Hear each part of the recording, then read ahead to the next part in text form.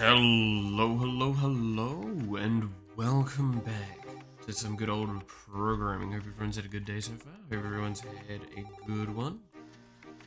I am getting the last little bit of stuff sorted out because I have had a morning. Is a wording I could use.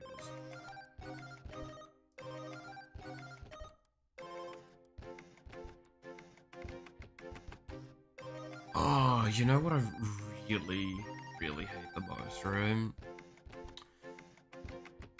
And this is something that, like, I feel like everyone understands. So, I must have slept on my neck slightly wrong last night, and I have the worst fucking pain for it.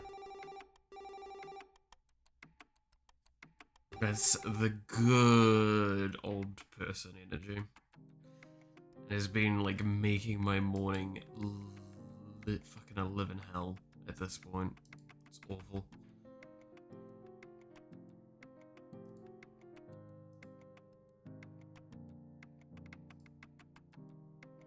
Alright. Now, I'm gonna just kind of... You can see here, I've got the thing up slightly, and you can see how there's a new version.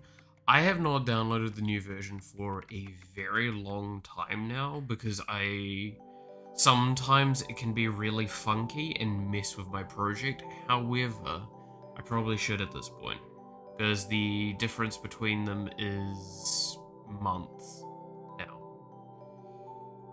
So I'm gonna go through this process, because it does have, like, drastic new IDE things that it offers.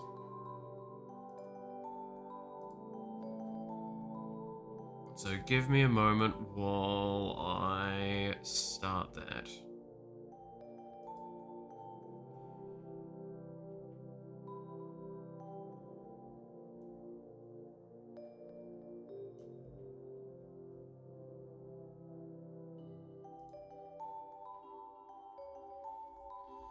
Alrighty.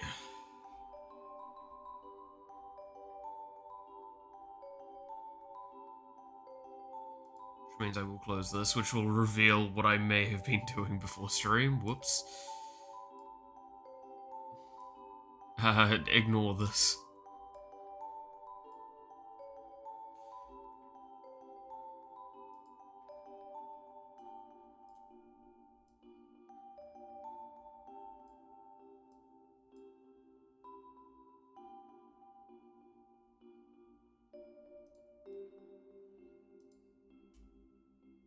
There we go. Alright. We'll have a blank screen for a little bit while I get that updated. And yes, there's an argument to be made. Why didn't you do this before stream? I thought I might as well show this process, because this process is something that, like, is very, very simple, but might be a reach to say simple for some people. So, yeah, might as well have a documentation of kind of the process.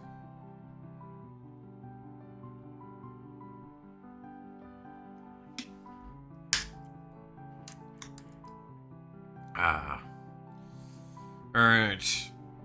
But other than that, yeah. Had a good bit of fun, went into the card shop yesterday again. Played another game.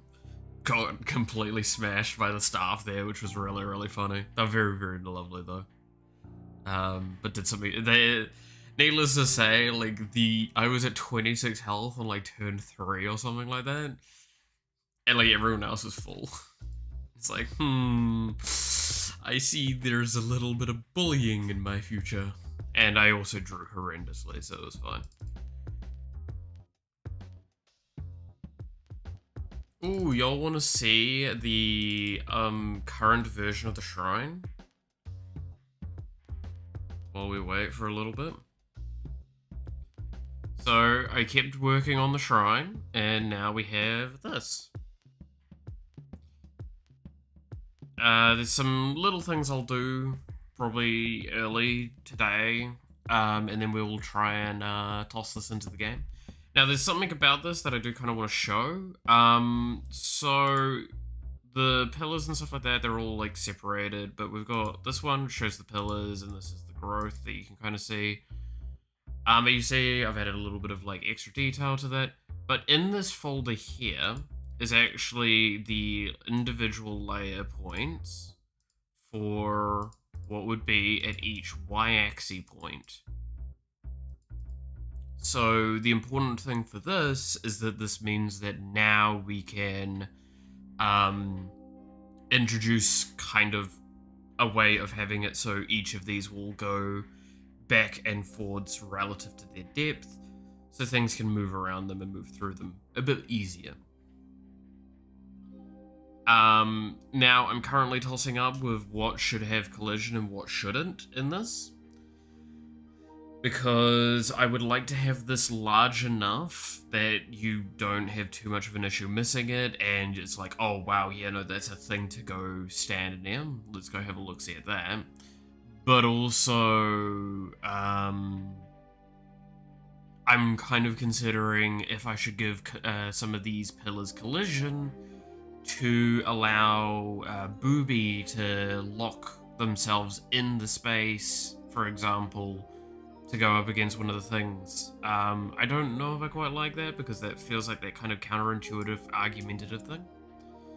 I think I just simply need to make it large enough and have a slow enough decay that Booby can still do it with relative ease. Which might mean that I need to make this even larger and then slim it down and clean it up even further. But for now, this is what we've got for it, and I think this came out quite nicely. Alright, the download has been done for a little bit now, so let's pull that up. That should turn up on this screen. So, when you download this stuff, you basically download it in installer. I can't show it because of the file, but it's basically just your generic exe, sorry, and you just click on it. You'll get the good old user access control. I'll say yes. Now, if you're first time installing it, there's going to be a couple of things that is going to be done here that won't be done for yours. If you're re-downloading it, this is something I do kind of dislike about the game maker process, is you basically you have to download it, and then you have to uninstall the old one, and then reinstall this one into that space. That is the kind of annoying part of it. So it's not even like a... it does carry over user settings and stuff a bit better, but yeah, you get this. Okay. Uninstall.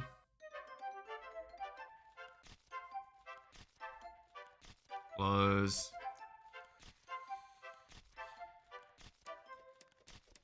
Buffin. How's it going, yeah?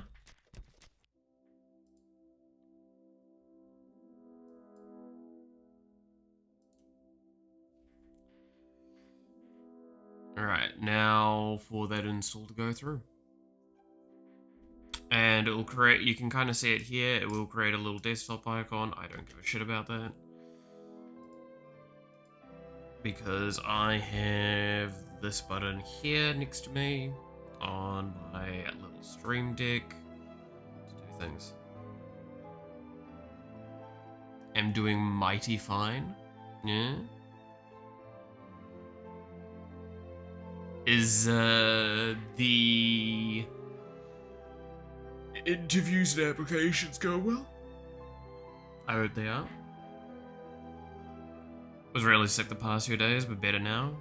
Oof, never fun, never fun. I mean, I was just mentioning earlier, I have one of those, like, slept wrong, so I have my neck crick, so it hurts a shitload when I turn that way. It's a real old man energy. Should be good. Waiting for the school to prepare the contract. Nice. That's awesome. Also, yeah, the computer's dying a little bit because it's just loading the new game maker. First time installation as well. Or first time launch post installation. Found an internship for a webmaster. Ooh. Fancy. I mean, hey, and good learning experience. Nice early start to it all.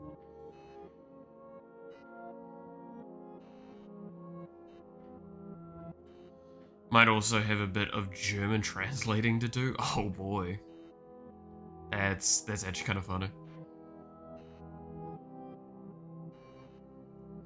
Oh yeah, I was gonna ask for your opinion on something. I've already kind of made up my mind, but I just kind of wanted to hear your thoughts on the matter. So I did read over your comments, by the way. Thank you for those. The ones in the doc. I'm probably gonna make that card game not in Game Maker. The more I've looked into how I want to approach a couple of things, just the engine doesn't quite suit it. What is your thoughts on the engine that you would think it would do well into? Off the top of your head. Like, just kind of the general gist of what you saw. What engine would you have done do it in?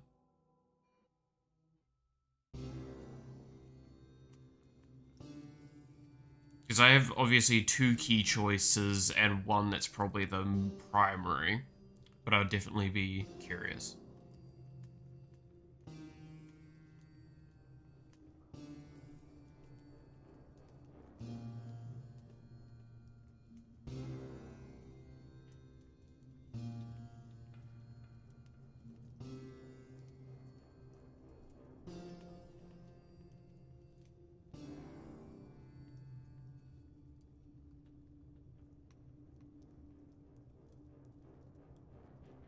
God, this is taking forever. I hate these initial launch cycles.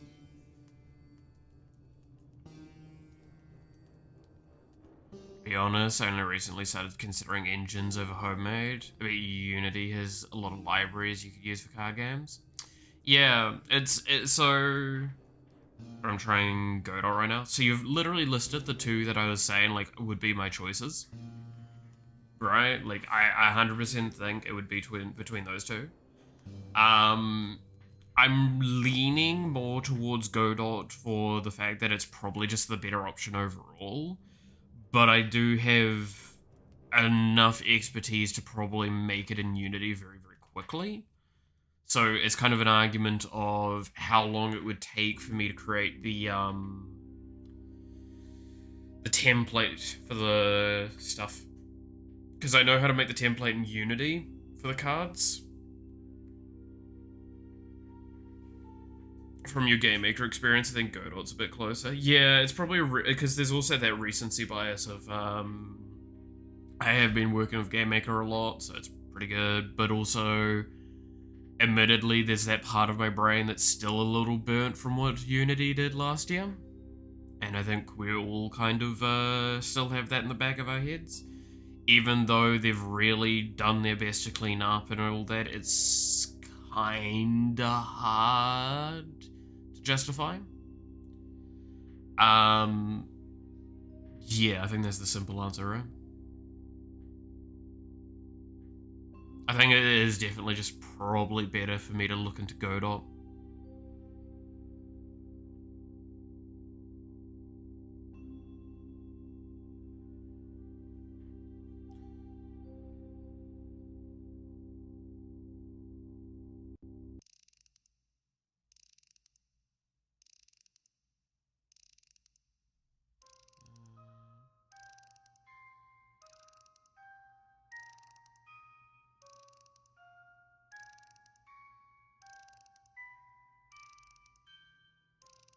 Let's see.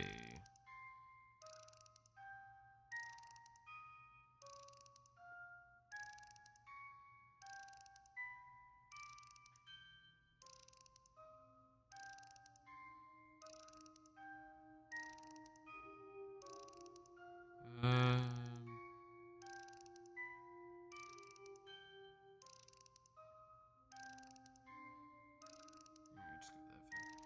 let's see, with Godot I can use my own CE hash implementation for whatever, so whatever I need, origin.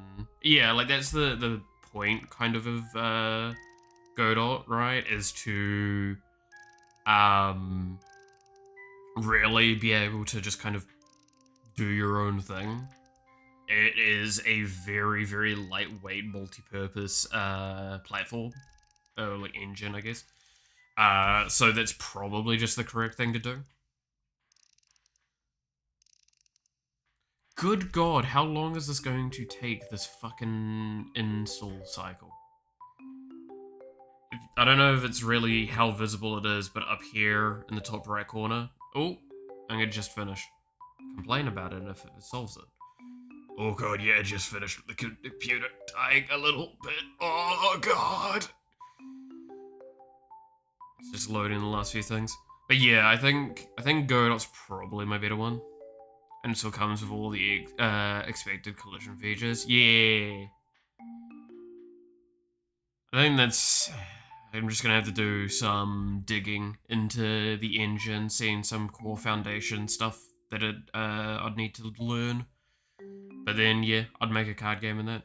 Which would be beneficial because it's very... I wouldn't think it'd be a bad thing for both of us if I work in that, because that means if you make one of your games that you're thinking about in it and I make it, we can collude and ask questions of the other person, which is always beneficial, right? Because I know one of the projects I believe you've hinted at was a card game. Or card related. Card adjacent? Yeah, card adjacent. That's a better word. Right. Now we have this. So I need to remember how to activate the new ID stuff. Because I can finally do something that I've been wanting to do for so long. I think it's in settings. In the settings?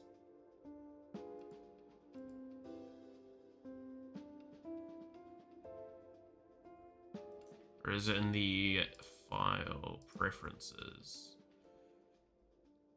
Code editor. Enable. Apply. Okay. Nodes you use for composition. Composition. Words. Yes. Okay. So this is literally brand new. This is like the last day or two. This I think has come, or like this week basically. This update has come out. This is one I've been waiting for a long time.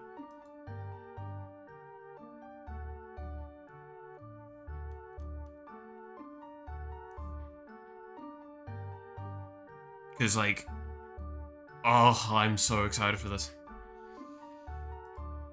Okay.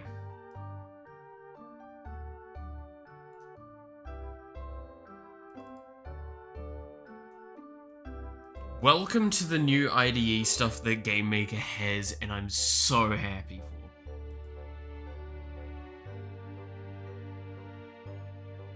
I now have a mini-map on the side here, and this is... Oh, yes. Oh, yes.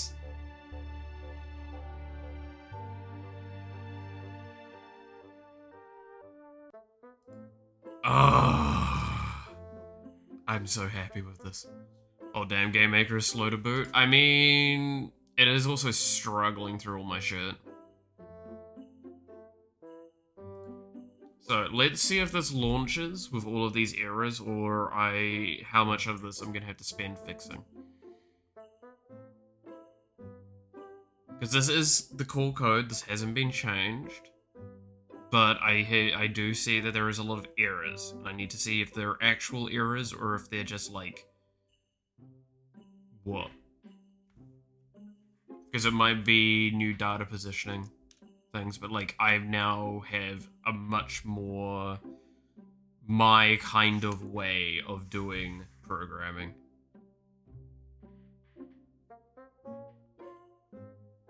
And this is much nicer. This is this is in the direction that I've wanted for a long time with Game Maker, because it just is better. for a lot of things when you get to a specific level. If you're before that level, this is overwhelming. That's the awesome part. This is an option, a toggle on thing. So you're not going to get hit by this straight away.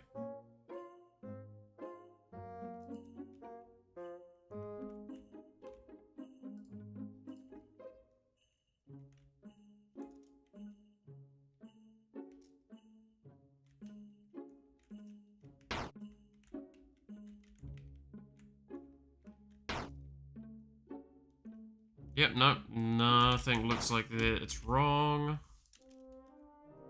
Cool. So these errors that we were seeing from the diagnostics do not matter. They're probably just like slight ones where it's like, hey, type function appears where the type real is expected. The thing is, this returns a real, if I recall. Oh no, this is it is a function action.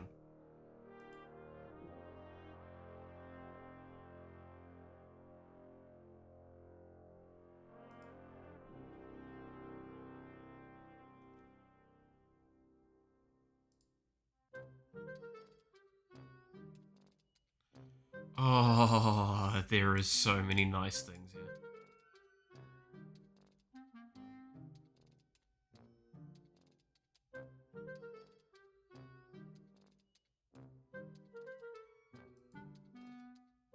Okay, so yes, this is the big thing as well. I'm gonna have to do a little bit of reformatting and all that. But you can see here now, this function actually, it's probably not easy to read. But this function actually has a description now, and that is because it is pulling the description that is right here. This is not the description intended for this function. However, it means that now I can put descriptions on functions and I can hover over and read them, which is so good. Because yes, I have written most of the functions in this. Does not stop me from potentially needing to know.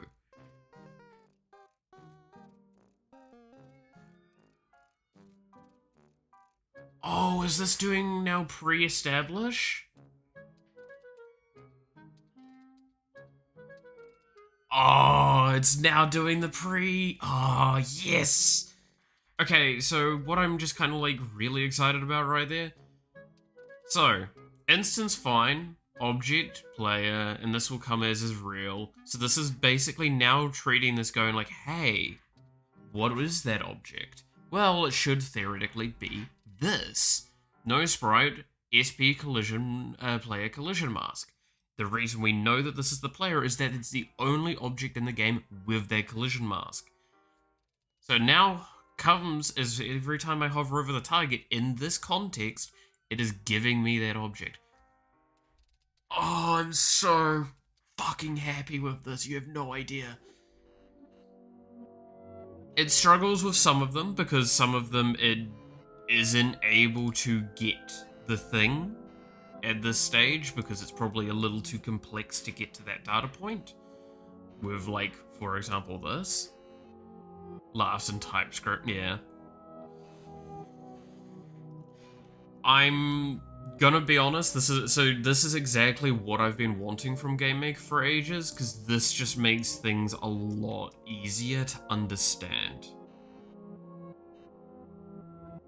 I'm super happy, because this also means that we can hover over these while we're doing things to see things a little bit better. The problem is obviously like some of these are grayed out and it's just because the way I've written them is so beyond what it can probably process and getting that information easily. Unlike, yeah, that's an argument to be made and that's something I probably should rectify, but hey. But massive nerd moments with this, like massive nerd moments.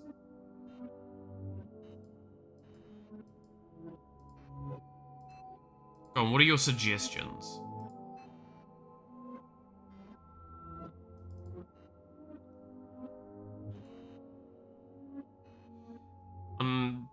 parameter name buffer differs from the buffer specified in the JS doc.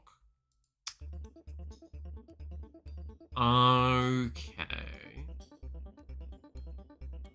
Key, same argument here, yeah.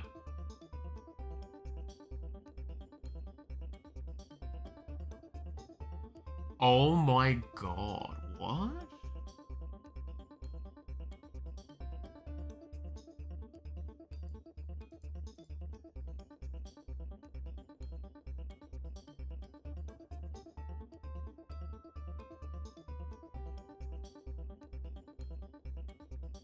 Oh. Oh.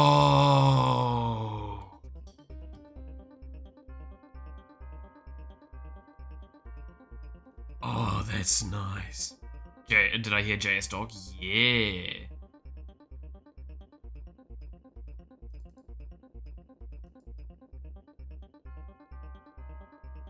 Unreachable code, so it recognizes that's actually unreachable. That's kind of funny. Oh, so I can actually finally... You're writing JavaScript Alright. Don't do that to me. I have standards, I'll have you know. Actually, that's a question, yeah. Do you want to fucking collab on a Minecraft mod at some point? I feel like we could make a cool Minecraft mod. And I do want to have a little bit of experience in that field.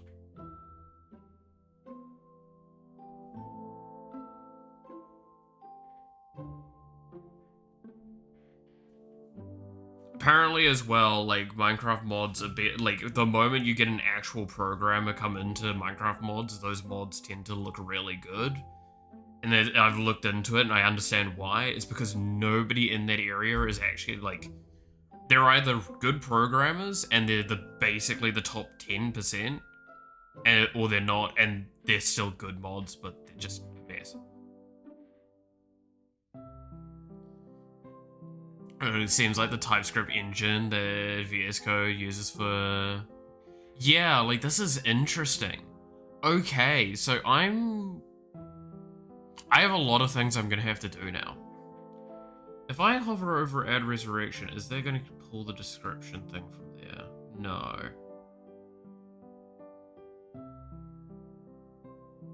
I can put that... Ah.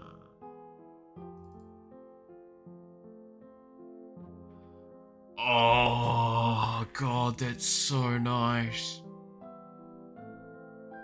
Oh, that's so good. I have no idea for one at the moment. That's fair. That's fair. I mean, I'm sure we can brainstorm something at some point, right? Okay, I'm gonna be honest now. We really need to, like, set aside some time where you and I can actually just sit down and chat and, like, talk about ideas that we have and see if there's anything that the other person can offer to that. See if we can do something funny. Or just come up with random bullshit and then try and do that. Because the benefit we have is that, like, at least I can help with also a baseline artistic thing so we can get that rolling. And then I have random ass code stuff that we can do. Well, you've got way more, like, wild code shit that you have to offer to it, right? Oh, dude, I'm so excited for this. Because this is just super good. So I can actually define the stuff correctly beforehand, and I can explain it.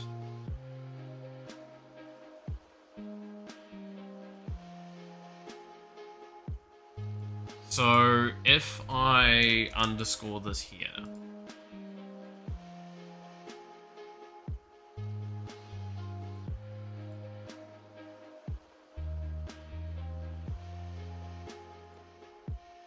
no, okay, so what if we do this?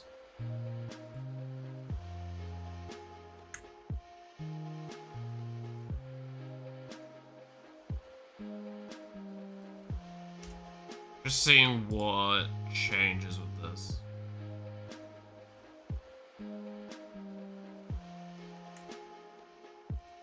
If there's anything, like, worthwhile keeping in mind.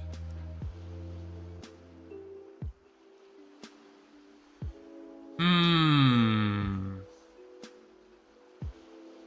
Okay. I'm gonna have my first vacation time since last summer, starting on Friday. Okay, I'm trying to think. I mean, I should be really available coming up soon as well, because outside of me going to excessively stream next week, I believe the flatmate is disappearing tomorrow or something. So, weekend I'm super available, outside of what I'd probably be chilling with friends. So, my Sunday morning, maybe, which would be your Saturday evening, might be a solid bet. Short answer is hit me up on Discord, and we'll see. Because I probably can't do anything on my Friday because I'll have, which is tomorrow, right? Because I have stream and then I also have the local card shops commander that I'm going to be going in for. I've already paid for the ticket.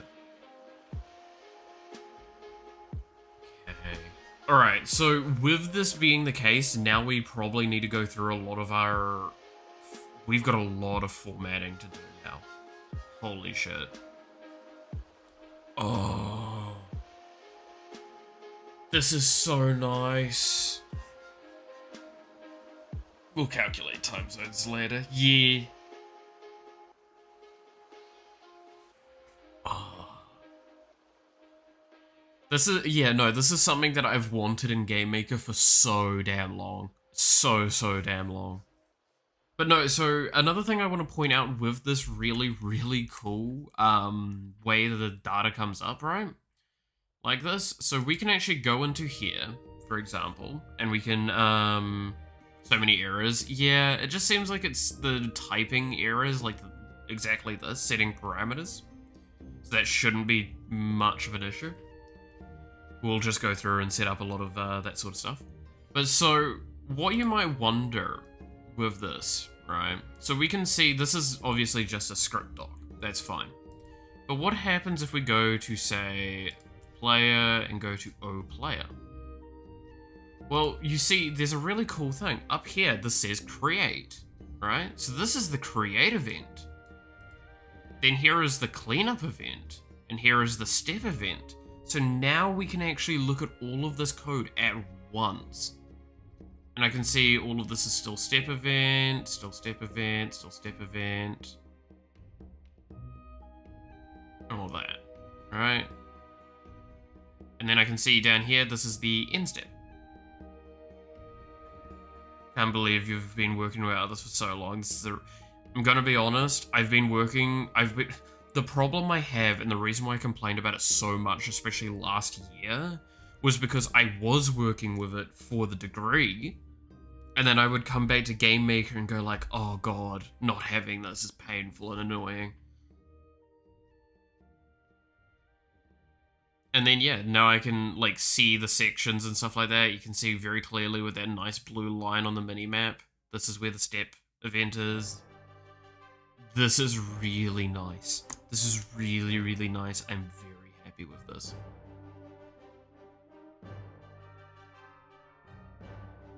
But here we go. So this is actually able to get a lot of the data here. So this is what we need to start doing. Can you use an external code editor with Game Maker? Theoretically, you can. It wouldn't be impossible, but it just feels really weird because I feel like the relaunching process might be a bit rough from my experience. But yeah, I think there was ways to do it. But yes, we have this, which then we can go to there. This is cool. I like this. We do need to do a lot of work and cleanup though, obviously.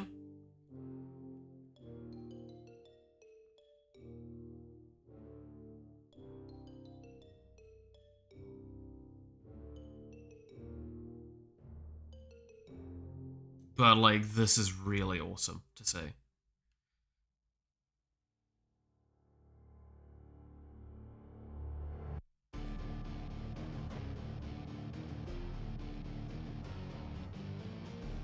Yeah, so this doesn't really like this at all. I'm wondering if there's a better way to kind of like tell it what your return is on this.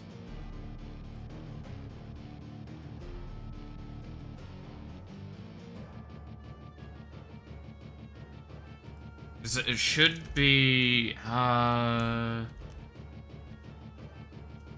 is this, let's see if I remember. No, what was it again for parameter?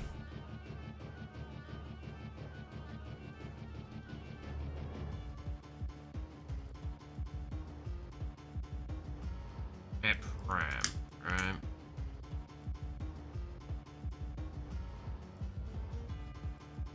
So that's the parameter.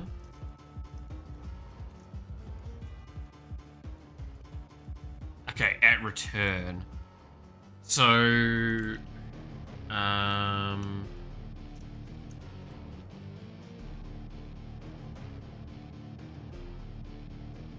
gonna have to look into this a little bit, actually. I know there's a section for it, because I'm wondering if it's like...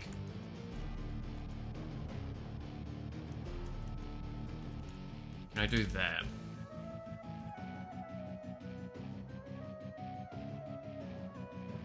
Okay. No. We do this.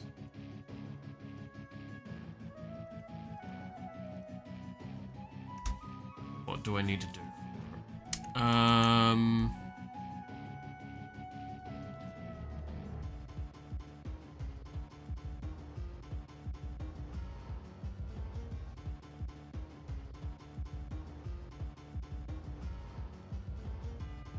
Release notes.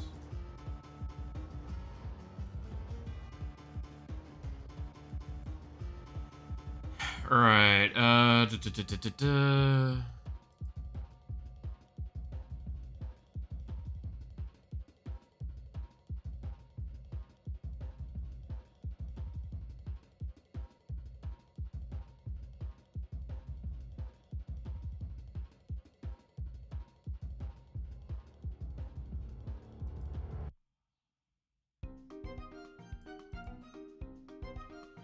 Let's see. But honestly, it's because I don't feel like learning the GD script language. I'm gonna rather use C hash compatibility. It's kind of fair, I'll be honest. Oh! They've added in matrix inverse. Okay. Oh.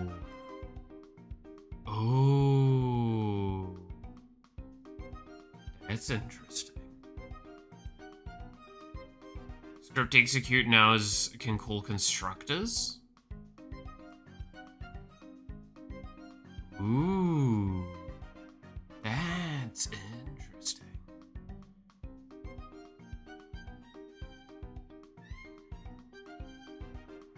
That's interesting.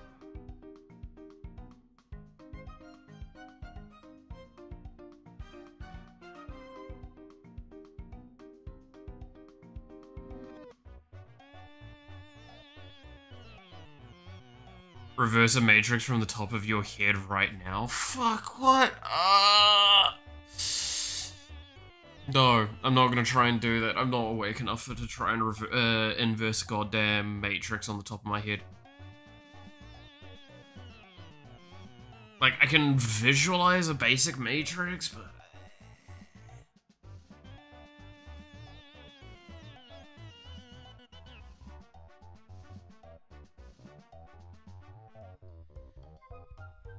It's been too long.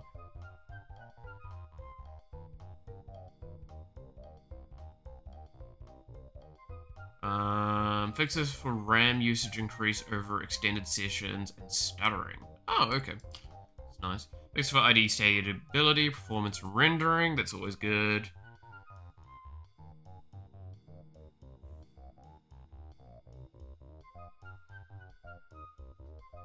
You know, you've got it, Devil. You've nailed it.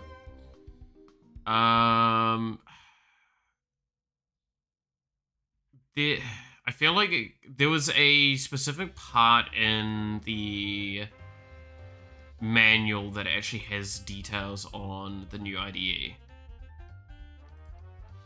I'm wondering if I can find it from, say, here.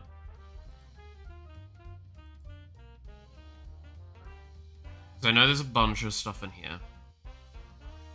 Autofill J Doc header comments. That might be worthwhile.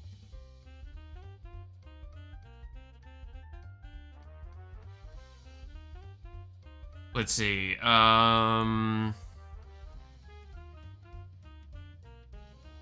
mean, it depends. Let's see. If you're inverting a matrix, it depends on the thing for it. Because if it's invert, then you flip down, I think it is, right?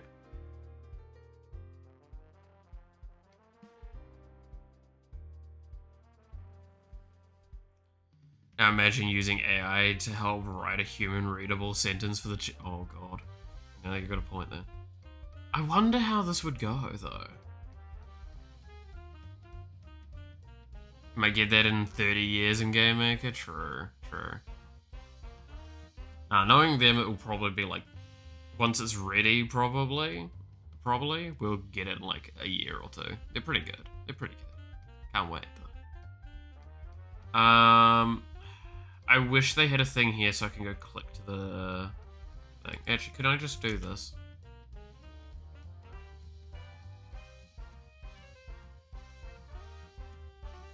No.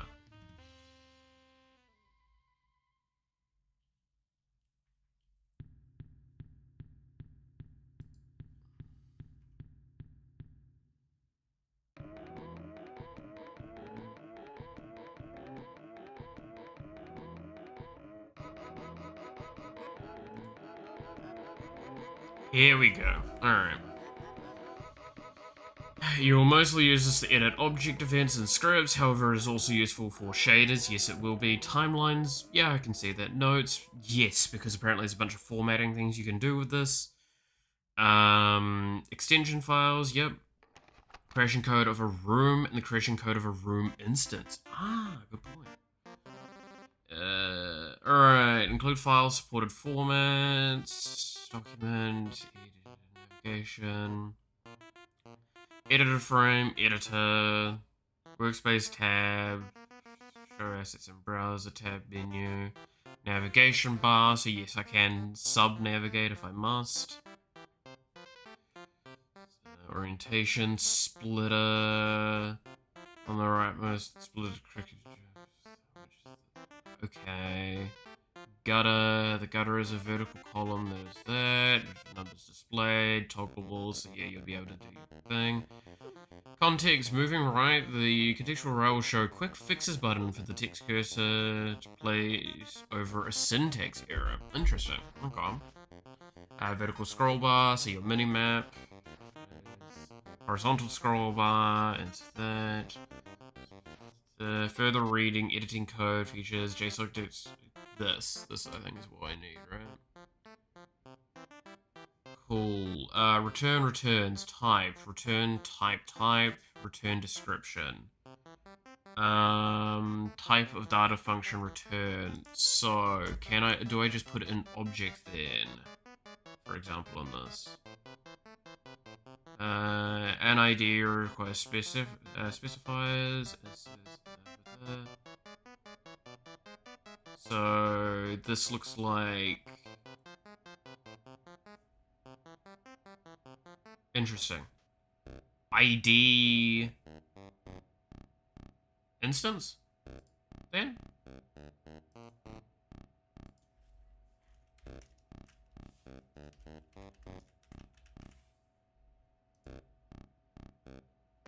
No?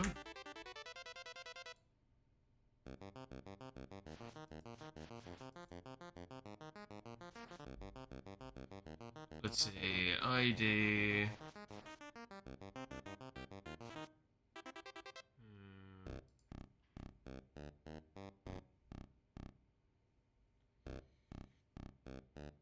Oh no, it looks like I need to have capital I for it. That was what I messed up. Is that what we do?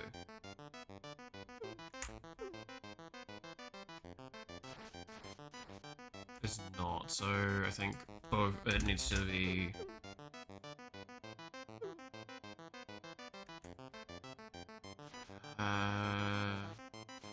Case...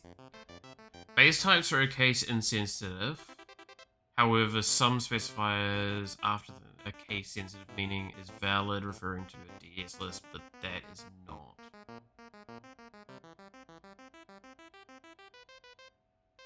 An ID requires specifiers. Okay.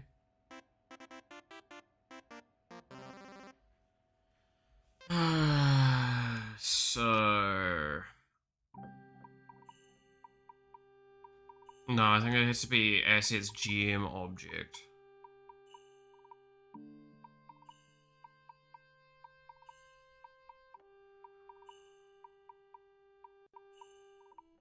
So... I can do pointers? Wait. Don't tell me I can do pointers now.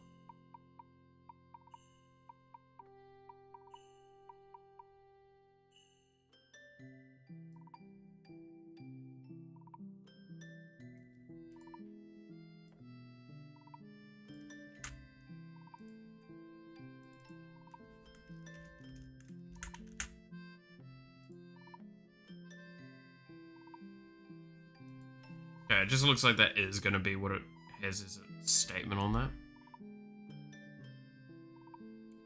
It's writing for the param names for the JSON doc. I'd assume so. So it would just be like opening things up a little faster.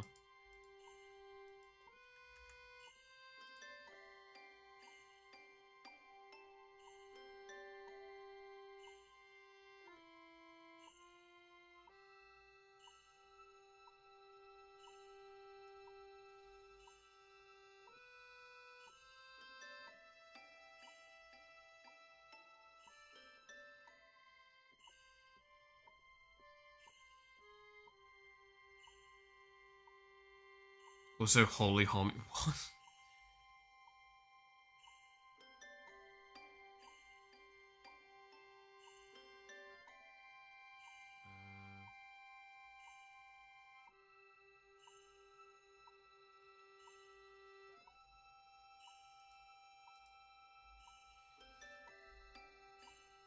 Why isn't the JSON doc in a block? It's because this doesn't comment like that naturally. Well, it kind of does because it does. Kind of doesn't. So what you're suggesting, right, is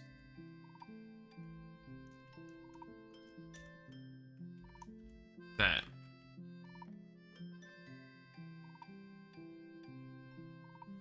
Right, which technically works. Technically is not the default. You're supposed to kind of just do that if you're doing a block thing. But keep in mind that this is the inline architecture. I believe if I do that, does that break it? It does. Interesting. What happens if we do try and do that?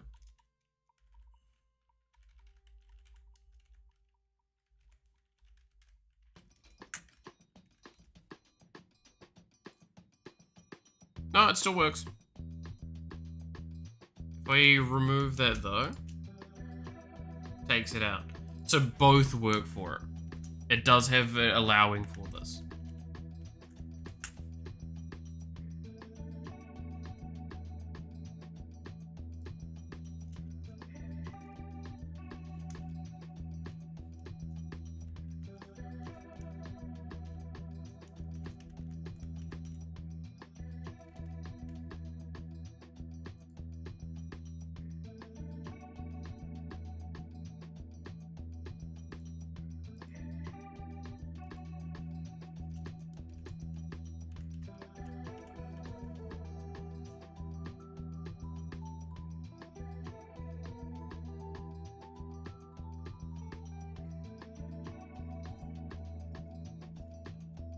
Wait.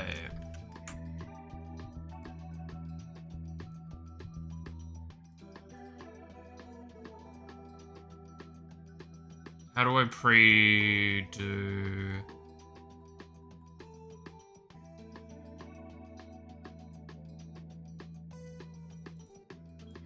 Go back here.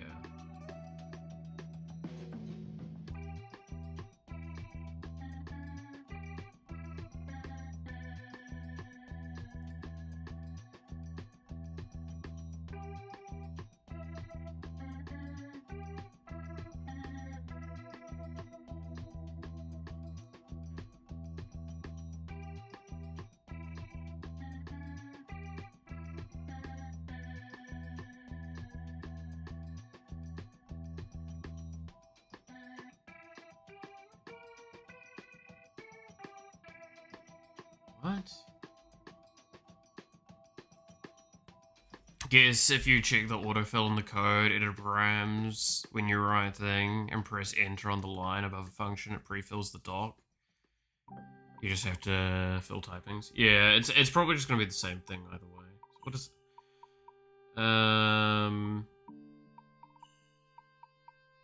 okay, so now we actually have the thing of it tells us this is wrong, so now we put in ID, so it's ID dot int, and then it was, which one? It was O player. Is that correct?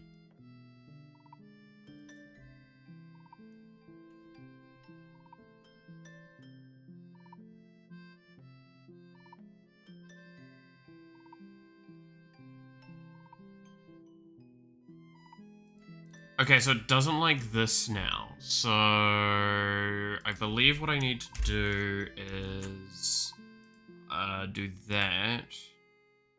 And then I can say bull? No, it'd be real. I need to set it as a real option. So real. Whoops, needs to have...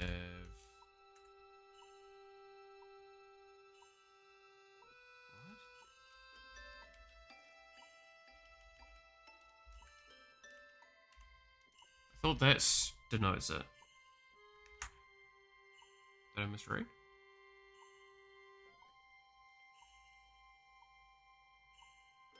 Can also be listed separated by comma, for example, that the...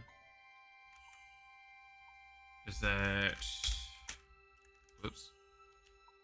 Whoa. Calm down again.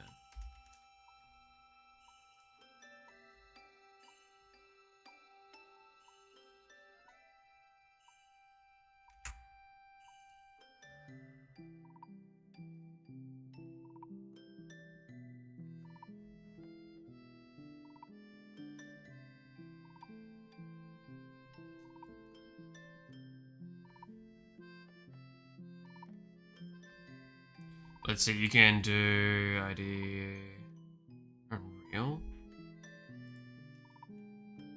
It's because it's just more that it's coming through as like this, which is concerning. So do I need to have this in a different order?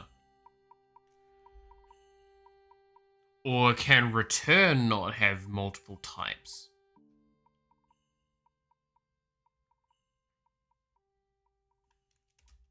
Is that what we're coming across? No.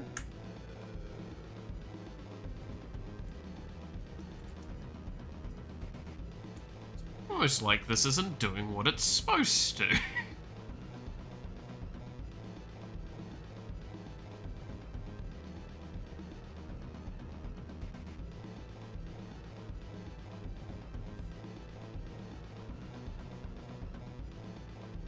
Well, it's because the reason why, like, I'm saying this, it literally has here in the documentation, you should be able to introduce multiple typings.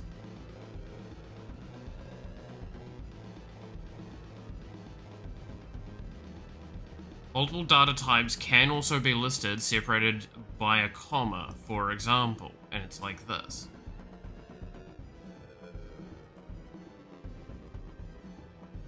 So, if I'm understanding correctly, I think it actually is a bug. Okay, here we go. Information on an argument with additional types or multiple access types separated by a comma or a line. Yeah, so type. It should work. I think this refers to generic typings. In this, it's showing me two examples of a string and then an array of strings. And then here is an ID instance and then an asset game object.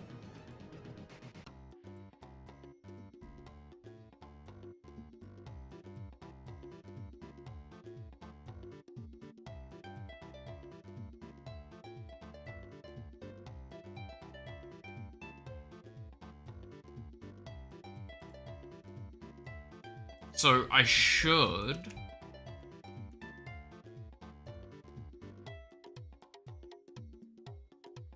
Java code comment? I don't know if that fixed the issue.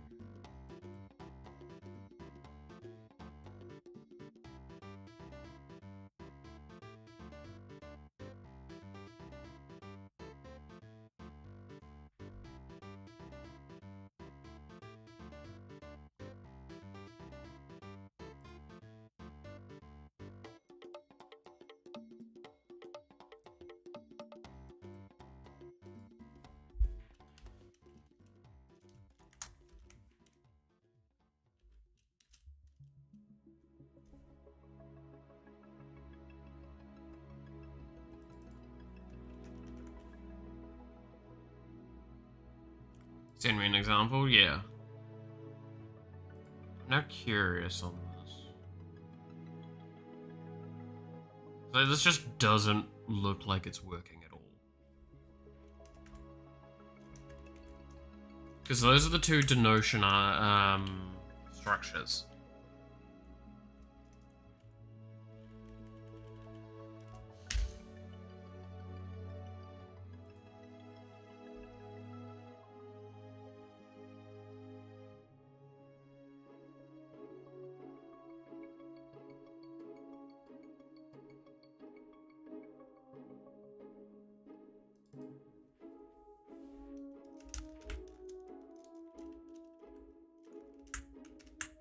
Because, like, unless it's got to be very specific typings, but, like, even then, that just doesn't feel quite right.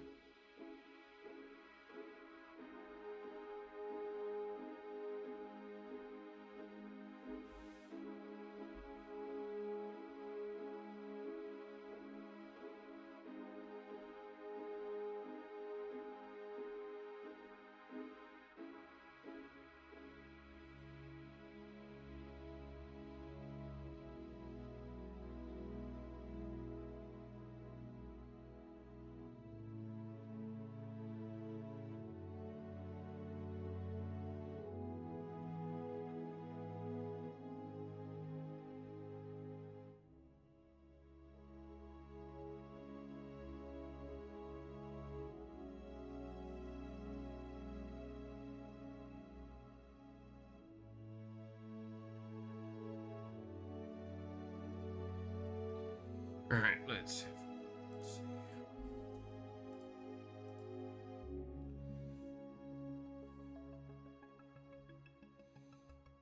At type some type. Oh, so you want me to denote a typing like that? Interesting. Yeah, I could try that.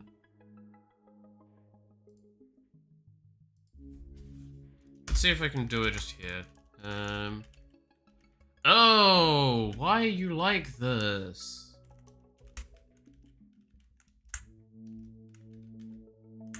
Does not look like I can denote type.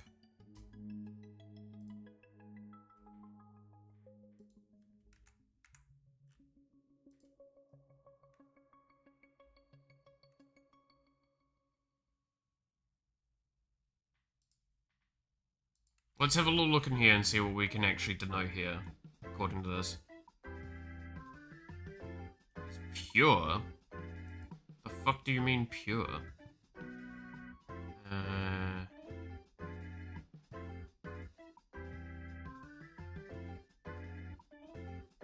That's actually quite nice. No, it's because like if we look here, you can see with the commenting, it doesn't actually have one that has note.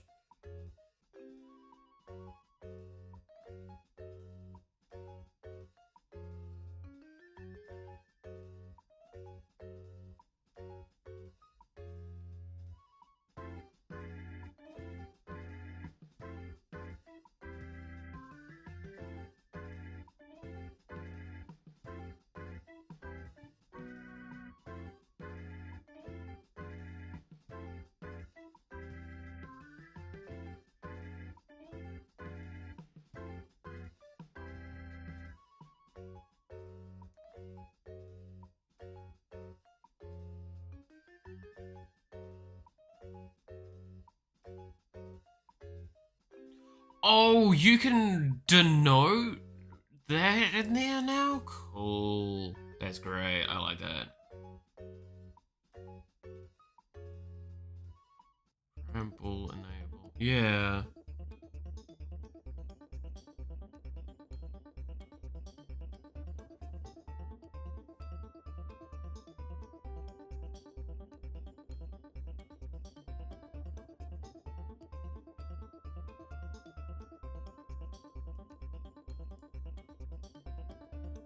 That just brings me back to this one, yeah.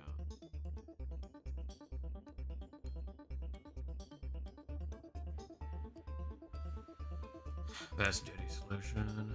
Yeah, I don't think that's gonna get the answer to this that we're wanting. I think, pure and simply, this might not be working as it's supposed to, is the short answer.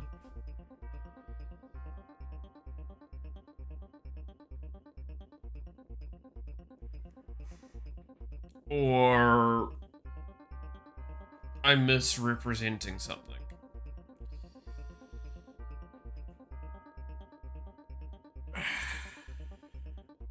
This seems like a bug. It really does. It just seems like that is something that's not quite functioning as intended. Ticket filing time? Yeah, I probably should file a ticket. Actually, let's see if this is already a ticket, right? Because I believe the get's open.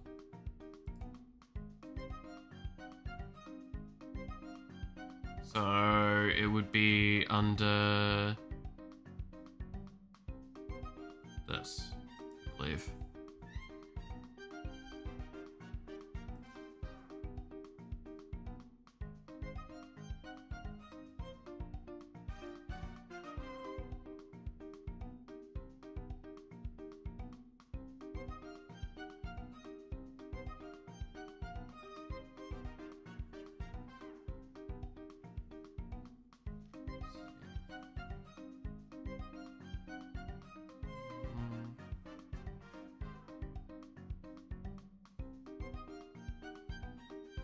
I don't think it would be under this thing.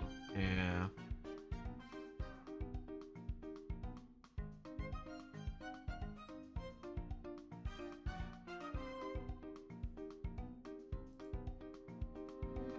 Bug tracker? Good point. I forgot about that.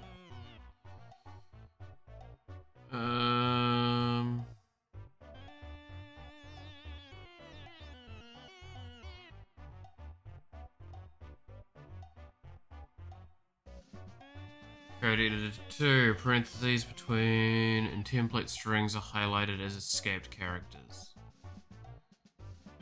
Okay, no.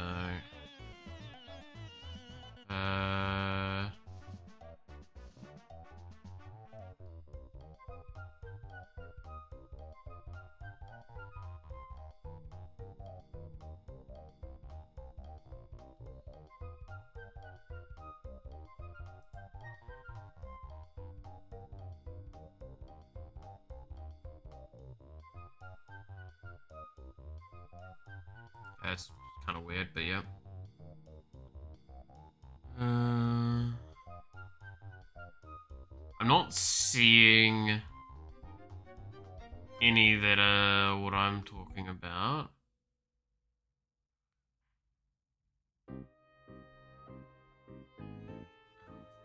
Ah, fuck! Oh, God. Pain in my neck. Alright. See if it works. You know, there's actually a good point. We could just turn off and on again.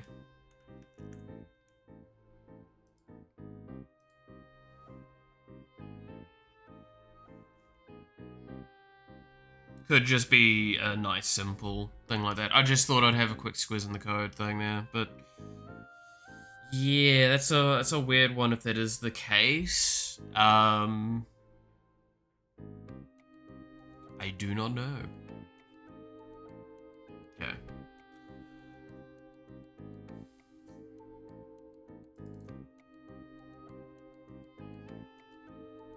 For the loading time? I mean, it's not that long. Like, I'm almost already into the project again.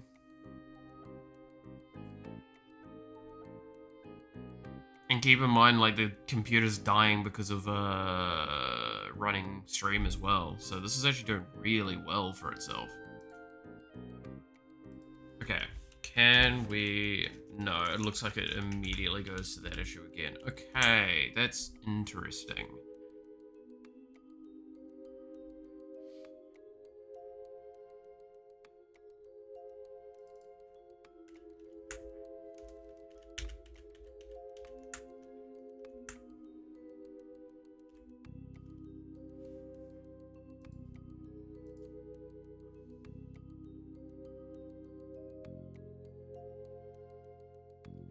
What?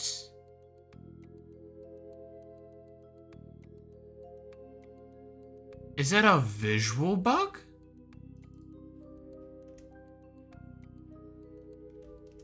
I think it's a visual bug.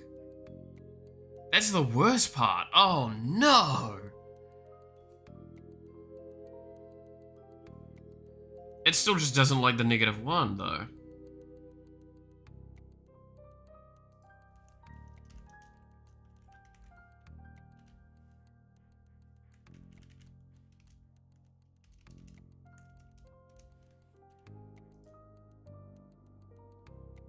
Yeah, it's just not liking the 2 in there.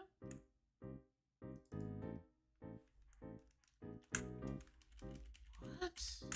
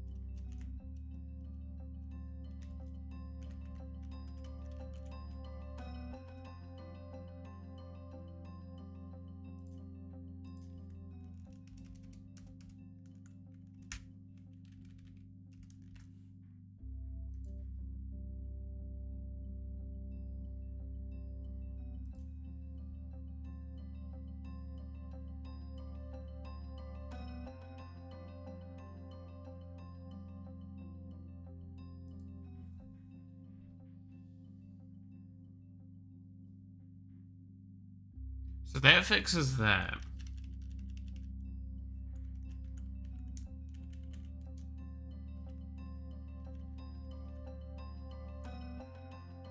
The problem is it breaks these out a little bit. Because if we do this, this actually gets these values out again. Because it gets the thing correctly.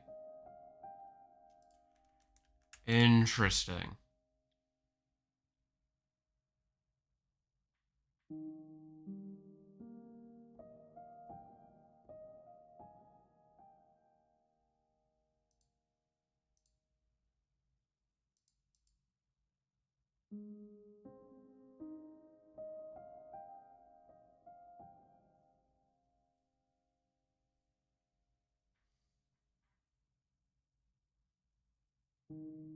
It's now an instance any. Well, yeah, like, so basically the issue is that it's seeming like it can't allow a -1 through them because you're predetermining an ID instance, whereas a -1 is normally the predetermined non-existent ID.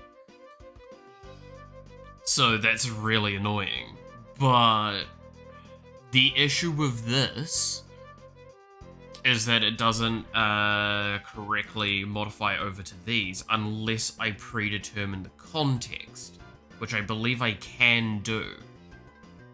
So I believe for that.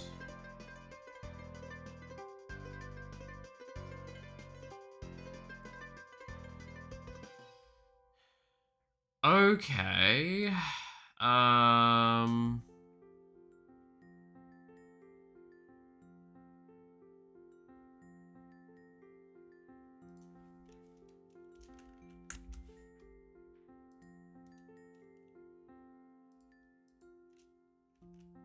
Why is it doing that?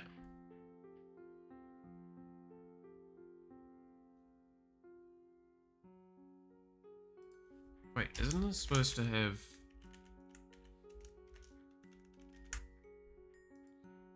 Doesn't even do it correctly for itself. Okay.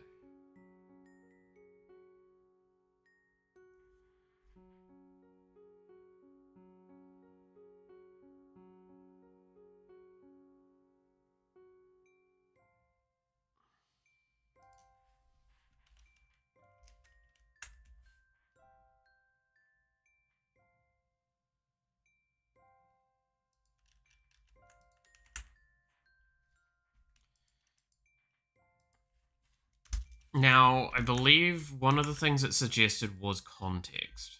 How do I set your context in comments? At context.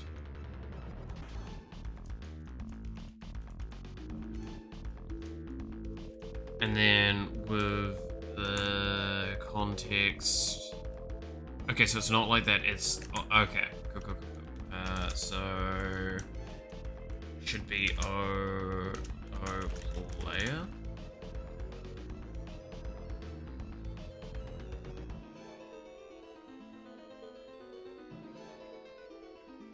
Doesn't like going to that yet, that's fine.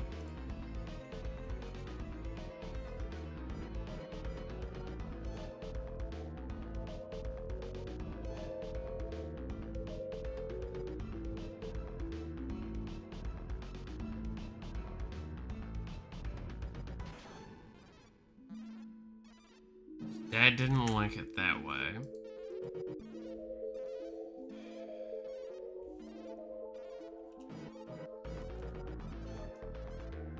How do I need to write it out then?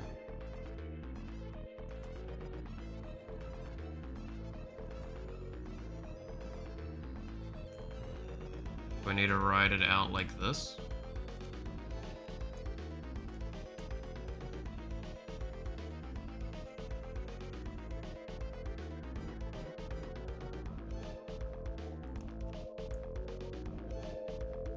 Do I write it out just as the thing? Okay, it is unbraced. That enables context like this.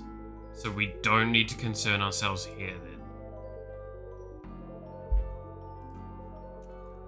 Try it with that. I'll see what it's like with these.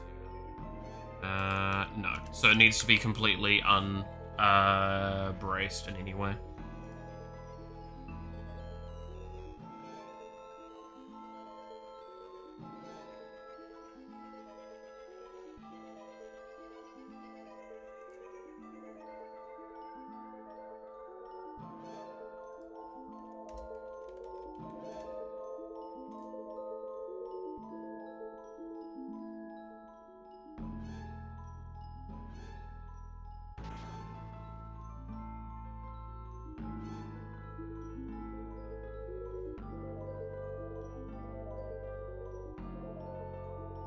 Oh, wait.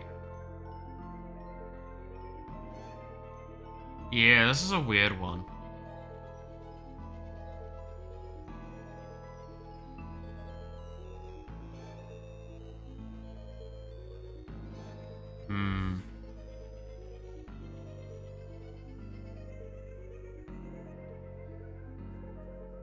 Yeah, there's definitely some improvements that can be done here. This one's a difficult one because I'm now just realizing an issue. So it's technically, I'm not actually inputting in a thing. This is actually a reel that's getting inputted.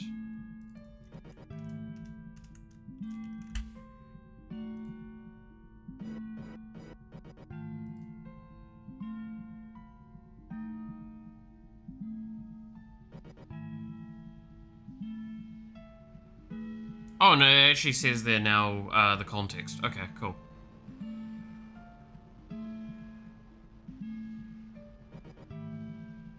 Because it's no longer got the issue with the parameter.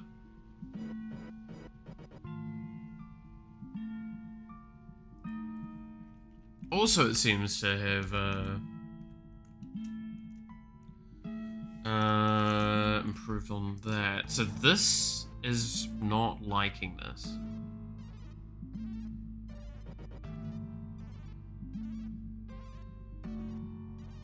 This is undefined. Why is this undefined? Oh, is it undefined by default?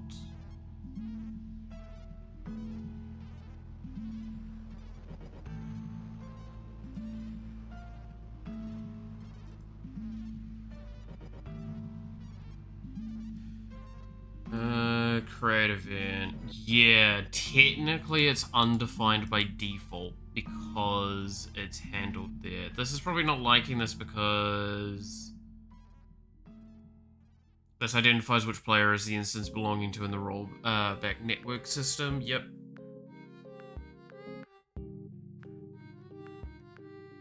It is, yeah. So it doesn't like this at all.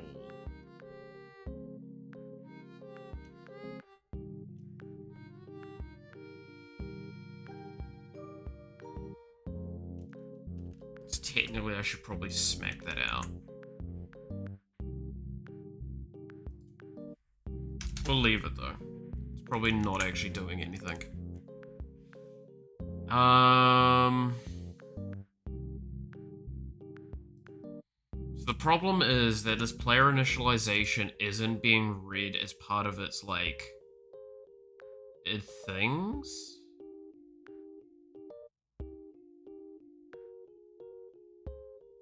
Yeah.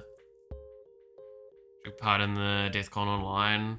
Got a, well, 3 stars more out of that. Yeah. Because yeah, technically this is assigning these values to the object because the object doesn't initialize with these values. Well, this here is what initializes it with its values. Which is kind of the confusing problem, right?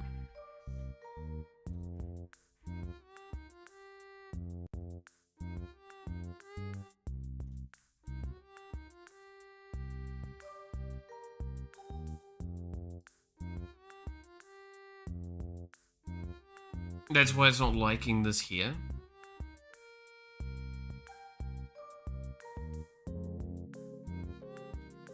Interesting. So I might need to no longer assign that via function call? I don't know. It's a difficult one because like that just really screws over a couple of other things.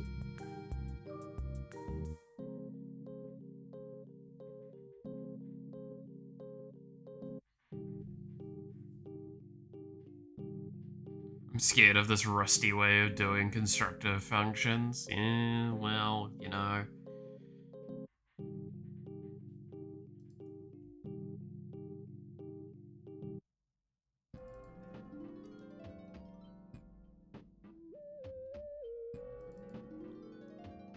So don't actually need to write description, it just automatically defines that location as the description. So,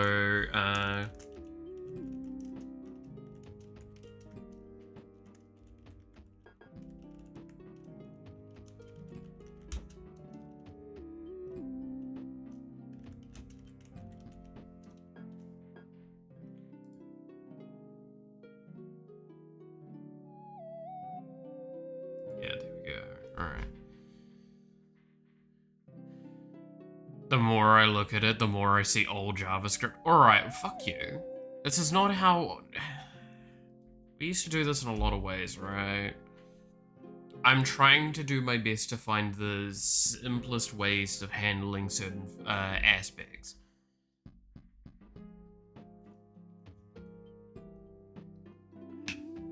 What would you do, Mr. Fancy Pants, in my context then with the player?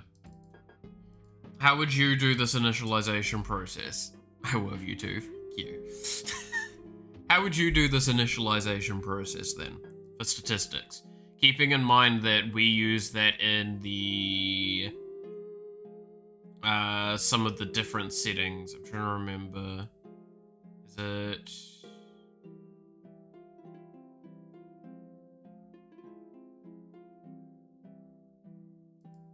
room start?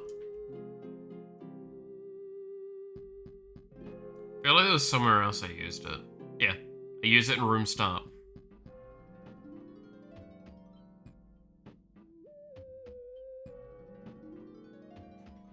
So to like correctly attribute the values when necessary, or re-attribute them.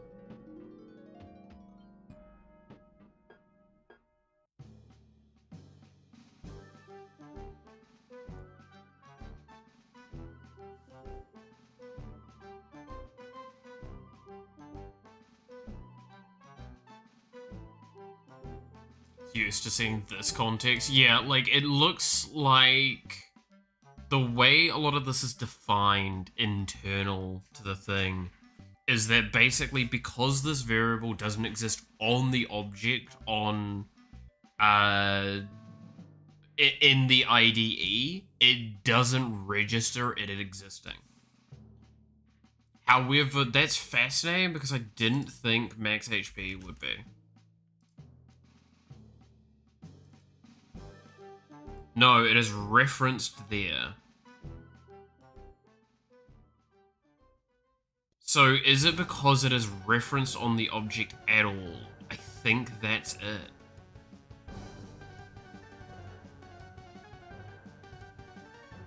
Yeah, I genuinely think that's the case. Also, this is technically the wrong one to be using, because this should be,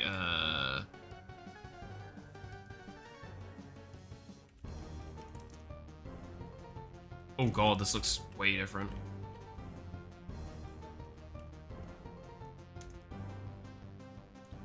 Oh, thank you. Oh, yes.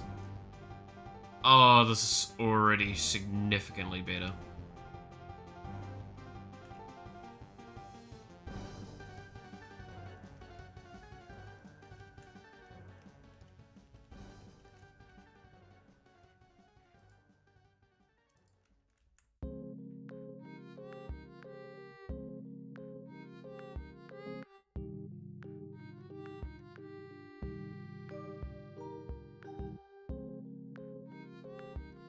Oh god, I'm gonna love being able to type with this stuff, you have no idea.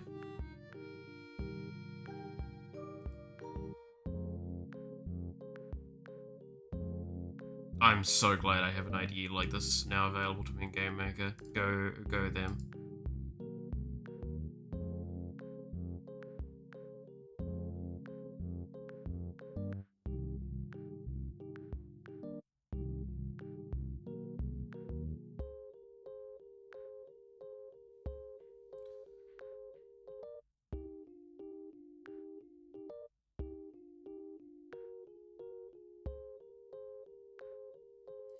Yeah, it's definitely still early stages, I think, is the shorthand of putting it, with what's going on.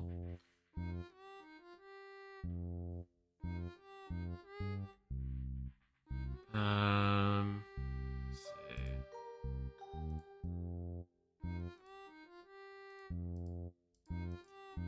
see. Yeah, so it doesn't have... Because it doesn't have a localized reference point, because of that, the smartest thing to do is to just initialize the variables before the player initialization, and just have the variables right there via the non-player initialization stage.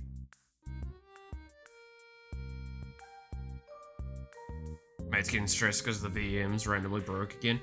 No, you're all good, yeah, I understand completely.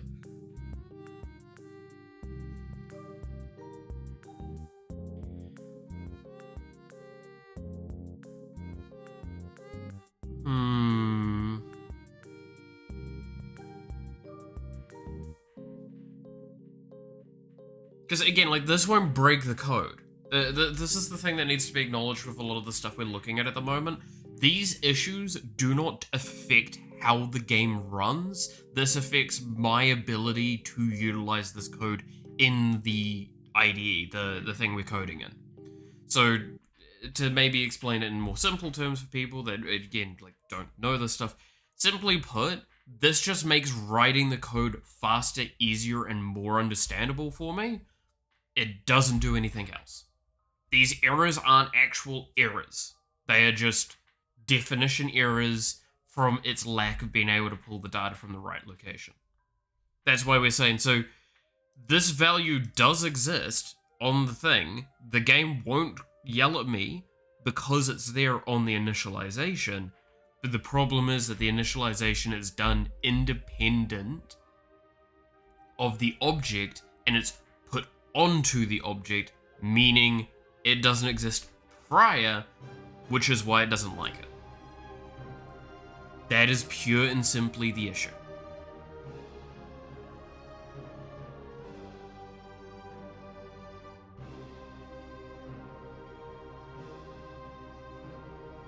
Not only does it make it more readable, at least you catch errors before you're even trying to launch the code. Yeah, that's another good point, because, like, in a sense that comes under readability, but, like, it does mean that I can sit there and go, this doesn't have a defined variable. Why not? Now, does that matter in this case? No, it doesn't. But it means that I can find that stuff out much easier. That's important. There's just so many benefits to having this.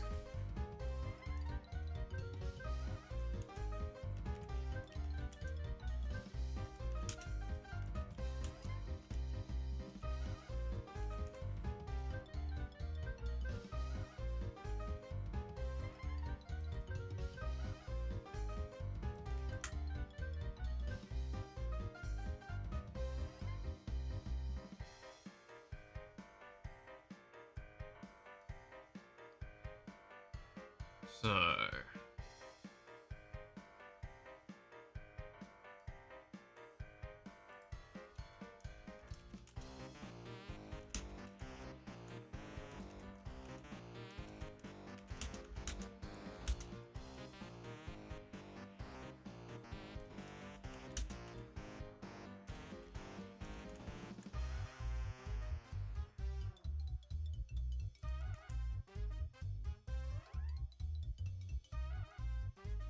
if I go back to...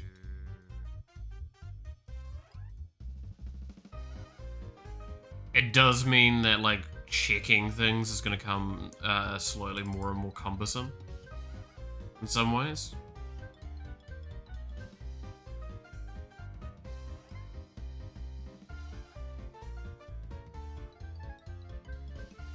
But we'll manage. Okay, so I should probably define this correctly. So at description.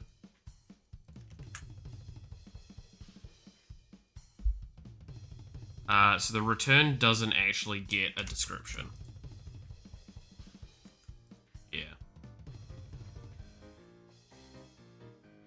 So this is how it does them. Good to know that.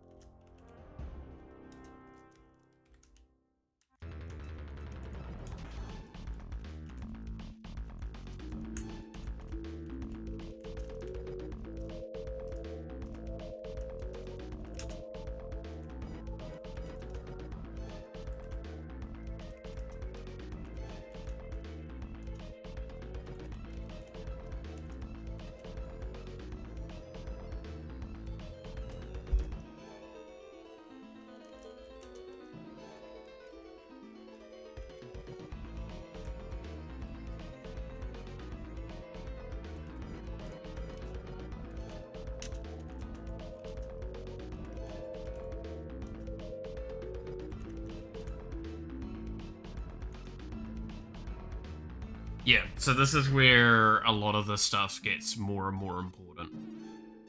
Interesting, so if you have multiple instances of description coming in like this, it doesn't like it. That's annoying, because I kind of wanted that description for the overall thing, but, you know, if it's going to be like that, do that. Just to streamline it.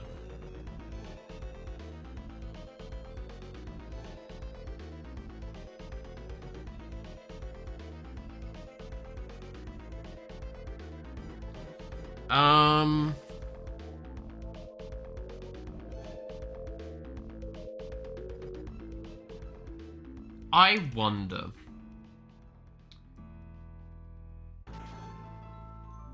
So I'm just going to comment this out. And we're going to redefine this with O player.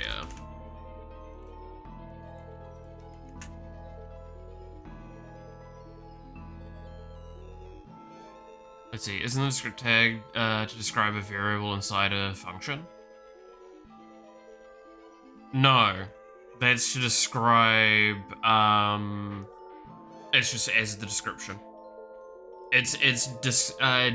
DESC and description are interchangeable, and then in this case we also could just omit it and just have it as an empty space and it will auto to the description. So if I delete this, you'll see we hover over this and it still has the get object ID blah blah blah as a description. So it's actually kind of a unnecessary thing. We're doing it almost as a courtesy, but it also ensures that we know what that is. And we're locking it into the right location.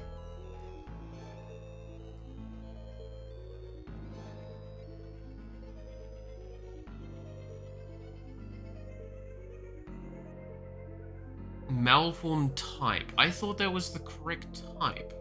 Was it not?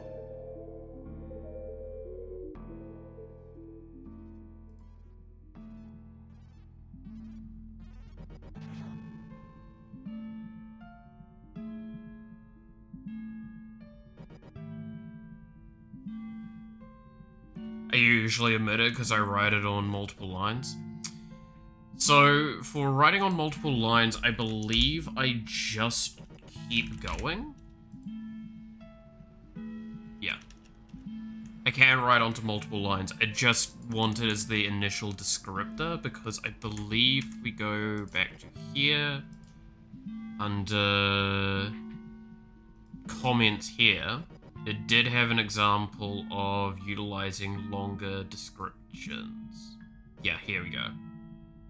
So you can multi-align the descriptions pretty easily. I'm wondering if you multi-align a description for a parameter, it will do it. Which, I mean, theoretically you shouldn't be, but also I wonder how that functions, right? So let's multi-align this one.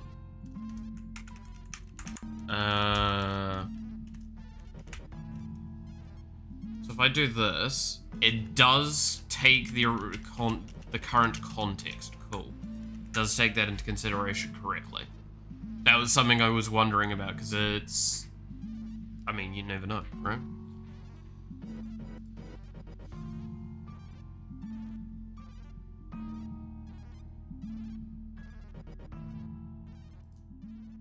So, technically, I can take away this context now, by the way. Because it is getting the context from this correctly. This just means that I lose my security measure from this. However, there is an argument to be made I should be making that security measure external to this. Right?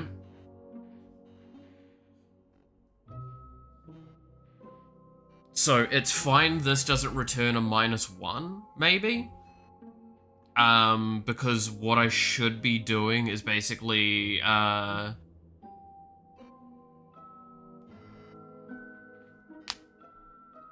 like, if I wanted to actually correctly have this function correctly security checked, I should be having, like, checking for even if there is an instance of this.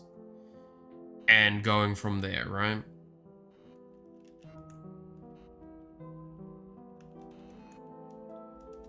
But I believe, can I just actually write this? Or is that not gonna like it? Type undefined. Yeah, that's kind of the point of it, right?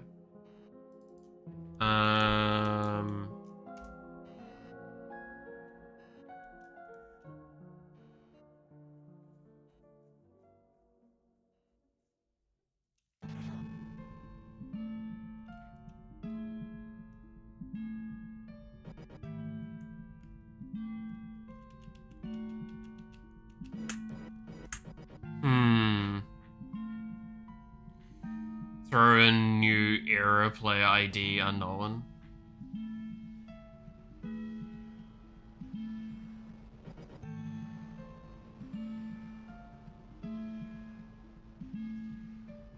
Well, because the problem is that if this fails, it's gonna just crash, right? Actually, maybe it's just better if this doesn't have an error catch. Because I feel like under most situations, when this should fail, I should just error and have the error be the case. How do I do error output again correctly in Game Maker?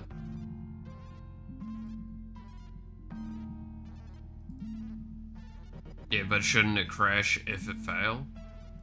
Well, if it hits the -1, it actually might not crash. Because it will just go like, nah, the things aren't there. Whereas if I have it not have that -1, it will just crash because it can't find.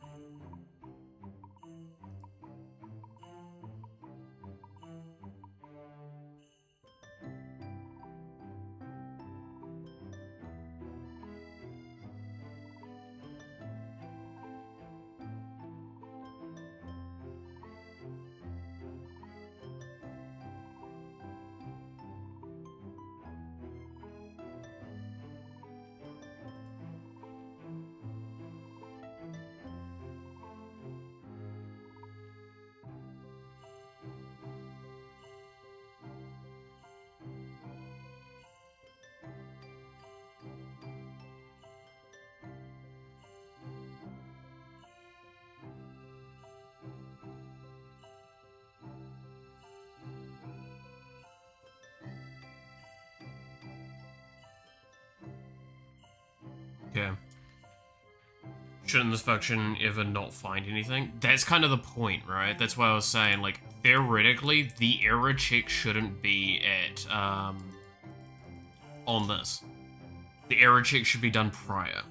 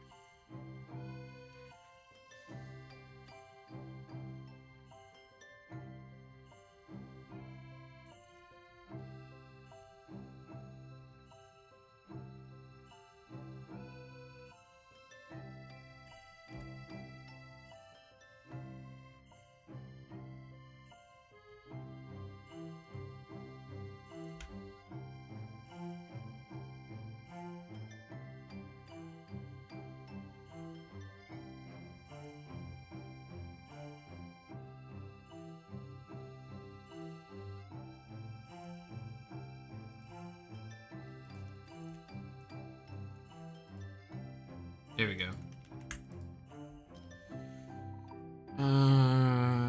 I wrap the string into pole, okay. Yeah. No, so the idea is that I'm wrapping the string so I can just put through, saying, the index that it tried to find.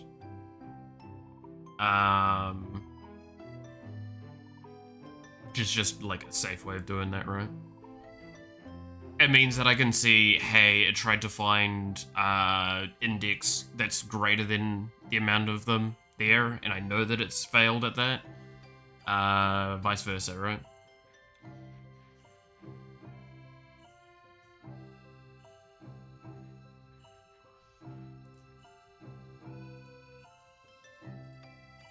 So that's probably the correct error throw I should have.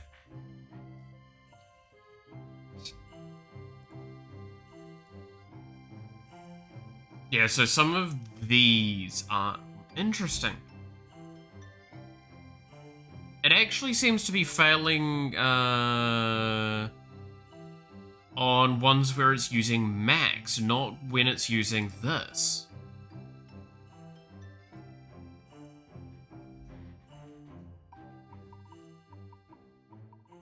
So the with ones are failing, but the target ones are not. That's interesting, actually.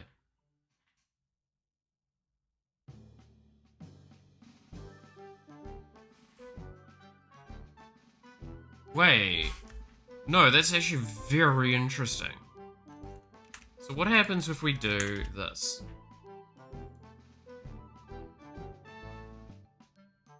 Still comes up as undefined? Okay. So what if we remove this?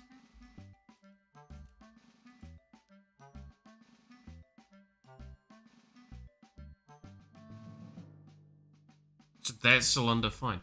So armor modifiers referenced correctly somewhere? On the player? Is it?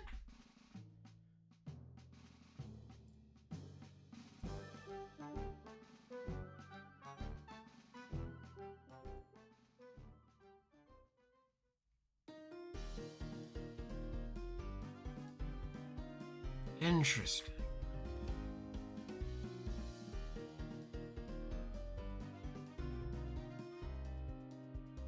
Oh, it doesn't like that. It does work, it just doesn't like the declaration there.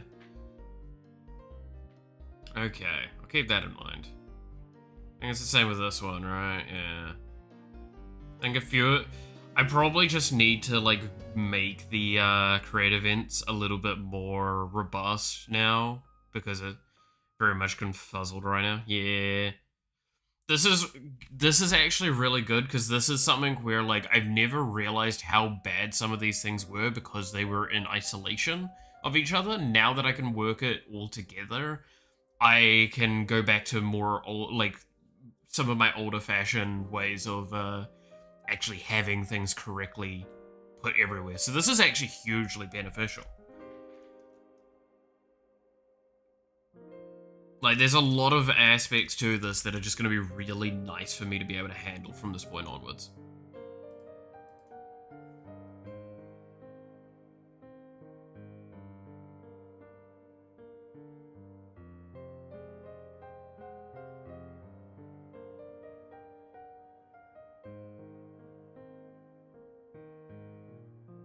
Interesting. It also, I didn't notice this until kind of now. This does actually have coloration for the the level it's at. So that's actually quite nice. I'm gonna go for now. All good now. You go have fun with your virtual machines and hopefully rest. I'll catch you later.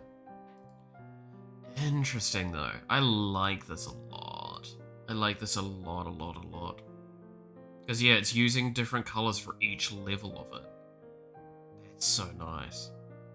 Has an amazing time debugging? Yeah, I'm gonna spend so long, like, working through this stuff now. This is such a big, like, quality of life thing that they've added. I'm super happy with it.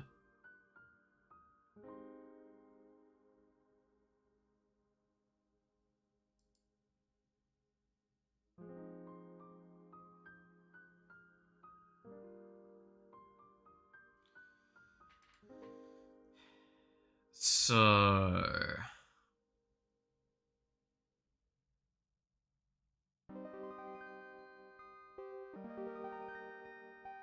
yeah, it's gonna be like a whole effort to now go through.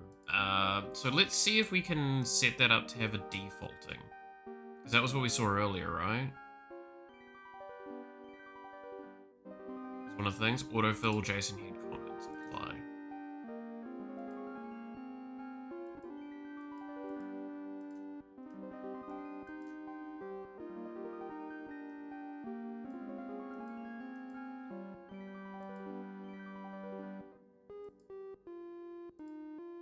So I can, technically I can control Q of all of them if I want. And it does give them very shitty things.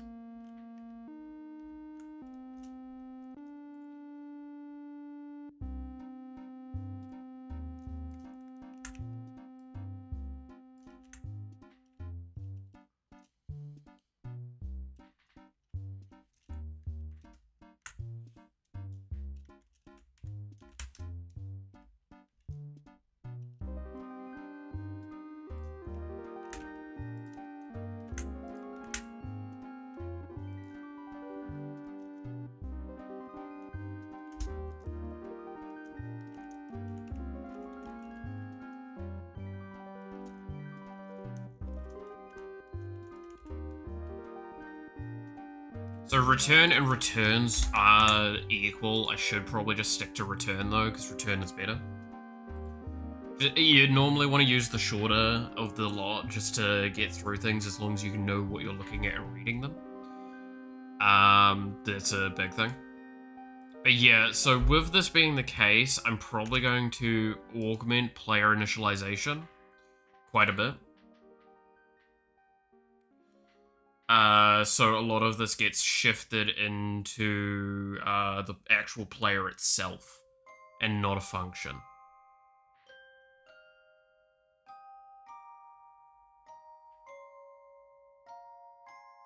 In fact, let's just do this now.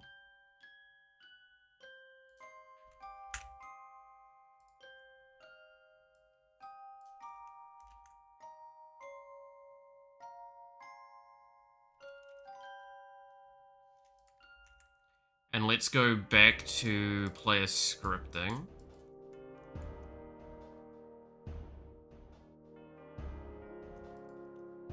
So I'm just going to launch the game quickly to see if there has been any errors that have now popped up.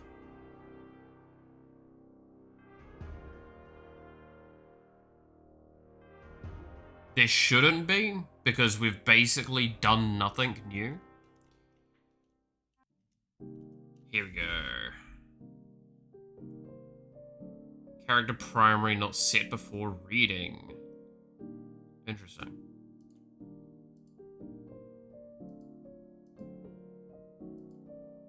Ah, it's because I would pass through the thing. That's the failure there. Yeah, so this is a great example of this.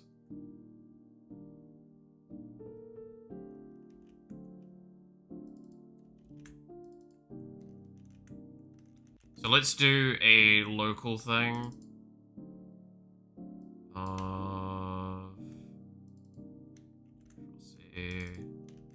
V. Find and replace.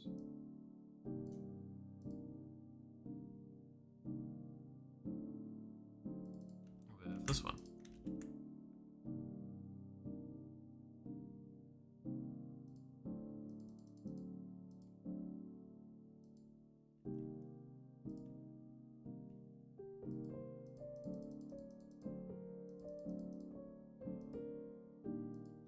Cool, I think that's all of them done.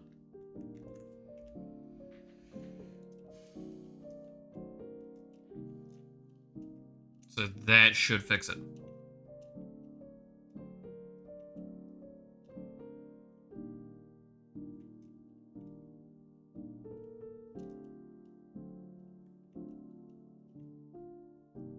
Cool. No issue there. No crash. Cool. Come back here. Still doesn't like these.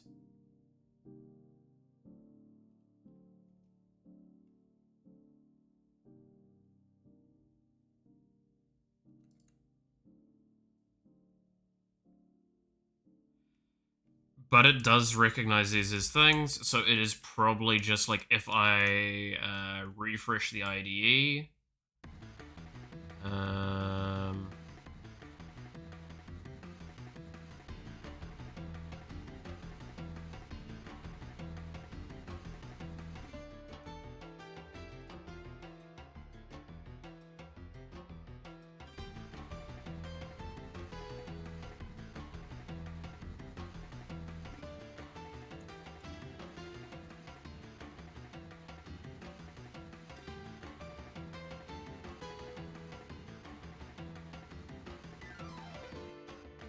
So let's close fully and relaunch.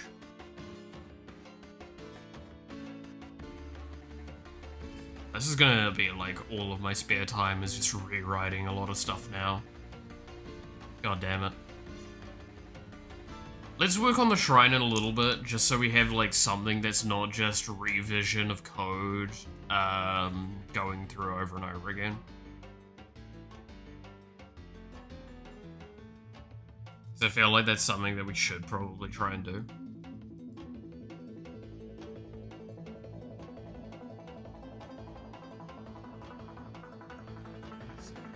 The song's pretty cool. Yeah, I love the music from this playlist. Tis a good one. Tis a good one.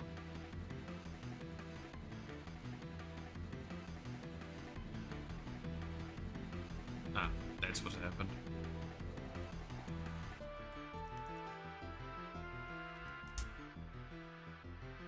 My Stream Deck is frozen. That's what it's going on. That's why it's not launching Game Maker again.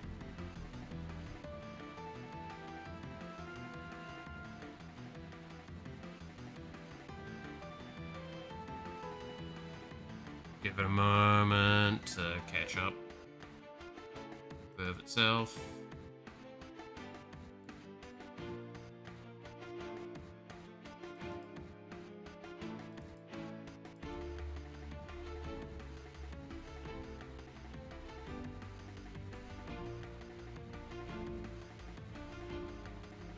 There we go. Oh.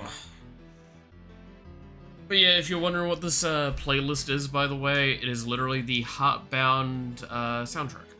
The OST for it. I bought it over on Steam, downloaded it on my PC, and then just run it through Media Player. That's how we have it.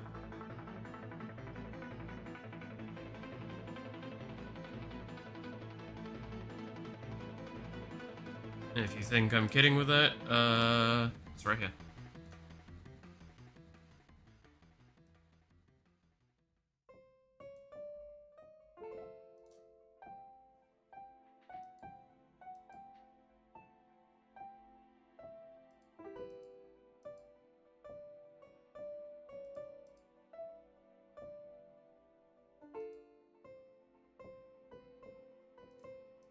Alright, it's taking its moment.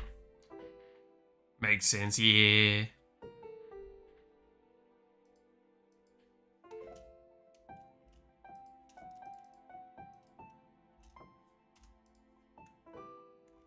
Cool. It looks like it's not hating on these anymore, but it's not highlighting correctly, which is interesting.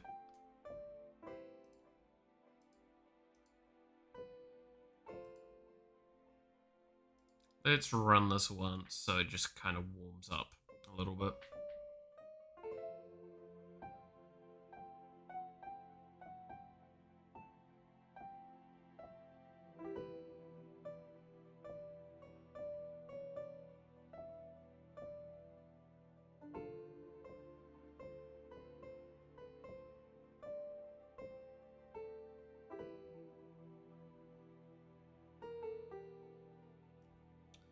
Alrighty. Yeah, just doing some new stuff because I did a bit of code cleaning a second ago. Should hopefully make some of this a bit easier to manage.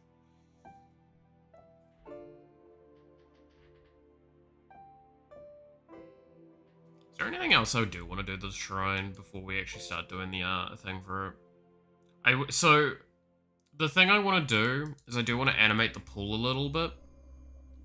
And maybe the tree, just a touch. Just so there's like a little bit of motion here. But I think for now we leave that alone.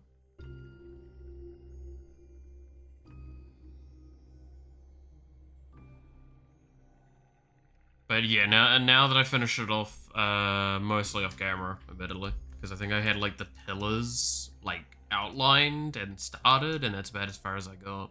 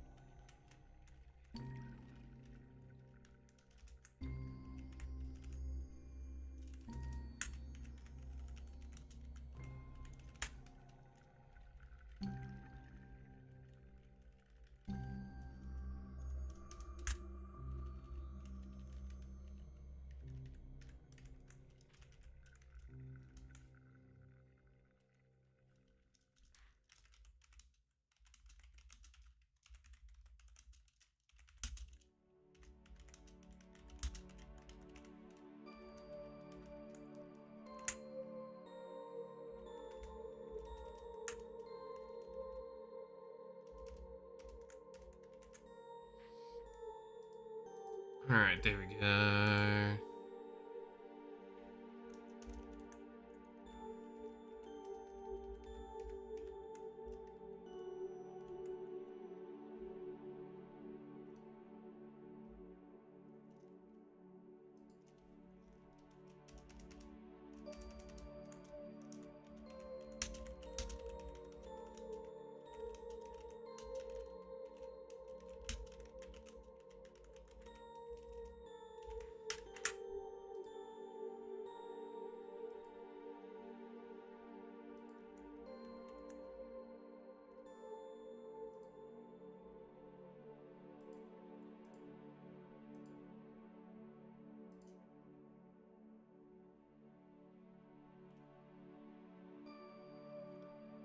Um,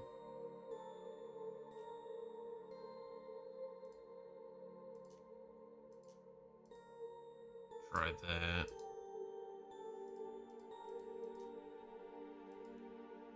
Yeah, so it's broken at the moment a little bit. It's not too surprising that they've reintroduced they've introduced the system and it's a bit funky at times.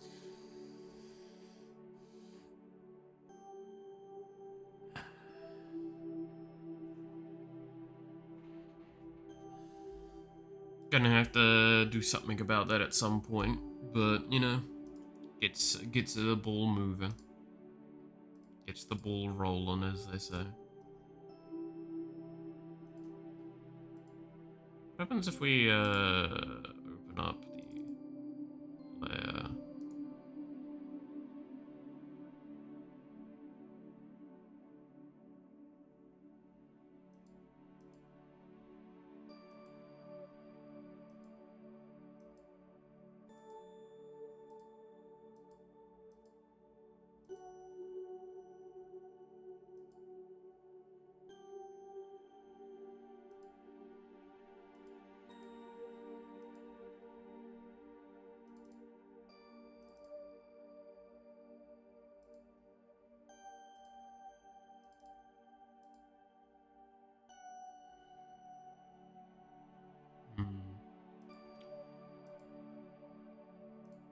Gonna have to see how the subsectioning works. Let's have a little look-see.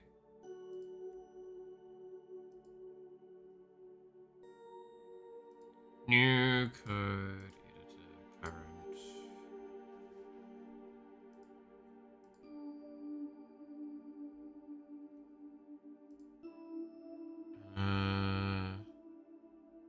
Yeah, so this is all the new stuff.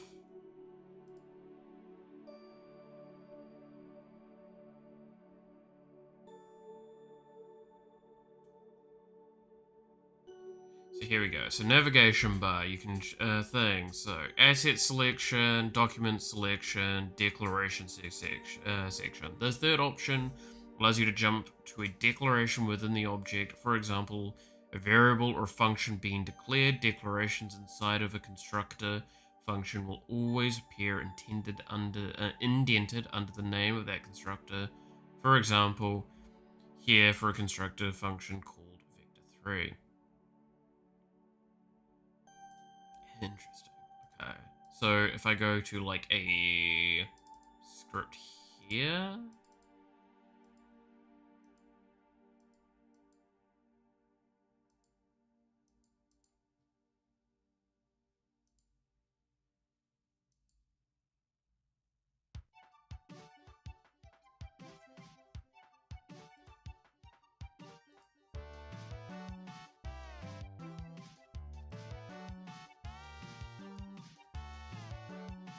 It's not recognizing that. Yeah, it's being a bit funky then. What do you expect from a new IDE, I guess?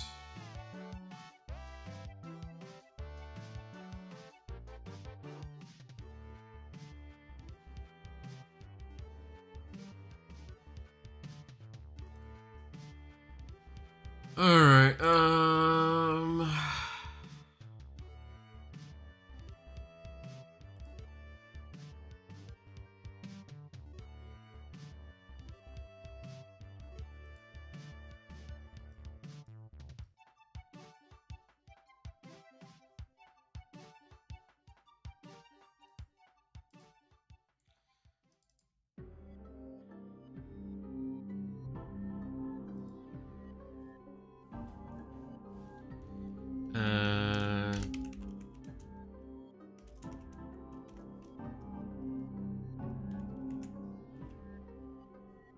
yeah, so like predefined things don't seem to be working correctly in the visual sense. It's a bit interesting.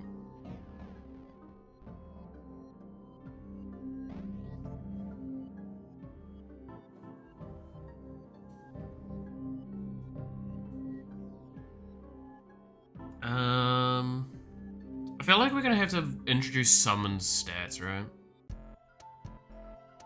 Yeah. Some of the songs remind you so much of Final Fantasy 7 and 8. I mean, I'm trying to remember some of the... because I feel like I've heard songs from those games. To be fair, I feel like I did see like gameplay of one of the Final Fantasies around that era from a friend. Like he fought one of the final bosses. Which, the worst part is, I could describe it, and then I would have described every Final Fantasy boss basically by the end. I think it was like a 3D-ish world where you fucking fought God at the end. So that's kind of what I mean by, like, I feel like that describes way too many of the Final Fantasy games. I feel like I saw a little bit of that at one point. I know I saw the final fight of one of the recent ones, which is was it 15? It's the one where the main character basically gets Gilgamesh power and can blink around the place, where he like summons a bunch of weapons and shit. Like I saw, I think, the final boss fight for that one, which that was strange. My brain couldn't like quite keep up with it when I saw it. But other than that, yeah. It's one of those things, right, where it's just like, you tell me that's Final Fantasy and my brain's just like, but Final Fantasy's like what Final Fantasy 1 is, right? It's like, no, just, it's a fucking series. They have evolved and changed it around. It's fine. I haven't played 15 yet. I haven't played any of them at this point, right? Like, I stand by the only ones I've played are 1, 2, and fucking 14. The MMO one, because, like, I got people trying to convince me to play the MMO one, and I love it. I just don't have the money to keep up the subscription. It's the only reason I don't play it. That and the fact that okay, let me correct that. I stopped playing it a lot, and I started playing it only a little bit. And then I started going, I can't justify $60 every 3 months for a game that I do not play egregiously. So I'm gonna stop paying for this and wait until I have time again. To be honest, 15 didn't feel like Final Fantasy. It felt like an homage to Final Fantasy. I've heard a lot of like mixed feelings on that game. Like, I've heard a lot of positivity, but I've heard a lot of positivity in a very weird direction for it, and that's interesting to me. Because I mean, like, I heard a lot of people love the game, but like, not like, it kind of, as you said there, is like, not love it because it's Final Fantasy, but love it because of other reasons external to that kind of aspect, and it's interesting. Does bring the question of like, did they miss something, or how did they approach it, yada yada yada. I don't know enough about the game's story outside, like, all I know about the game is basically what Maxor has shown in his video that he did of it, and that's about it, so don't expect me to know a lot. It wasn't a bad game, but it also isn't great. Mechanically, once you find the optimal string of attacks, you never do anything else. Yeah, but like, that's all Final Fantasies. Right? Like, that's the, or well, all the ones I've ever played. It was, you find your strategy, and then you just do that, and then it's like, well. Well, the worst part is that the game story, for sure. Not that the story is bad, it's just how it's delivered. Yeah, Again, I can't comment because I haven't played, and all I have to go off is kind of Maxor, which he is already very shitposty, but he is fairly well informative with his stuff. From what I could gauge of it, the pacing was very poor. And there were a lot of elements to it that just kind of felt rushed at certain moments, which is never a good sign. Yeah.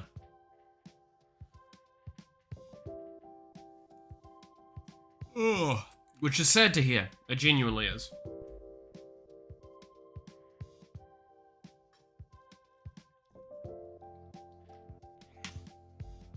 Oh, that crank in my neck is gonna fucking have me scream in a bit. It hurts so much. But like, also by that same argument, we could just kind of argue, oh, well, Final Fantasy 1 story is just like barely a joke, right? Like, outside of the ending being kind of interesting for the fact that, like, the heroes do the thing and then basically fade into obscurity, that's kind of cool. But other than that, like, you're gonna tell me that that story's complex and interesting? No, it's not. You go to place, you kill thing, you do all this, and then the final boss turns out to be a dude, and you've just been in a fucking loop for eternity. It's like, well, I mean... yeah, like, you're playing Final Fantasy 1 for the gameplay, not the story. But that's not, like, an argument to save a later game or a more modern game. Sometimes it's still fine, but, like, yeah.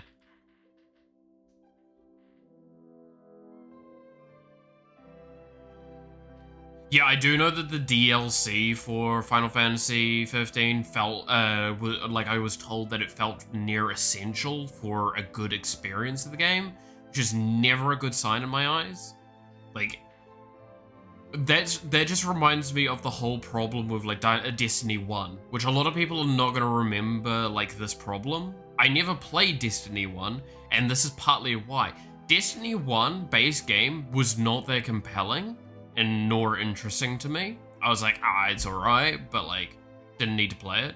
However, once it got the Taken King expansion, it became a phenomenal game. The problem, Taken King expansion was a paid expansion that cost the same as the base game. The problem is, it did not give you the base game.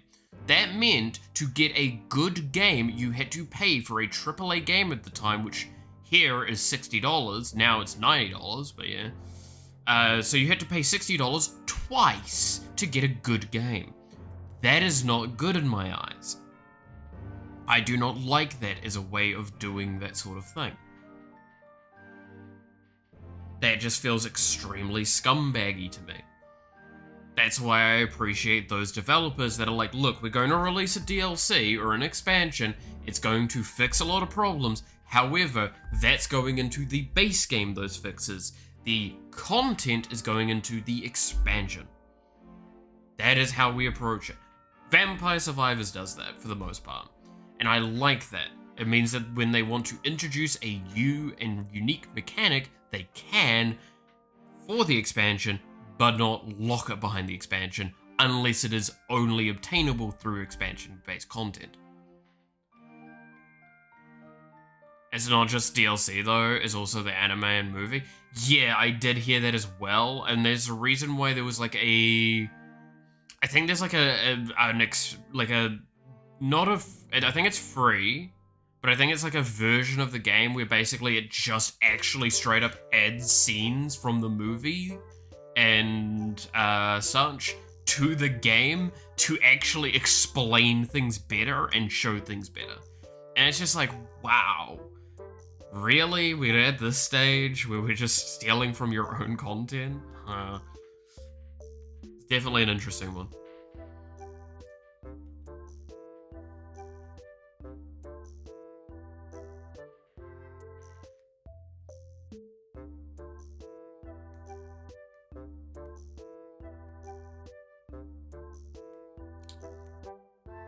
I finished it and it was like, okay, it was fine and fun. Started playing the DLC and it was like, you're just telling me this now? Didn't finish the DLCs? Yeah.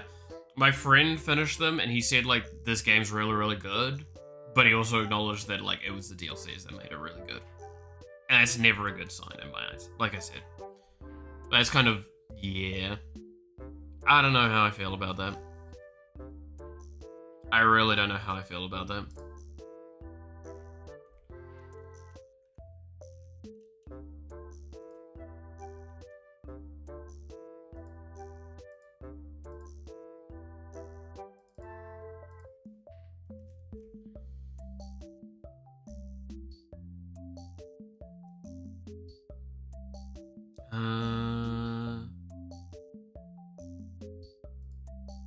Alarm.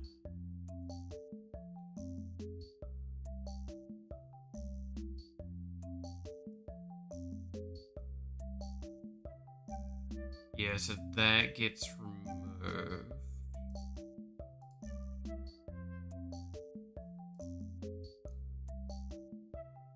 And the temp radius.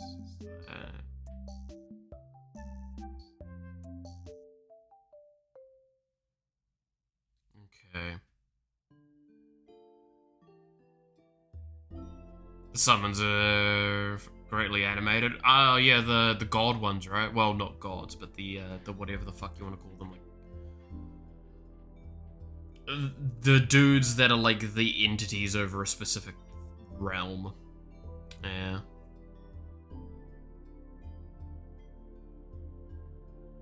Yeah, it's just, if I recall correctly, aren't they like random when they will interact with you?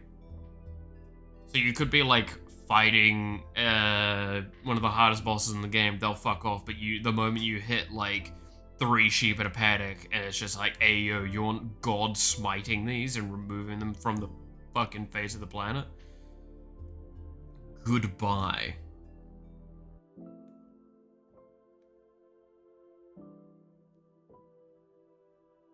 That is kind of funny to me.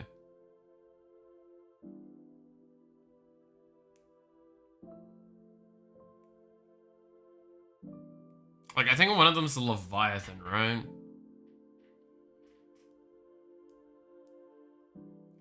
They are random, but like the Leviathan doesn't appear if you're not close to water. Yeah, well, I mean, that makes sense, right? Titan doesn't appear if you aren't near some kind of plains. Yeah, that makes sense. That makes sense.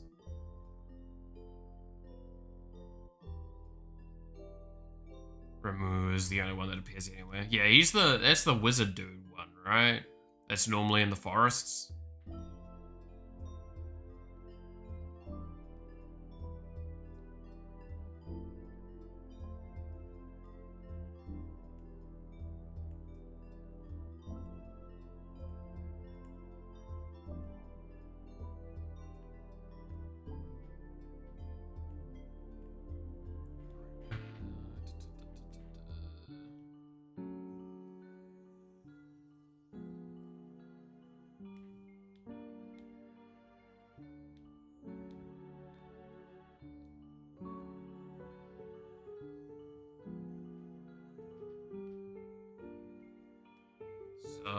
if I was to do this correctly, I'm going to have to do that.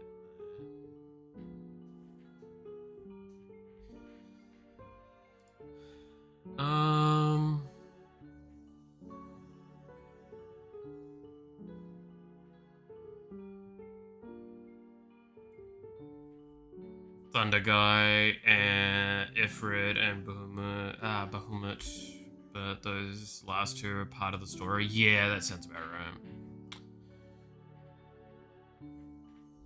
And I'm gonna say this now, I think the only thing I know about, like, Final Fantasy 16 is, like, I think there's a dog in it.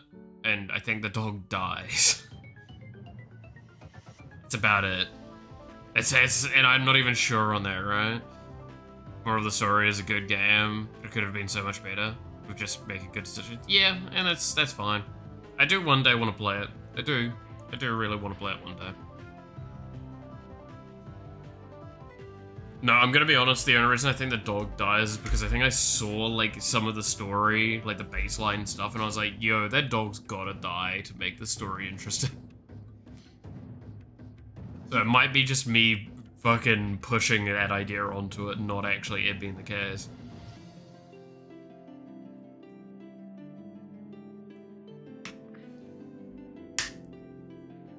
Because I'm a horrible person.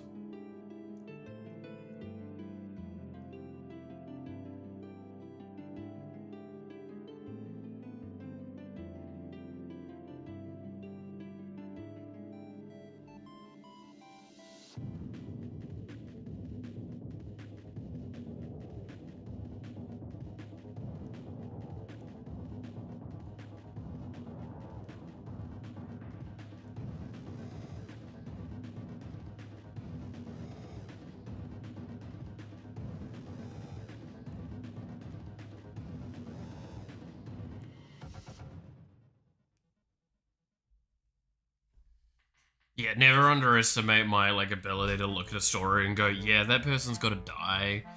Not because it's gonna be, like, good or anything, but there's just the story wanting that person to die, and it pisses me off.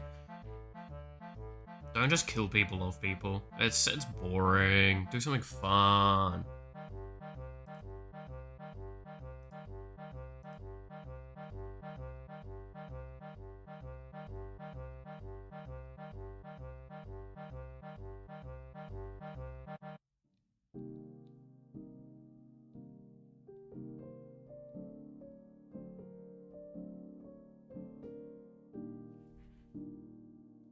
Oh yeah, I need to watch the stuff for Cinder's new model. I've seen, like, bits and pieces. It looks really cool.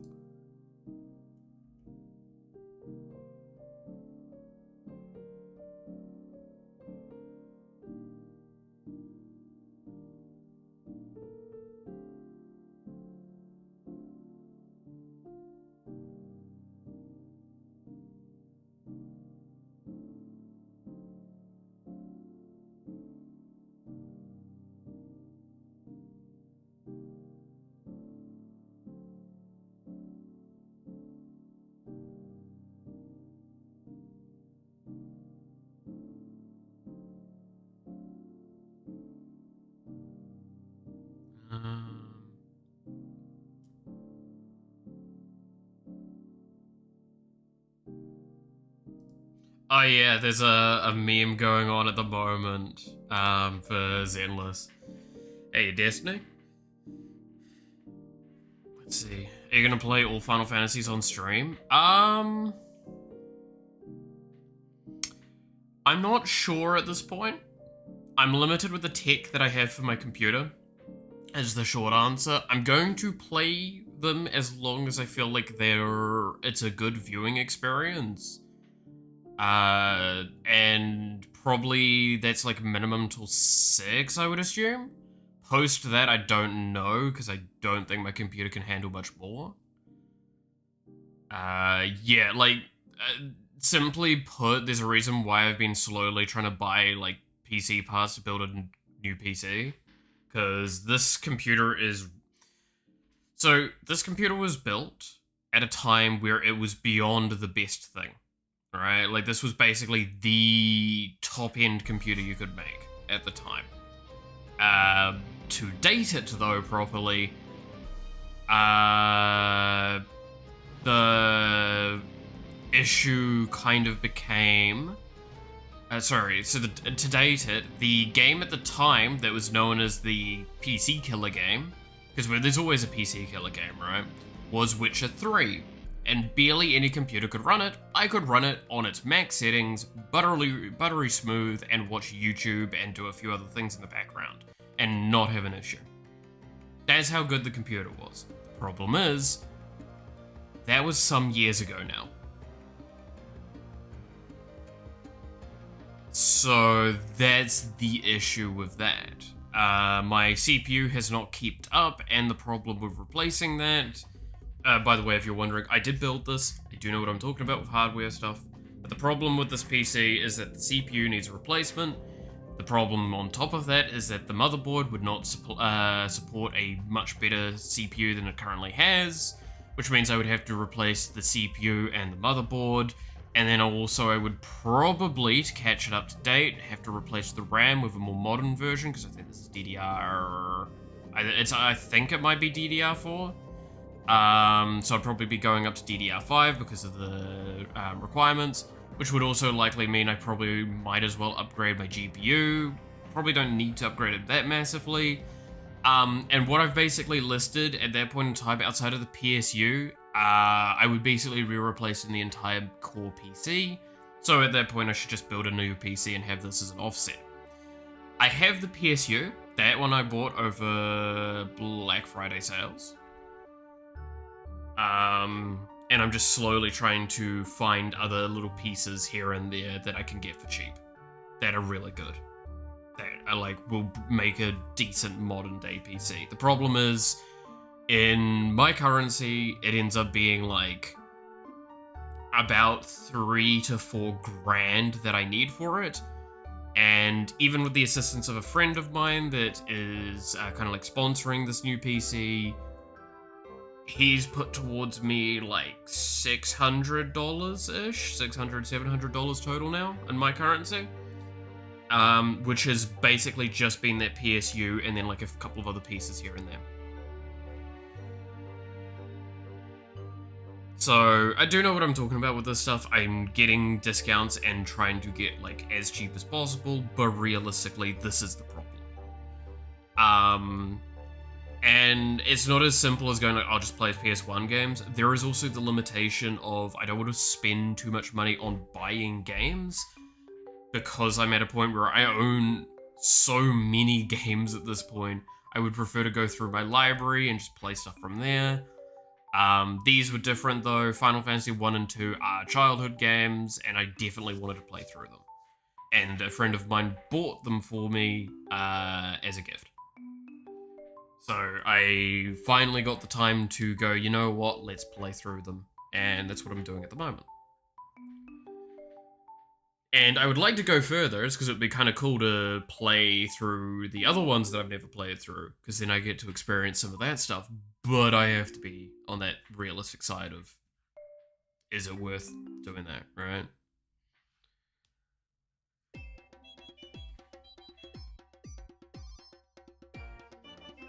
Because that's where it also comes to that really depressing statement that I'll always make. I don't make money out of the streaming, so to put money in to streaming and not into something that would be actually beneficial to me becomes a difficult one.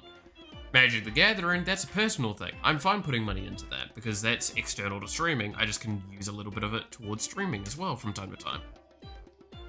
That's honestly how I justify a lot of my actions. That's how I justified my stream deck. That's how I justified a lot of things like that. Because it becomes a thing of, it's not for stream, but it can be used for stream.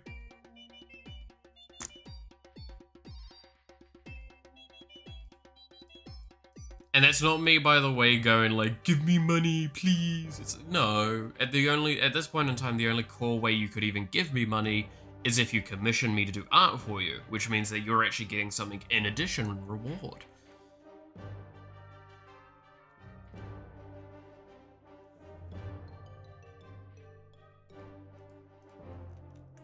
Because I refuse to just get money for free, even if, it's just, I don't know. I'm gonna struggle if this channel ever gets monetized, There's gonna be a part of my brain that's like, but you're just sitting there and just talking. How dare you get money for that? That sounds fucking great, but jeez. You do art commissions? I indeed do, yes. They're, I wouldn't expect anything amazing out of it all. Basically, what you see that I make here is what you'd get from the commissions. But I do have, what is it? Ooh. It's easy to find on my Twitter. There's a link to it on the Twitter. And I can't really advertise it here because technically there's a weird legal thing with the stream. Gotta be smart about this. But I will show that I do have a Ko-fi that you can go and have a look at that.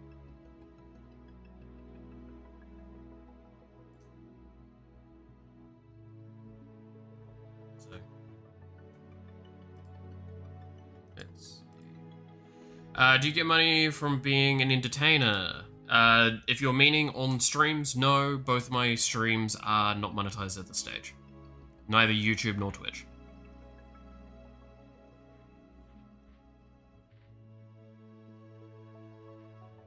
And even if they were monetized, there's a very good shout that, like, the money I would get from them is fucking pittance for a long, long time, right? Like, I'm actually very transparent about a lot of this stuff because it's information that should be more readily available. But if we go into here, I'm just gonna navigate this off screen actually because it's probably better I do it off screen in case there's something that could be shown.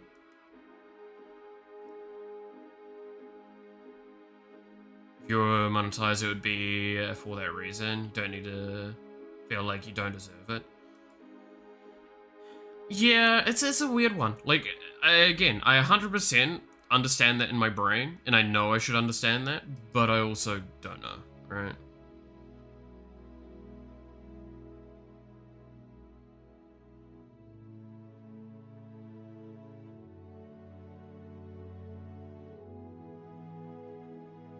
So, here we go. So this is an example of what you actually see as a content creator on some of this stuff. So you can see this is this channel we're looking at. And basically what you see here is what you can get at certain things, because they actually recently made it so there's tiers to this. So if you have 500 subscribers and you upload at least 3 videos in like every 90 days, yeah, that's the requirement. Then you need one of these 2 following. You're eligible for this first level of monetization, which is the membership supers, which are basically donations. So this is paid subscriptions. This is donations. And this is if I had some items I would like to sell to you, for example, via like a shopping, via like an external website or something, then I could advertise it via that. That is all that gives me. To get to the next level, which gives you ads monetization, you need to have 1,000 subscribers and 4,000 hours in the last year of public watch hours. The previous one, this requires 3,000, so it is still out of reach for me. This has been steadily increasing, but hey, you're not that far away. To give an idea, I've been sitting at about 2,000 public watch hours for about a year. So I have gone a little over, like I basically started a little bit below that before this year started.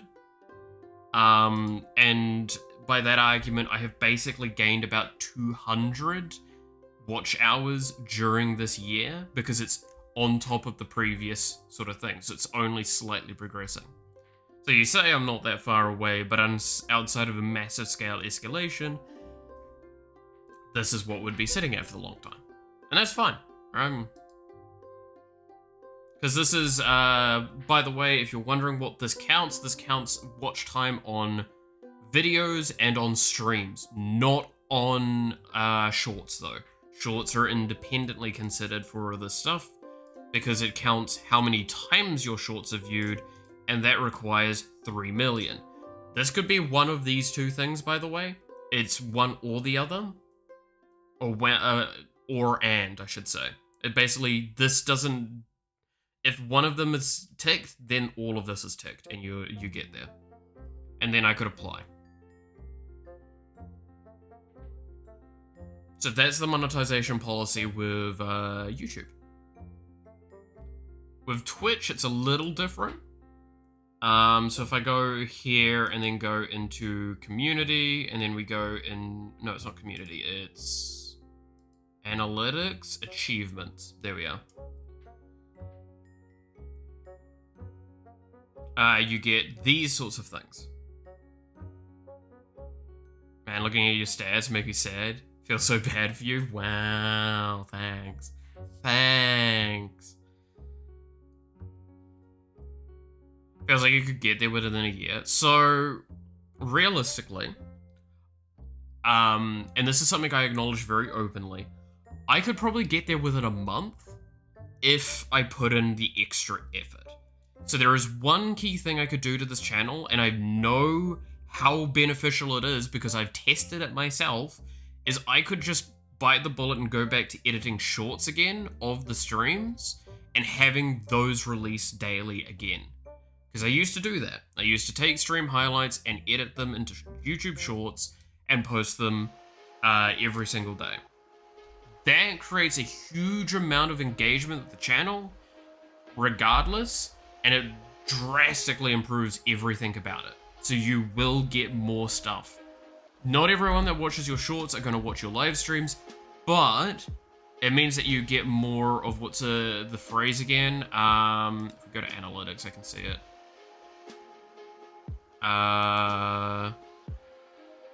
Impressions. This is what matters when it comes to YouTube. Impressions. Because impressions are how often your stuff is seen on, like, the recommended page, which is the big one. Because nobody really uses the subscription page, they use the recommended page now. Because that's what it defaults you to. And 90% of you that probably watch me here on YouTube have come to this stream because you saw the stream recommended in your recommendations page. I would argue that the vast majority of the time, right? But yeah, so on Twitch, on the other hand, we've got these different things here. So we've got build a community. This allows me to apply a VIP thing. That's not really a big one. Then there is path to partner, which I meet most of these conditions. This is the easy thing. But it's like average 75 viewers. The problem I have is not only do I not really get that many viewers over on Twitch, as you can see, at the moment we only have like 1. And I don't think I've really gone above like, I think 7 or 10 on Twitch at any given time. But I'm fighting against the fact that I have 123 hours in the last month, because it's every 30-day performance sort of thing. So it's taking every so many days for that. So I meet that condition very easily, because that's 25 hours within 30, whereas I'm streaming 100. That's because I'm streaming that anyway, right? Stream on 12 different days within that period of time. I've streamed on 27 because outside of everything, I stream 5 days a week. Then we've got path to affiliate, which is a different condition and has slightly easier but slightly harder things as well. This one is average of 3 viewers. Still don't meet that, sadly. Which again is out of the 30-day performance sort of thing. And then reach 50 followers. So this one's much easier to obtain, right? But it requires followers and just a little bit of average viewership. So simply put, if I had like 3 or 4 people regularly over on Twitch, then it wouldn't be a problem. It would get there. But that's kind of why I say, like, this is how a lot of the stuff works, and you can view a lot of the analytics and see a lot of this information going. It makes a lot of sense.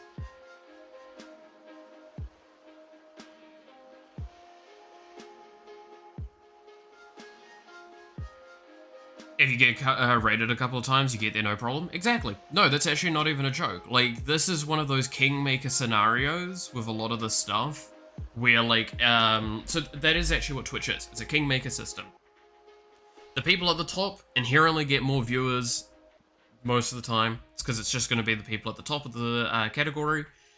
Then on top of that, not only do you get that being the case, but then you also have the thing of anyone with a substantial viewer amount can go raid another person and immediately basically get them the all of this ticked off, and they get all of these things.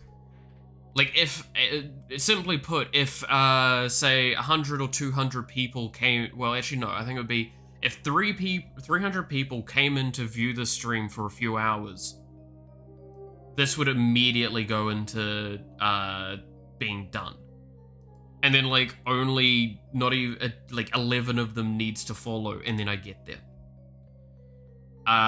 So that's kind of how that sort of system works. It's very weird. So there's a massive difference between how YouTube and Twitch handle these things.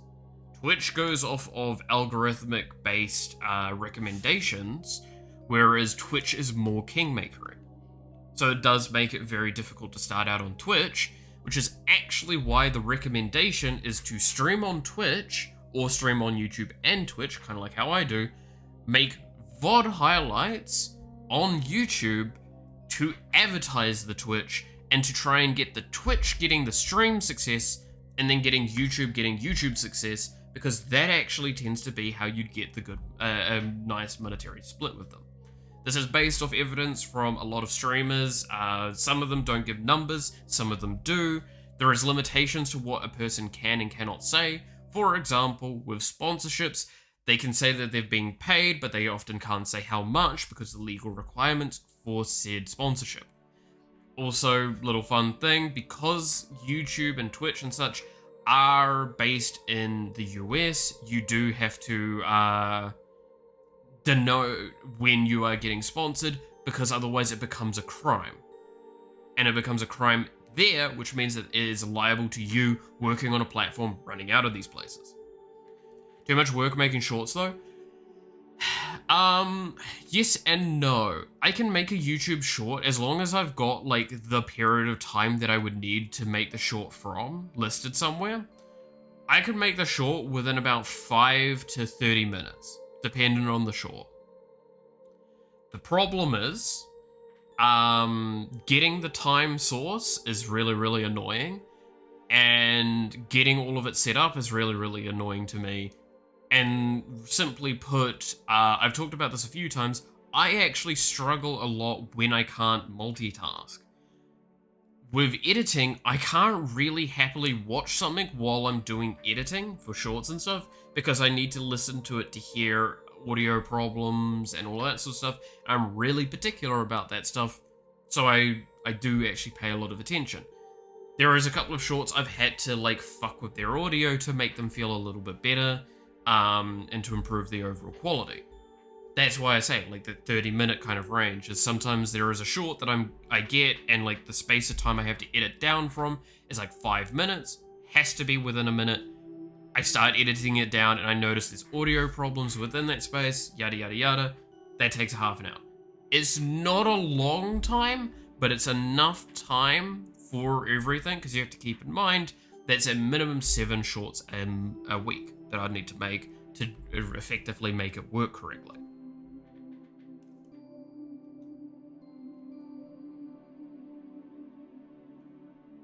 I don't know if you do this, but I'm pretty sure shorts with no editing are doing better than edited ones right now. Yes and no. It depends on the kind of content that they're attributed to.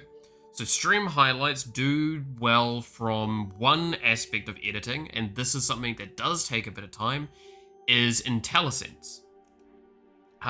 Or better described as basically just subtitles, right? So that isn't hard to do per se, but I actually have a video sitting in my editing thing that only requires probably another like half an hour worth of work.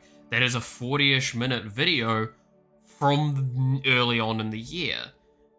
And that one is an example of why that's problematic. That has it edited, so I've got two people speaking, so I have to try and find a way to clearly denote when one person is speaking or the other.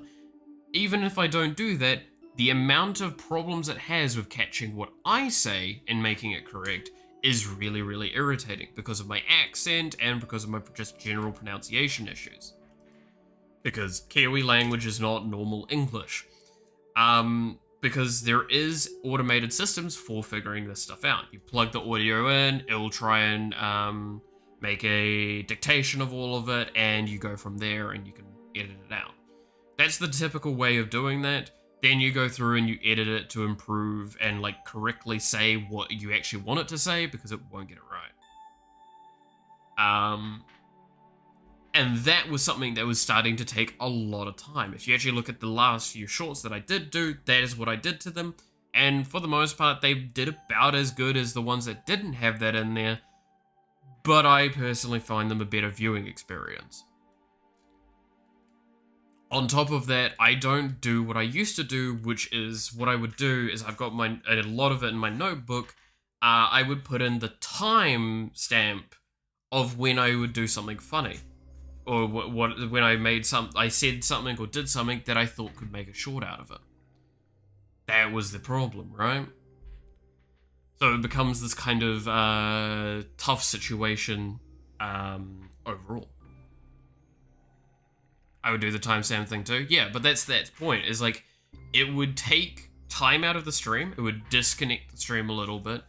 And because I had to manually write it, I had to also manually go through later. It became a problem that I had weeks worth of timestamps and just couldn't be asked going through them by the end. And yeah, it just became a mess of a system. I needed a better system. There are better systems I could implement, but I'm still not like at a stage where I can be, I feel like it's worth my time to set those up right now. Even though if I just wanted to make the stream make money, I could. This is that thing of, do I personally value it enough? And do I value that and my time enough?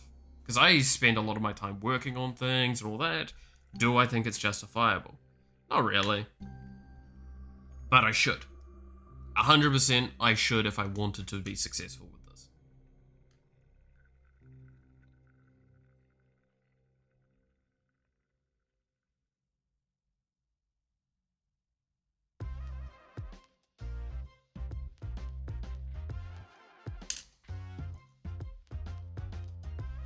That's fine. Yeah, like that's the thing. It's also personal preference, but it's one of those like I had a friend that potentially said that they were interested in doing editing, and I was like, "Hey, look, if you're interested in doing editing, I can help you learn and I can give you an environment where you can test out editing and skill and develop that." The problem is he's really bad at actually committing to things that he wants to do. He keeps coming up with ideas, but he just never does anything, and he just works himself ragged and then just like moans when that doesn't work. And it's just like, bro, come on. If you want something to change, you have to actually do something.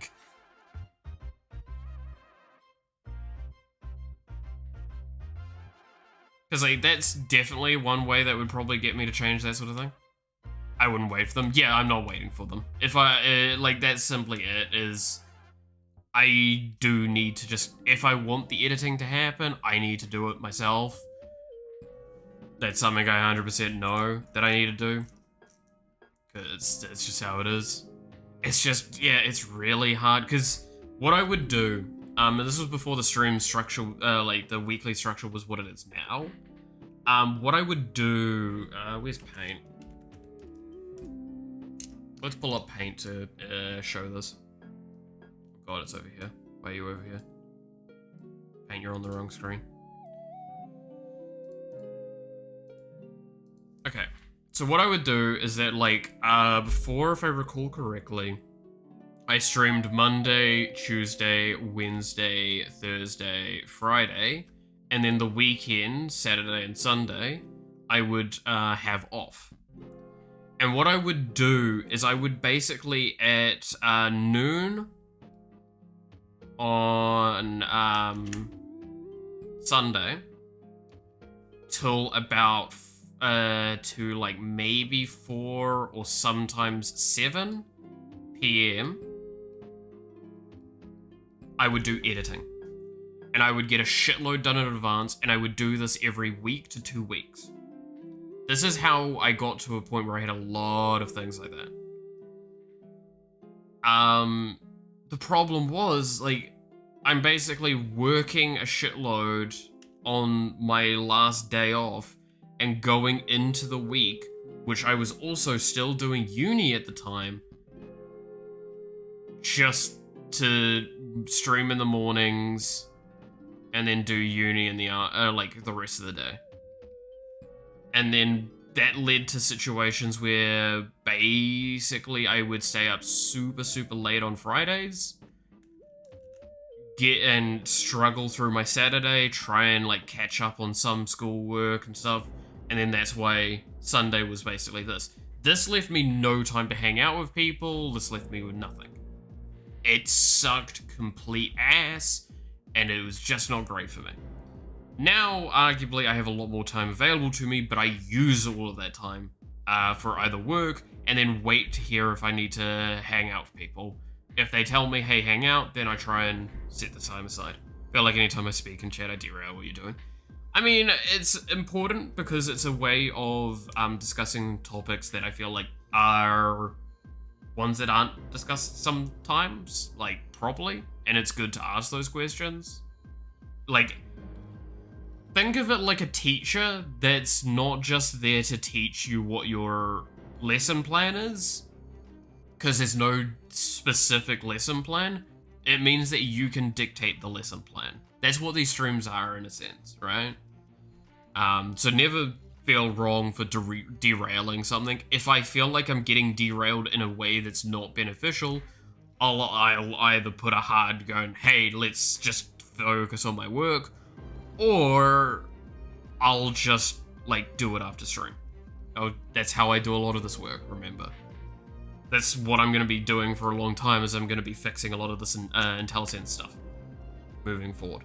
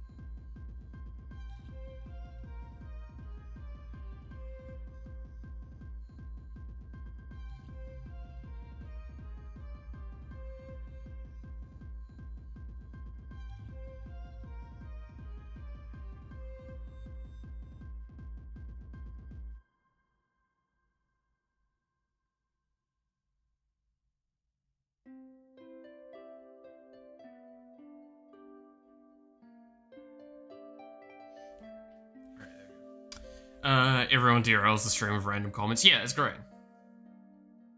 I have made this man yes! Oh my god, I will never forget that, devil. Like, that will always be the best, like, thing for this. To explain, yeah. Like, that is something that will always be important for that. I noticed that happened too with the Neuro character in the game. Yeah, no, we had that in the last dev stream. Is like a good chunk of the time was just spent redoing up Neuro's character and redesigning it to fit the more new, like a different philosophy architecture. It's really, really interesting with that. And that's why I say, just comment shit. Nothing's truly stupid. And if I say it's stupid, it's because I'm probably making fun of you. Rest of the time, you're good, you're fine, don't worry about it. There's no real stupid questions that ever exist. There's just stupid intention. And what I mean by that is, it's like, ask me anything. Why is the sky blue? This is a fucking math class. The question is good. The intention behind the question, that's silly. And have Devstream turn into play Magic the Gathering. Yeah, that was fun. That was fun. I liked that. Speaking of, you guys want to hear the cool news? I have in my possession about 50% of the deck that I'm making from the ground up. And I have like the rest of it coming. I believe I do still have the page open, right? Yeah. If we go here and go to group by collection. I still need to get a new propaganda. But I have basically 32 cards that I do not own of the list. So I'm super excited for that.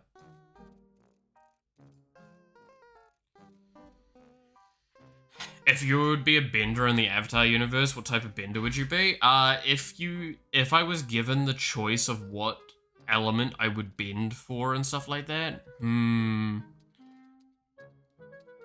based on my personality and my understanding of like the kind of cultural aspects of these sorts of things, I would probably either be, I would say fire or like water, probably. Do you have like the 32 cards listed somewhere to know which ones you're missing? Yeah. No, it's literally this tells me. That's the thing.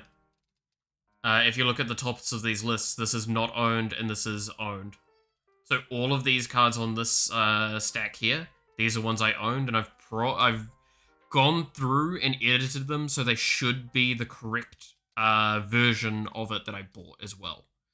Some of these are still just in transit because some of them are coming from the US, so I have to wait basically a month before they'll turn up.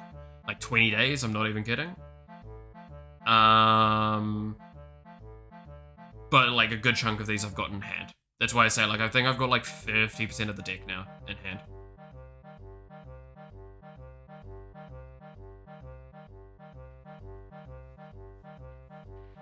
So I'm very, very happy with that.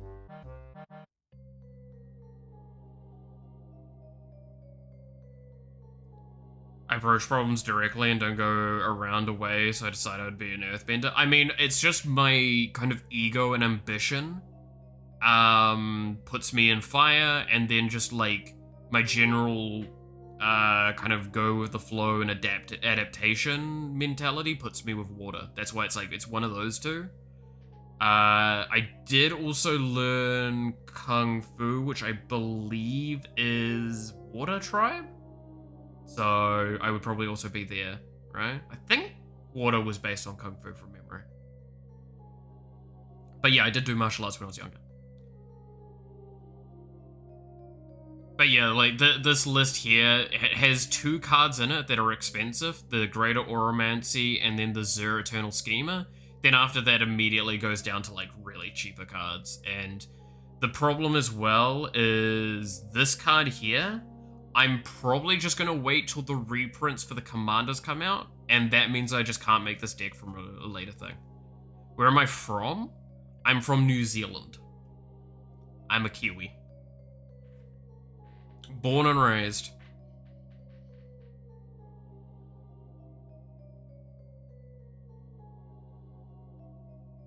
But yeah, so that's my way of checking that stuff out. But it does lead to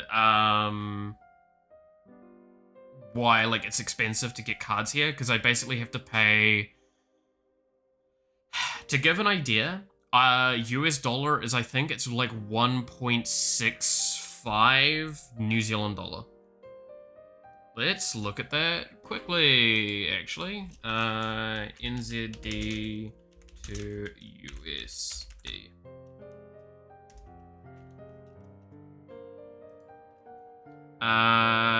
So it is, no, sorry, it'd be 1.34.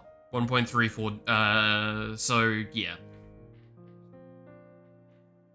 I'm from Uruguay. How's that spelled again? It's sorry, Sid. It's Uruguay, I believe. Uruguay. God damn it. Hey, you know, luck. How's it going? But yeah, so whenever I look at things, I have to take this conversion into my head. And what's worse is shipping's like $20 US for a lot of cards. I'm not even kidding. Uruguay. Okay. Uruguay.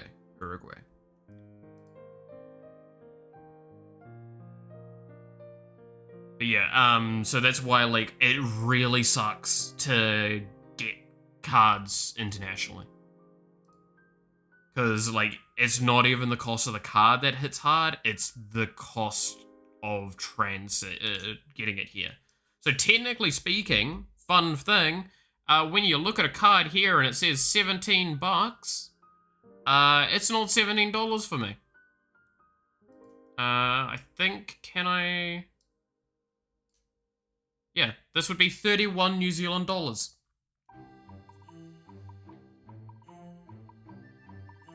Pain.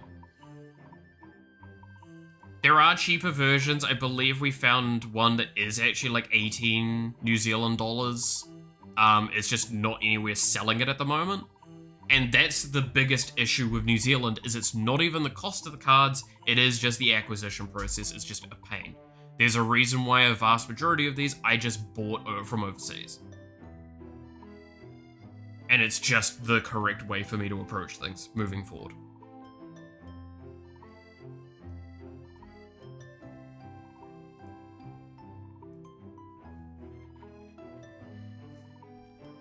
Yeah, it's rough.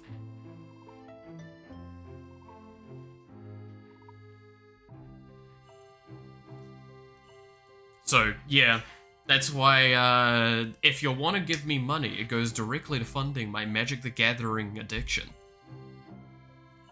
And slowly setting up, Magic the Gathering streams, more likely. Yeah. Or PC. PC parts also get paid for by things. Yeah.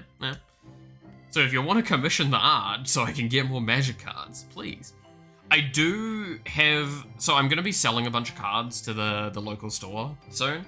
And they have a great conversion ratio for things, because they do a 120% ratio for store credit, if you want to go for store credit. If I do sell the cards I currently have on my sell list, because I've currently written one up and I'm thinking about what cards I'm going to sell. If I sell that, I get about fucking almost $50. Like $40, $50 in that range. Which, to give an idea, that is almost one pre-con commander deck for like the ones that are discounted at the moment. So that's any of like the... Well, I mean, I bought one yesterday. I said I wasn't going to put more money into Magic the Gathering this year, but I did. I did buy one yesterday because it has a lot of cards in it that I can rip out of it and be happy to rip out of. Like a Commander Tower, like a Reliquary Tower, yada yada yada, right? Like ones that are in every Commander deck, but that's because they're good, but I also don't have spares of them yet.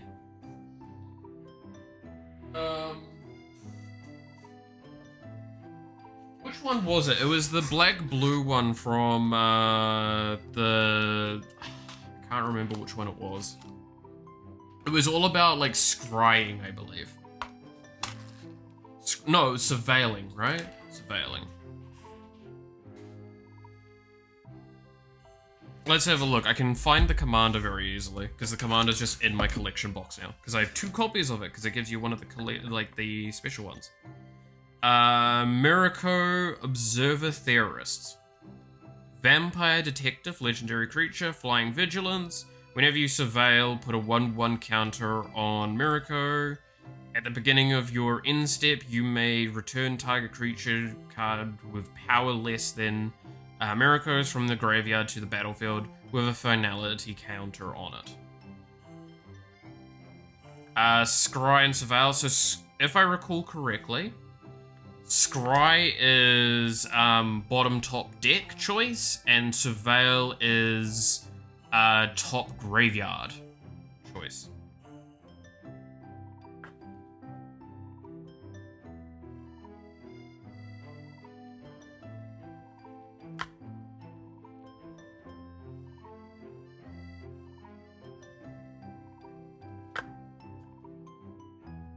I believe that's how it goes.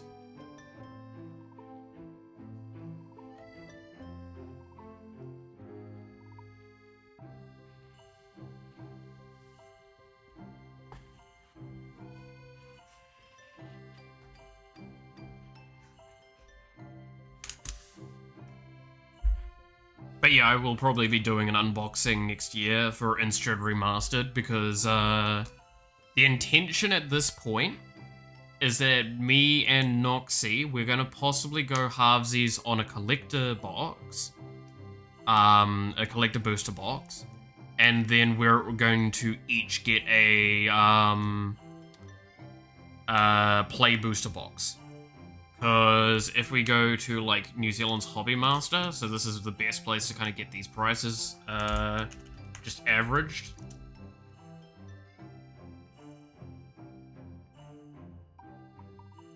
Like, this is the key place in New Zealand to look at this stuff, if you're wondering. A play booster box is $3.80.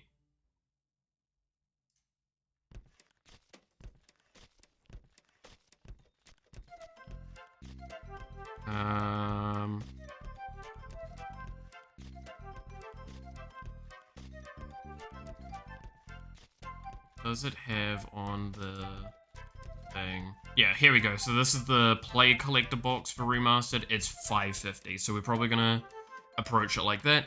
The problem I have is that I also want to get the Bloomburrow commanders when they get their reprints, and I don't think those can be pre-ordered yet.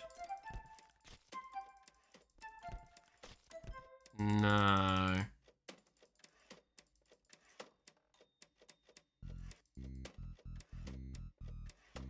Person getting half the box is also opening it on your stream.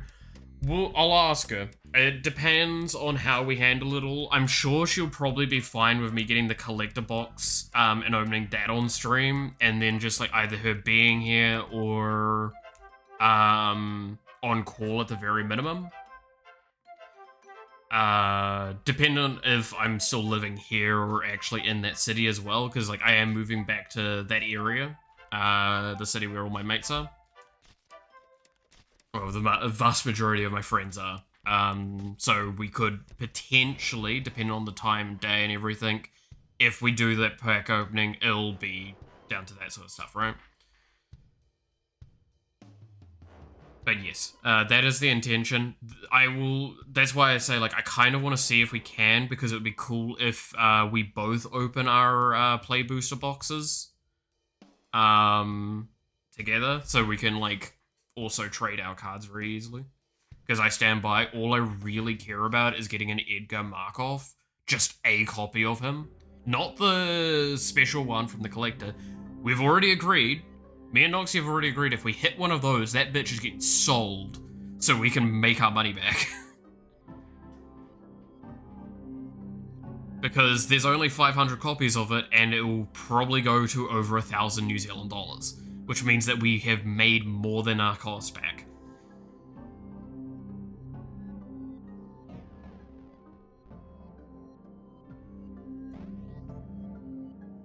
But yeah, so this is kind of where you can see a lot of this sort of stuff, if you're interested in New Zealand pricings. But yeah, like, this is Aether Drift. I haven't looked too much at Aether Drift. Yeah, words. I do know there's 2 commanders with it, and there's a lot of theories going around for what those commanders are going to be. I probably should get them, because I don't want to miss out on cards that might be in them, and then wait to see the packs go to $100 each. But I don't know.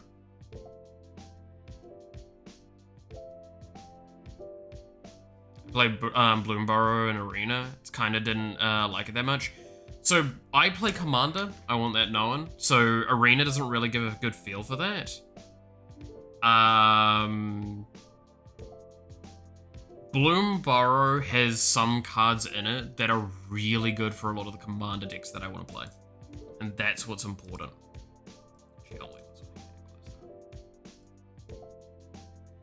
So, like, Bellow, Hazel, that sort of stuff. Because, again, I go towards Commander. I enjoy Commander a lot.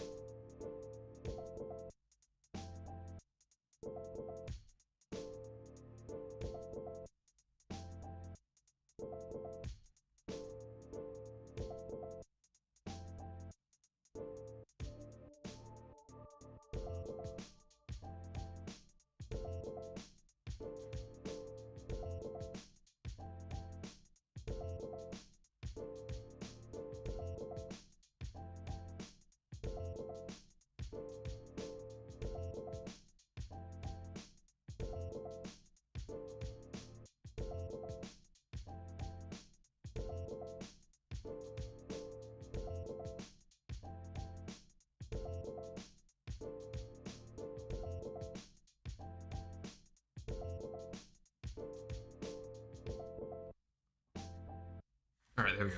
Sorry, I was responding to a message on my phone, which leaves me in a very interesting situation. Because I have to, like, pause the VTuber for a bit. But, like, I played Standard, every once in a while. Yeah, like, Standard looks kind of okay. The problem is that there's just no... I like the silliness... So, okay, maybe this will explain a fair bit. So I play a lot of Hearthstone, and my favorite decks in Hearthstone are in Wild. I love playing Wild in Hearthstone, except for what the meta has kind of turned into, where the vast majority of decks are just so fast now that the game's just, like, impossible to read and play. What Commander feels like to me, even though it's a singleton format, the vast majority of Commander is like, it's that, but it's also down to the people you play with. If you play with certain people, it's like, so if you play with one group, it's someone's won by turn 2. If you play with another group, it's you get to do silly fucking stupid combos and have fun. And everyone gets to have fun in the process. Oh, stream's having a moment.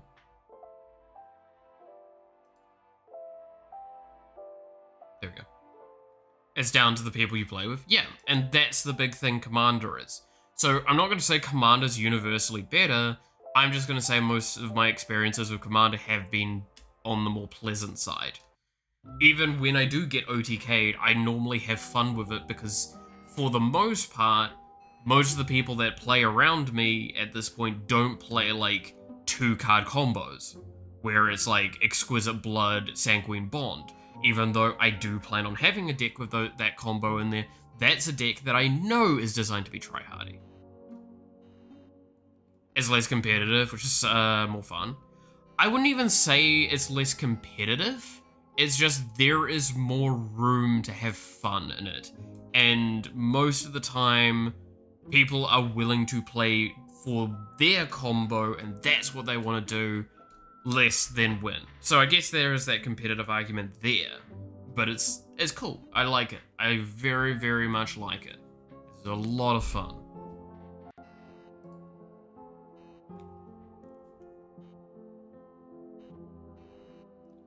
That's actually a good point. Does the summon have a pickup radius? Yes, it does. Okay.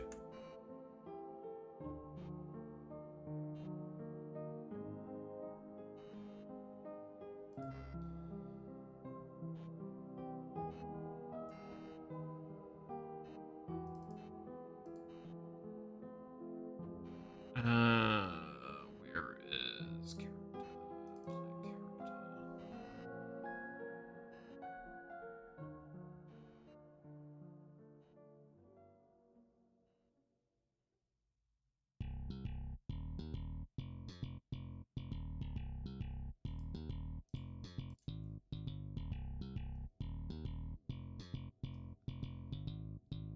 Okay, here we go. Helpful Rambit, trigger type skill, common function.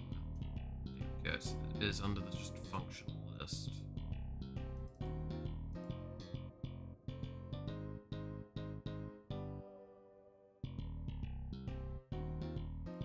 Okay.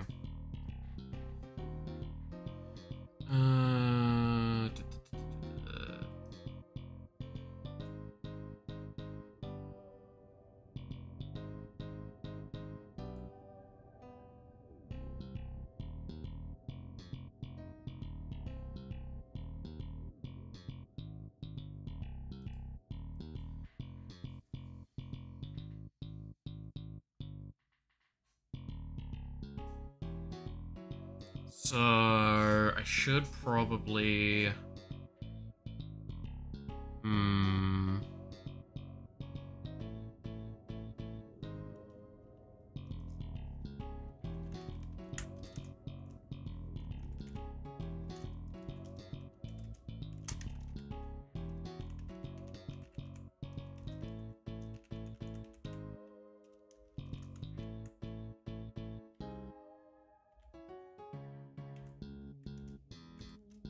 I feel like I've turned off the IntelliSense somehow.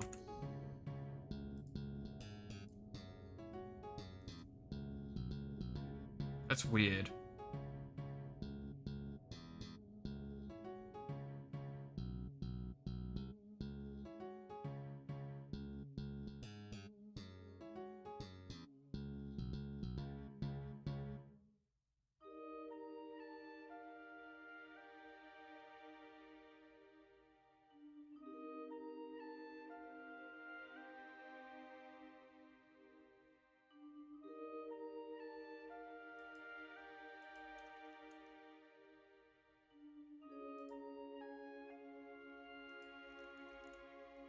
I'm gonna restart again.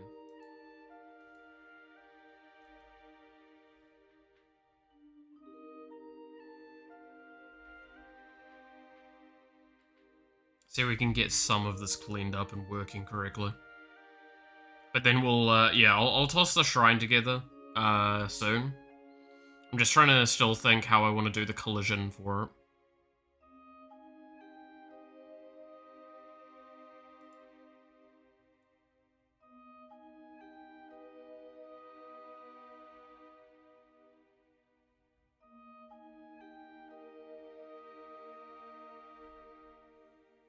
What do we think? Do we think there should be collision on these pillars?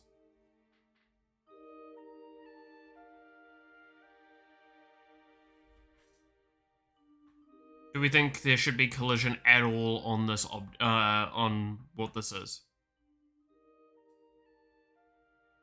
I'm here just studying. Fair enough.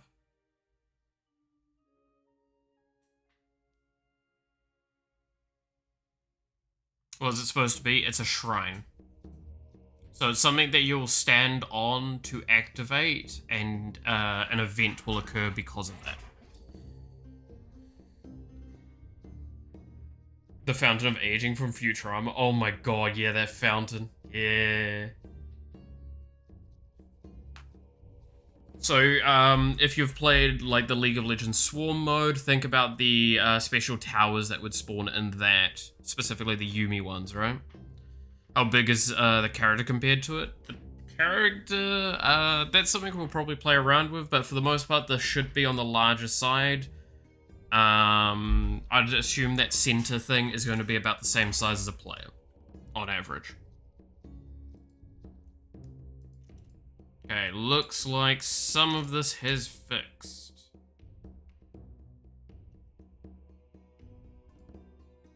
Yeah, looks like it's cleaned up a fair bit now. Cool. Feel like no collision then? Yeah?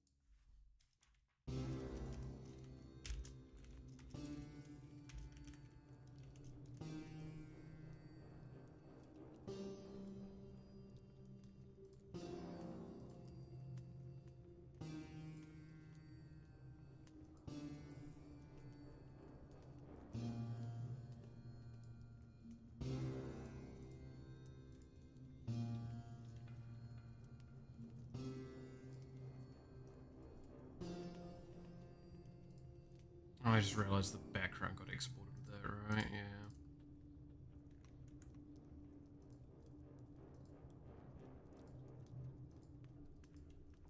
There we go. Alright. Getting through the pillars would be annoying if the character is on the bigger side now. I mean, the between the pillars, you should be fine. It's also the question of, does it just, like, is it only that tree pillar that maybe has collision? Something like that.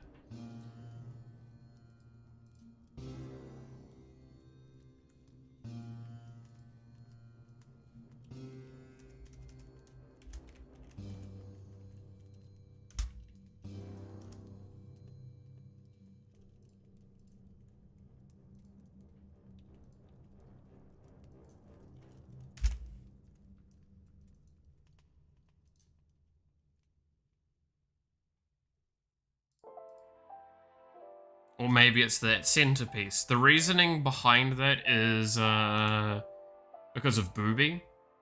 We do want to offer Booby some options for being able to activate the shrines easier.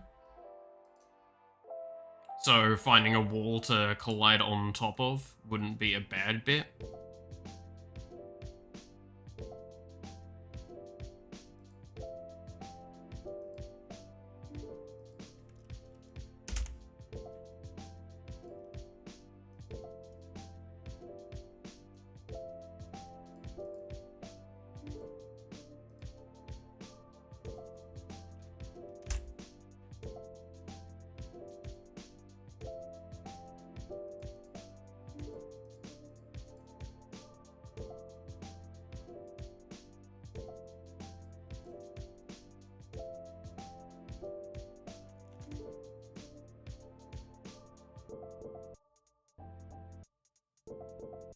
Again, we'll see what it feels like all in game, shall we?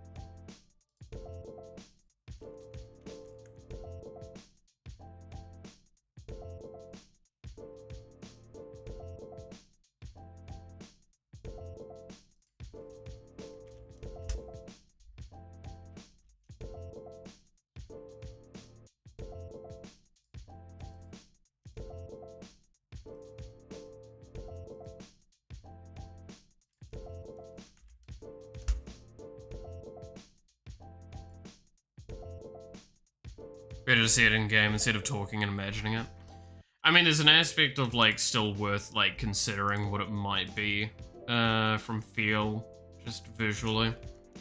That's why I ask in general, right? Because, that way it can be offered of, hey, maybe try this. You never know.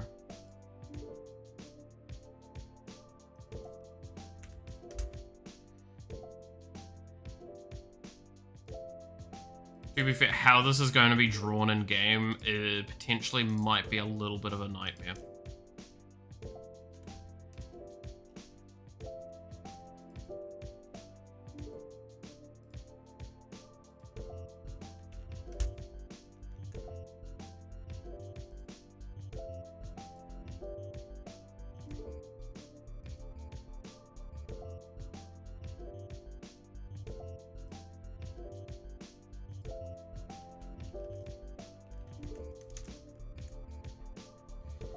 Am I playing Marvel Rivals?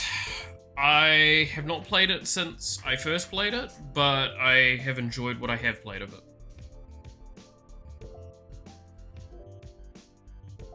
Are we having the TCG card shop situation? What do you mean? I've been playing that, like, every few days.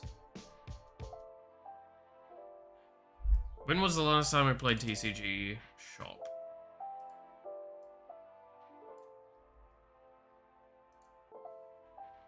December 16th, so 3 days ago.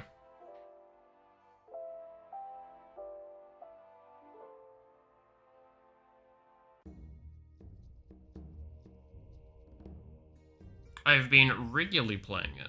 Nice and relaxed with it all. I do have a few cards in it now that are like worth thousands and thousands of dollars, which is cool. But yeah, I played a little bit of Warframe because of the new update. I occasionally pop into Arena to see what's going on and play a little bit of it so I understand the stack better. And then obviously VTube Studio gets insane amount of hours. It's going to be too distracting for me. Yeah, realistically, that's I stand by that. I'm being very, very good at pacing my time and only playing it as, like, I play a single day or maybe two when I would play it at the very end of my day as an unwind. And that's about it. I'm very good about trying to ensure it's only that. Because I can feel that I'd love to play it more, but by only playing it so much like that, it's worked out. But it has been like, I mean, I don't play much Warframe outside of the little bit that I did play the other day. I want to play a lot more Warframe, but I can't justify the time easily.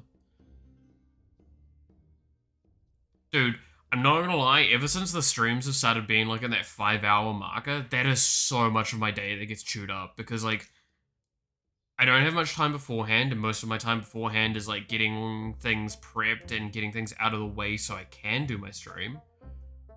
Then immediately after stream is like cleaning, a little bit of cleaning, a little bit of like getting food sorted, all that sort of stuff. And then like the rest of my evening is catching up on things that I missed out on, maybe hanging out with a friend, and just getting work done. Like I don't even watch anime much at the moment. I need to fix that. I really do.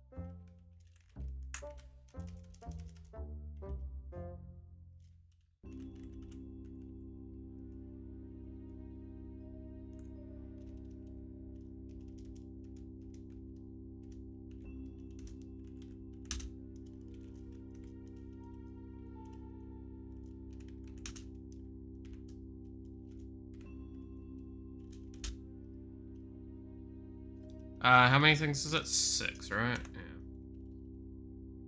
So 0, 9, 6.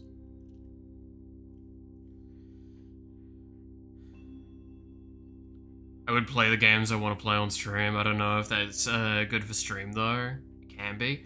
It's, yeah, so simply put, if you're gonna ever do streaming, do something that you enjoy. That's always the priority. But I understand that that's easier said than done, right?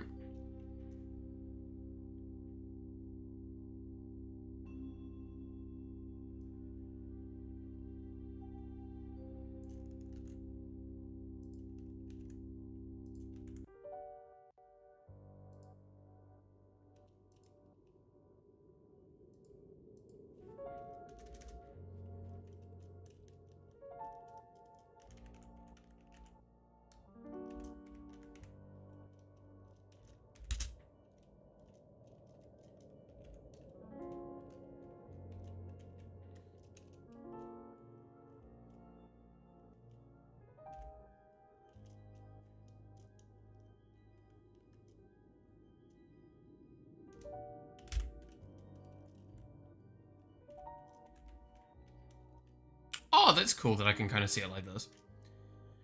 I would not have opened your stream the first time if I saw you playing Warframe, though. Yeah, that's fair. I mean, realistically, my Warframe streams dumpster my viewership quite a lot. Like, I'm not even kidding. the Warframe streams were damaging my channel. And it's not that I'm never going to play Warframe on stream again. It's just I can't do it while I'm doing the VTuber thing. And the real truth of it is, most people that turn up for my streams have turned up to my game dev streams first. Those are the things that they got interested in. I have had a few people pop in, obviously, because of the Final Fantasy streams, but it's definitely the game dev streams that have been my main thing. Which brings up that whole point I've also made in the past of, if I really wanted to commit to this channel in a way that would be beneficial, I would do more game dev. Even more than I already do. Yeah. I collect because I was bored in Final Fantasy 1. Yeah. That's fair.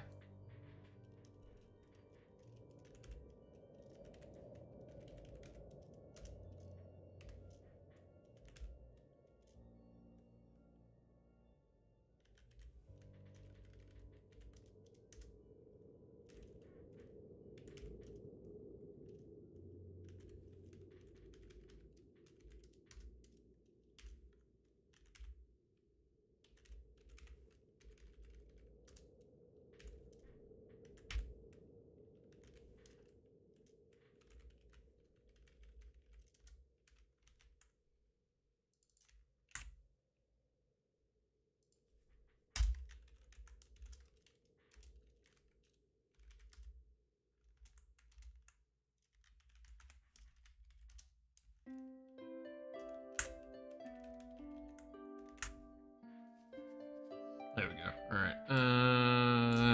Get rid of that.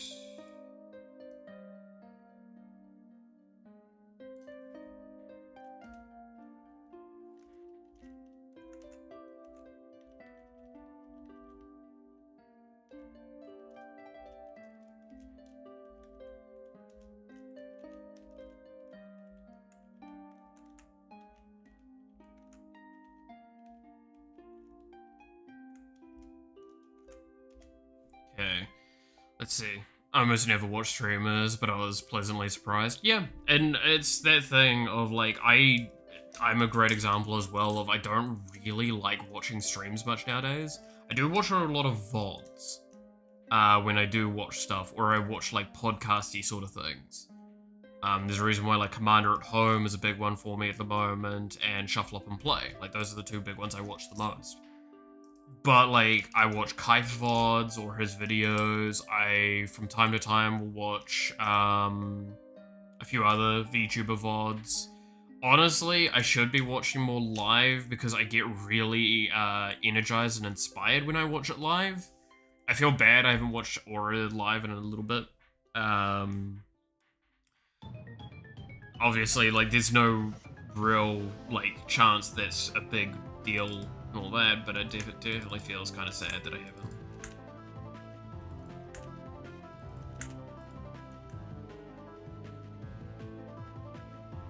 He's nearly the only streamer I watch consistently, which is just very wild to me in a sense. And I'm not meaning it in any negative or derogatory way. It's just wild to me that, like, I'm someone that people come to with consistency. Because, like, I wouldn't have thought that being the case. But hey, apparently I'm entertaining enough to keep a few of you around. Entertaining and engaging enough, I guess.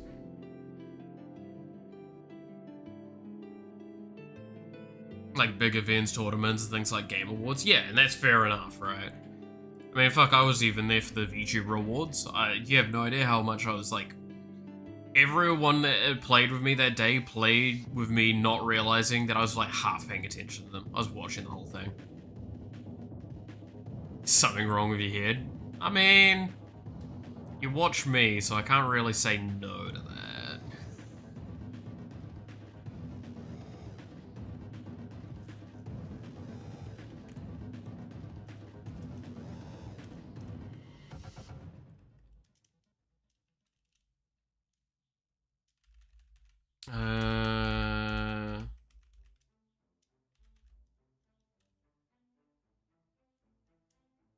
We'll go with this one.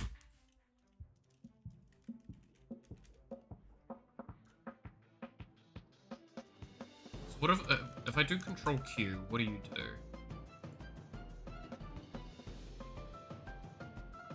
Interesting.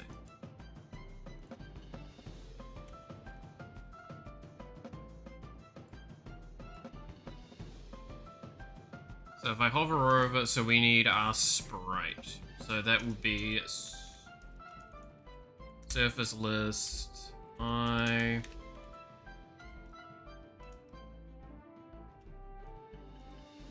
some image 0 x will be x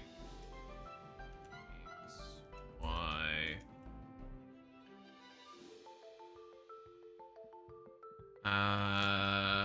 scale can be 2 for now. Rotation can be 0. Color can be C white.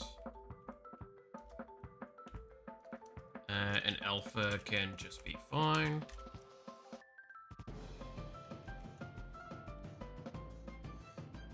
He jumped up in subs again. Yeah. He's been using the YouTube cheats. Yeah. Be great. It's always a weird one. The subs like bounce around a lot at the moment. I don't like know if that's just people falling off and disinterested, or if that's like something I should be careful of, because maybe I'm doing stuff that people don't really like. I'm not gonna let people determine the content I do, but I'm definitely willing to like not just be a bigot, right? That's not what people like.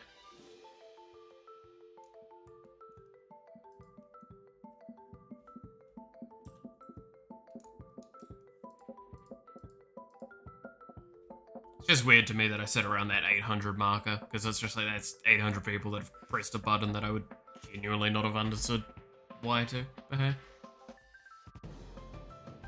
I'm happy with it, nonetheless. Okay, let's see how this draws in-game.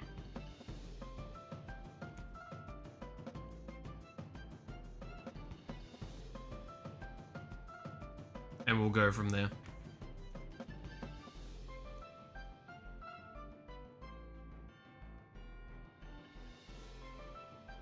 Oh.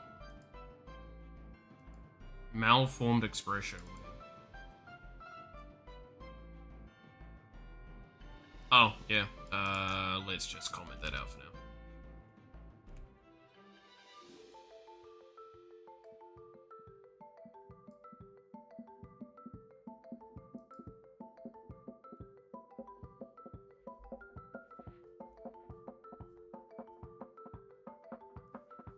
Like, I'm actually gonna be honest, I expected a more larger downturn from doing the VTubing stuff than I did.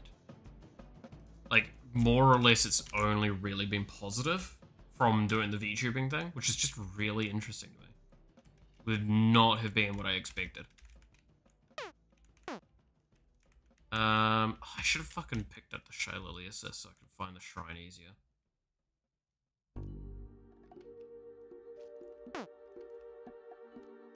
When did I start VTubing? About like 2-3 weeks ago now, right?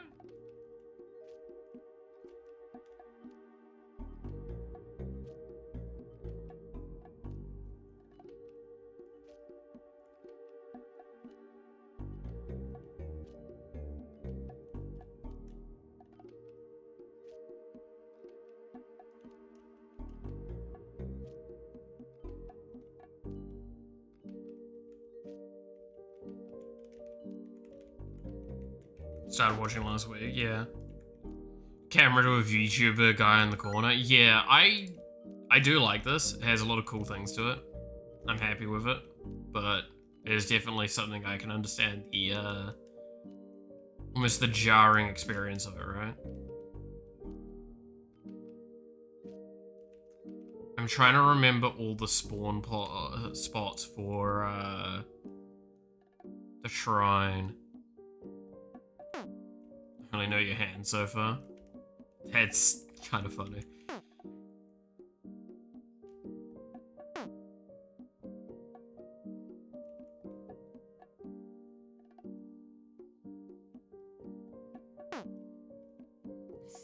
Haha, broke mallet. Intrudo. I am broke mallet.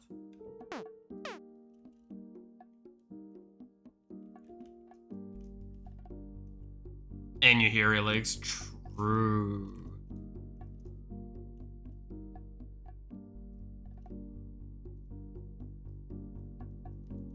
Okay, I'm gonna leave this run. I'm gonna switch to having the Shy Lily assist quickly.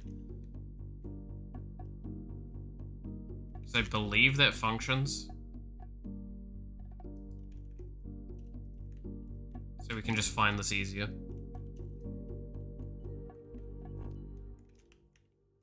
I'm also gonna just stand here in case.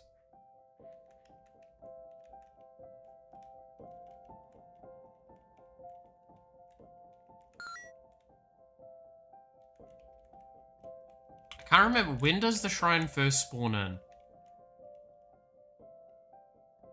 I feel like it's supposed to be fairly early on. Ah, it is spawned in, it is invisible. Alright, we know now that it's not drawing this correctly.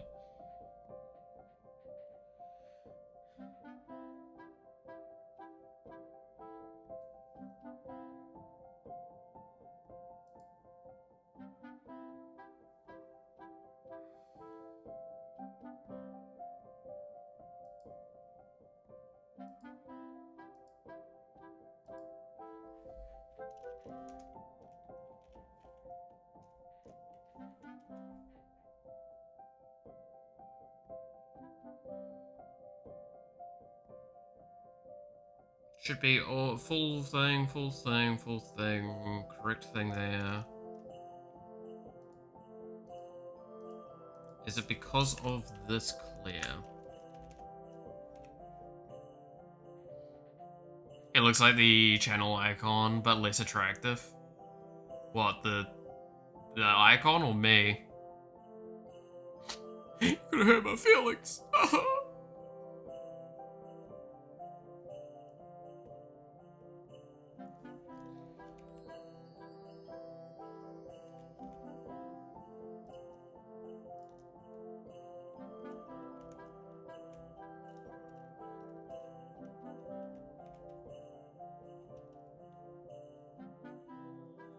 Should have looked up when the shrine gets spawned. Why not both? Wait, what?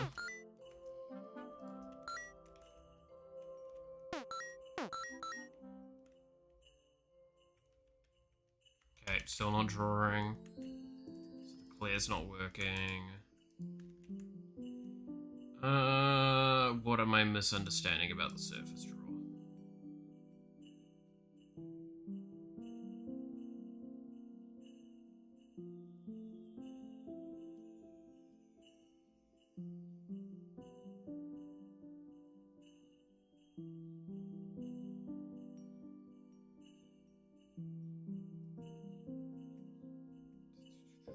Don't think I've... Oh, I have fucked up. I have fucked up.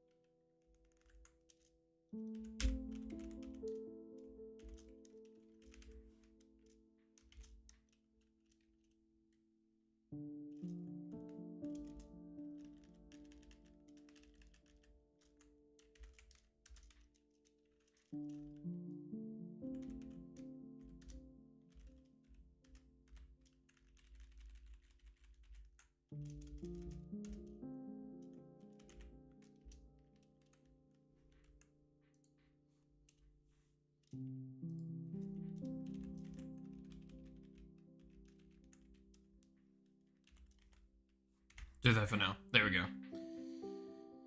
Order new desk, so you're setting it up. We'll send on Discord. We'll improve soon.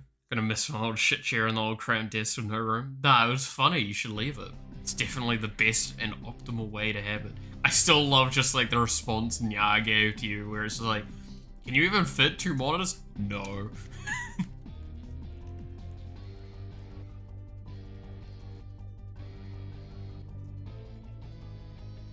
It's so fucking stupid.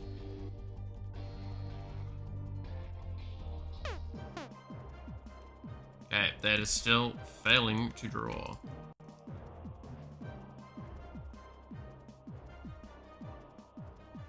Why are you failing to draw?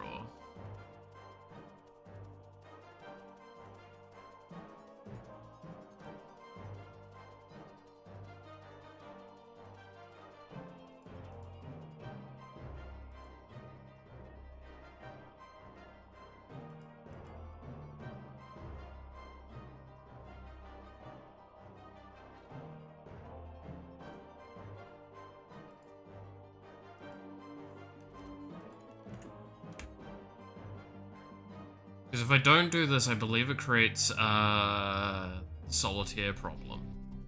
That's why I'm like confused. Or it could produce it if it lags.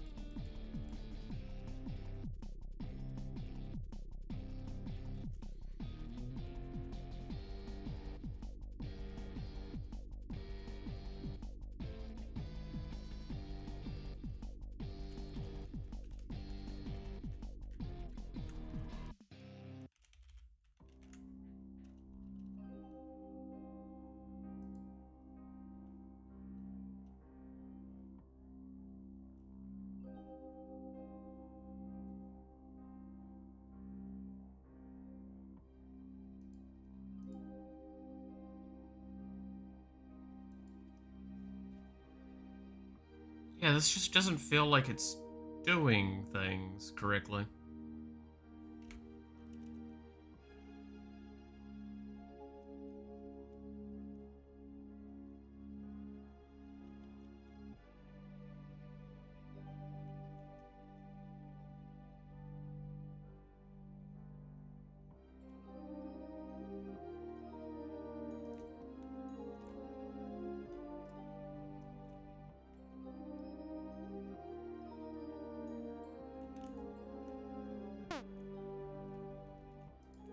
Yeah.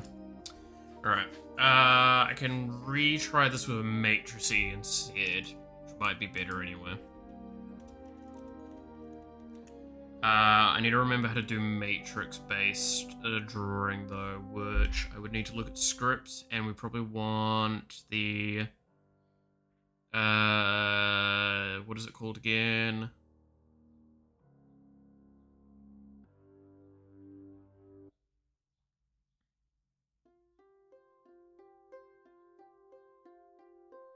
Targeting area indicator.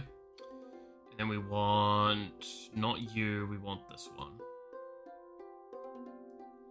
So, var matrix build. Okay.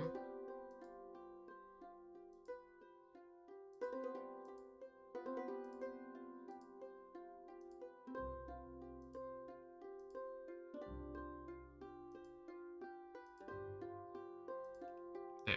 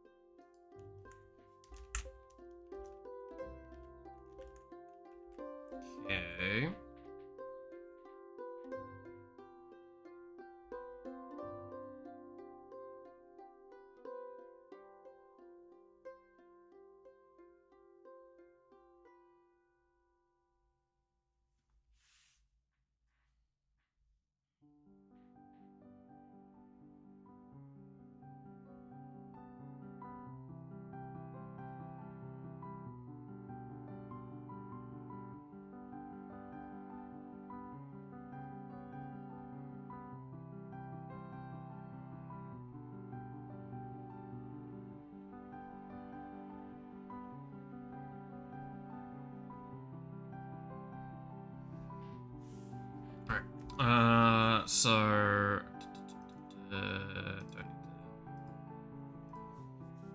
don't need draw set matrix.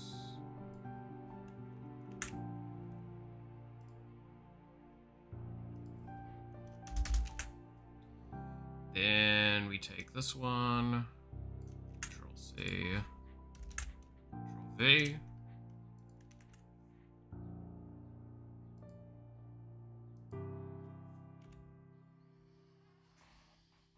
Let's see if this draws.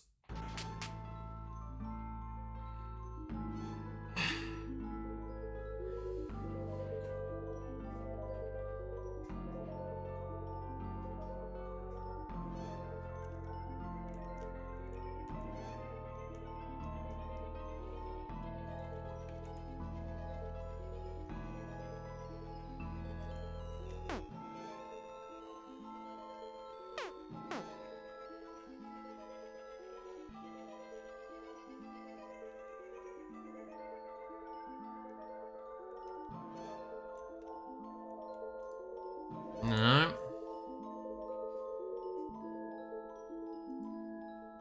Is it because this is on a draw thing like that? So if we do undo this,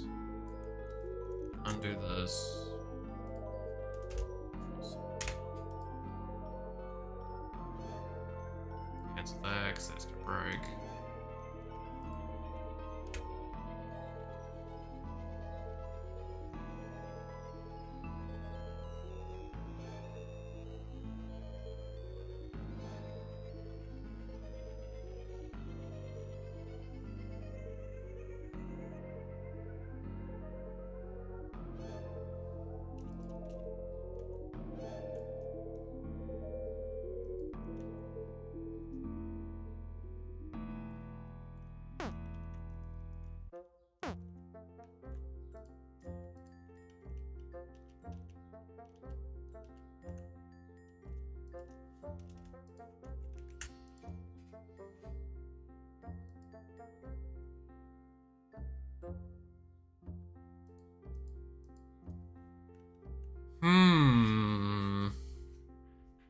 I feel like I'm being very stupid right now.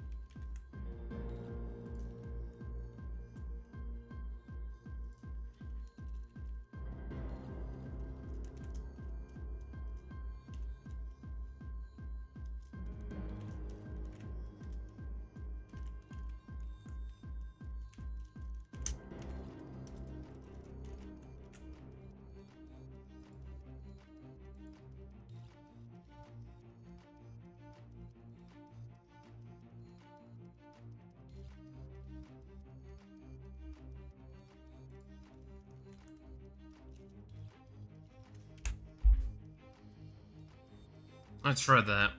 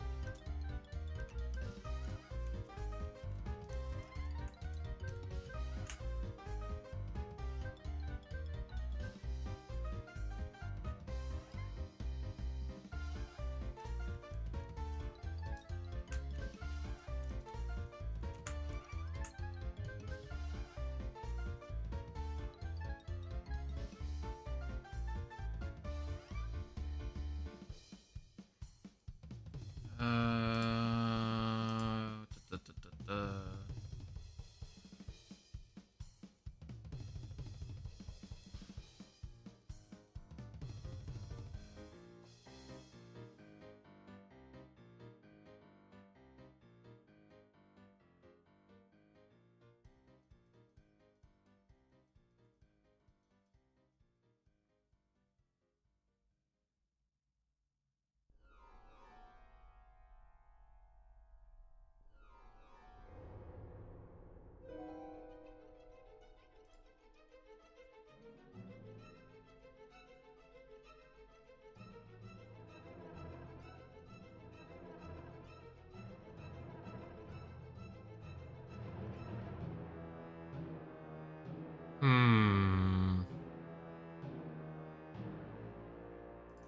Yeah, I have no idea where I'm going wrong with this one so far.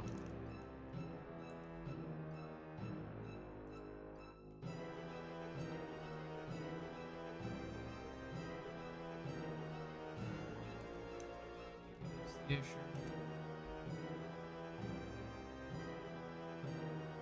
So the surface one probably isn't the correct answer. Maybe.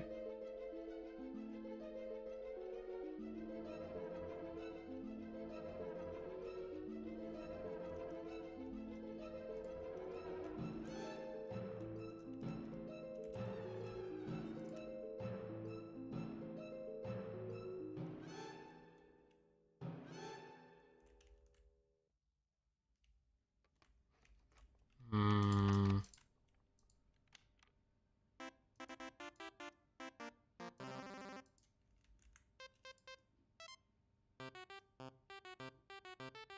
Rotation is normal. Alpha is real.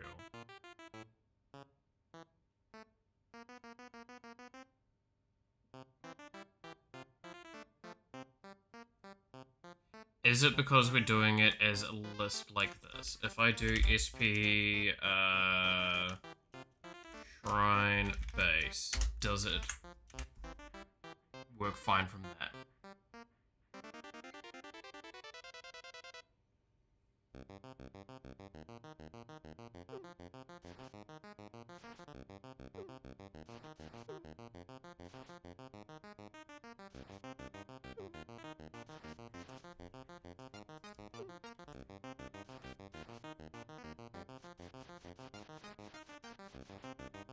No, it doesn't. Alright. What happens if we remove this from the folder?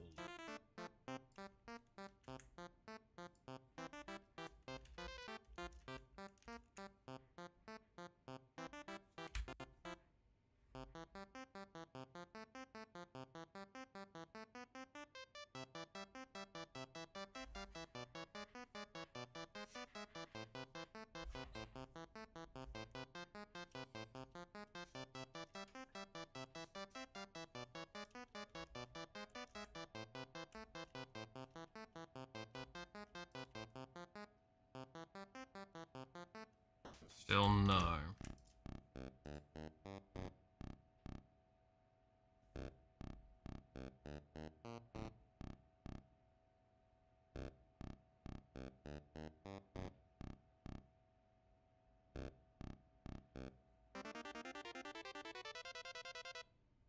So it means that there's something inherently wrong with how this is drawing.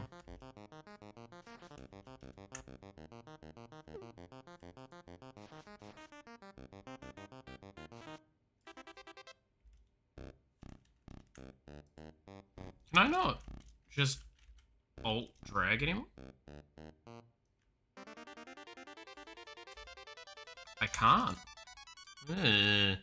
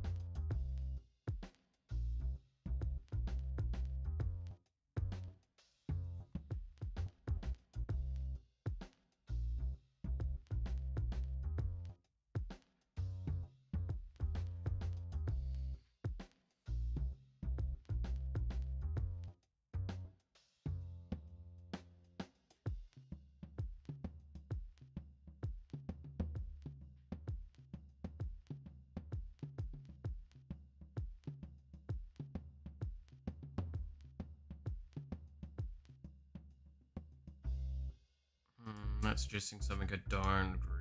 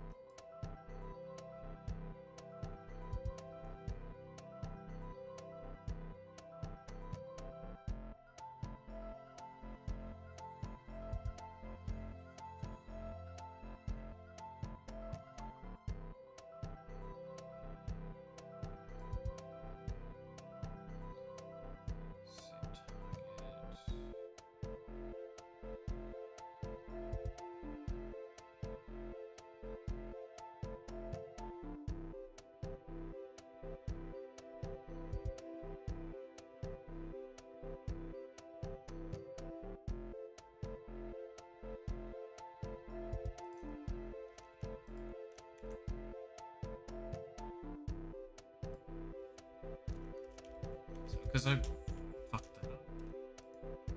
That's it, actually. Yeah.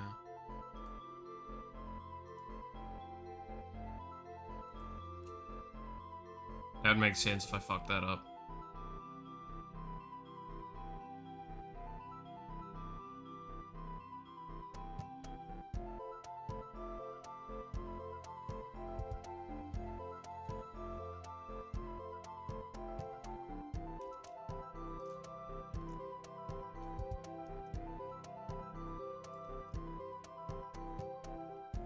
Yes, that's the answer. Okay, cool. Alright. So with that being the case, let's...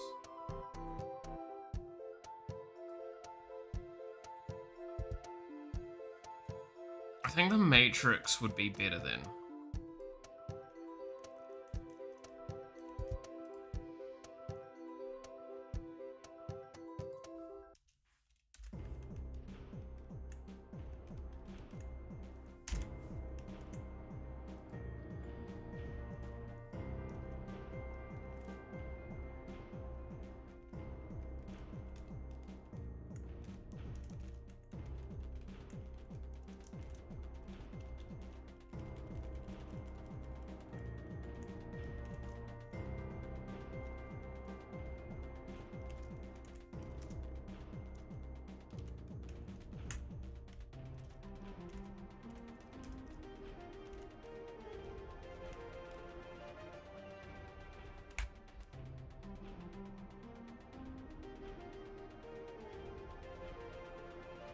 Because if this works, then what I can do is augment the depth position in accordance.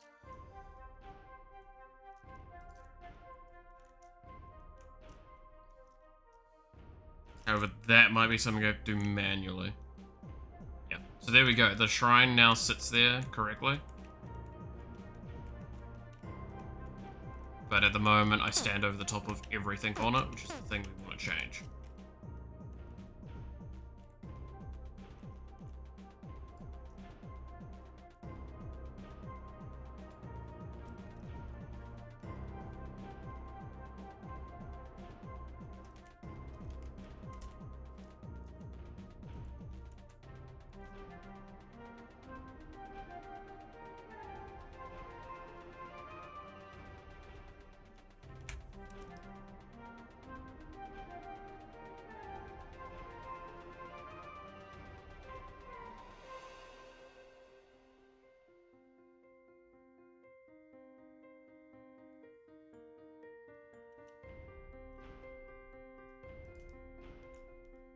Does this break it?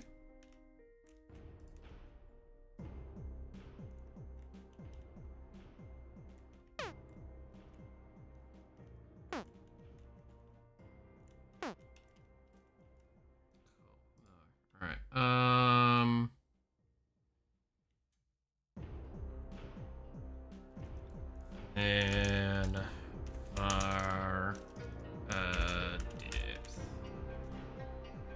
equals... let's see. It would be y plus... so it'd be minus y plus height divided by 2.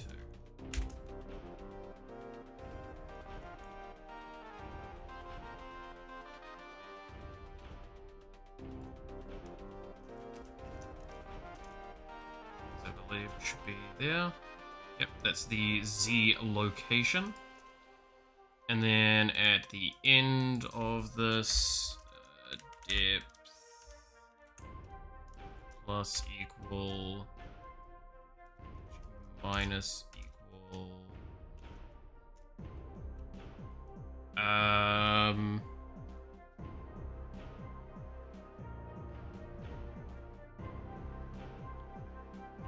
I'm not going to be able to get this number off the top of my head, can I? Because all of this is slightly inconsistent.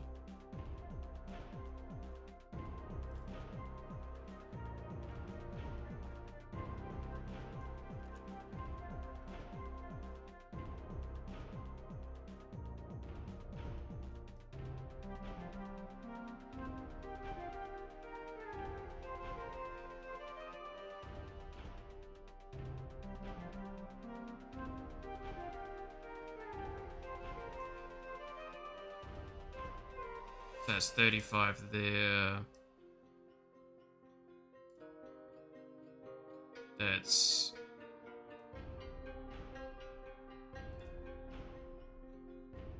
position.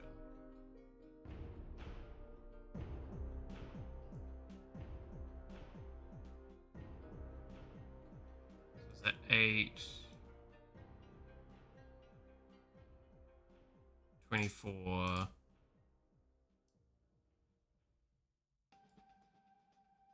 23, 5. So 6,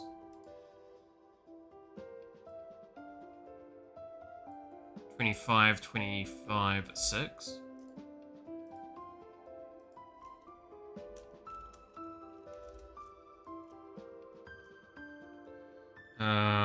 So if I is equal to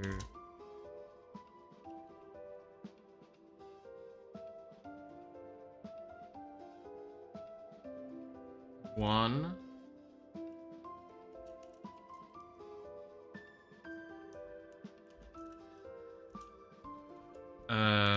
six,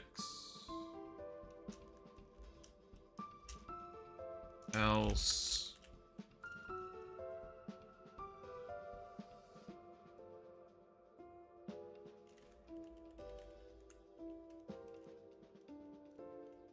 okay, let's do this in correct thing.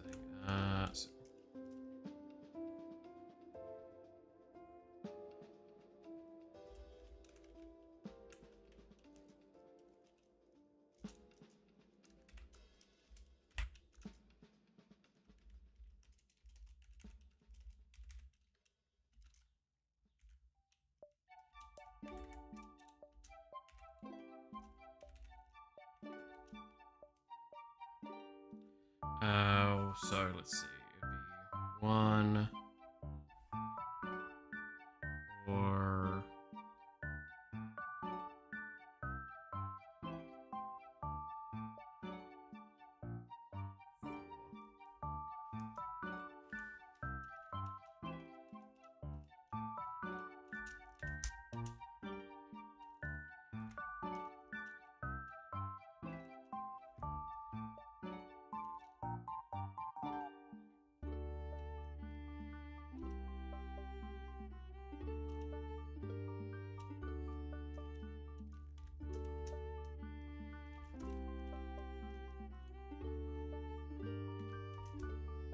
else it's 25.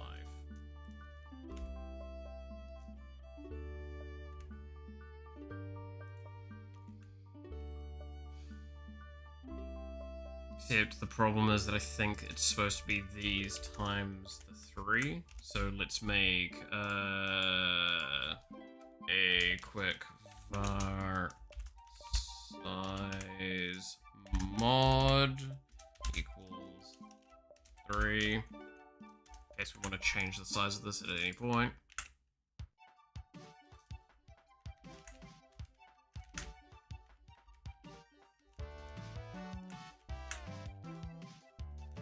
See if that's what to be modifying.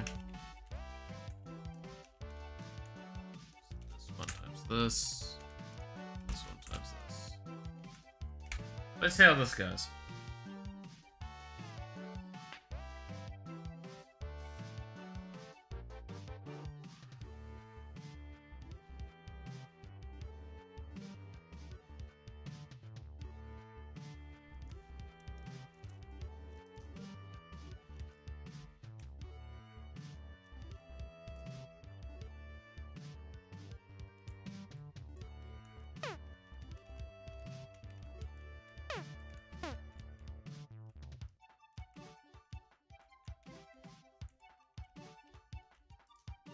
Nope.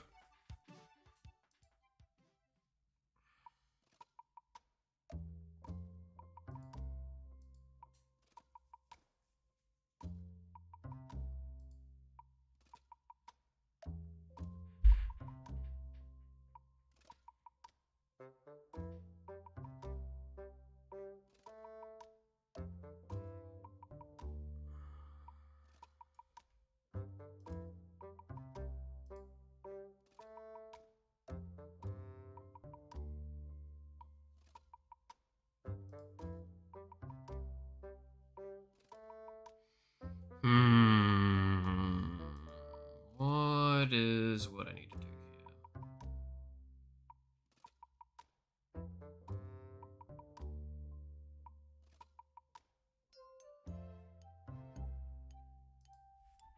Okay, let's take this out for a moment and just say 24, 25. And see if that even does anything.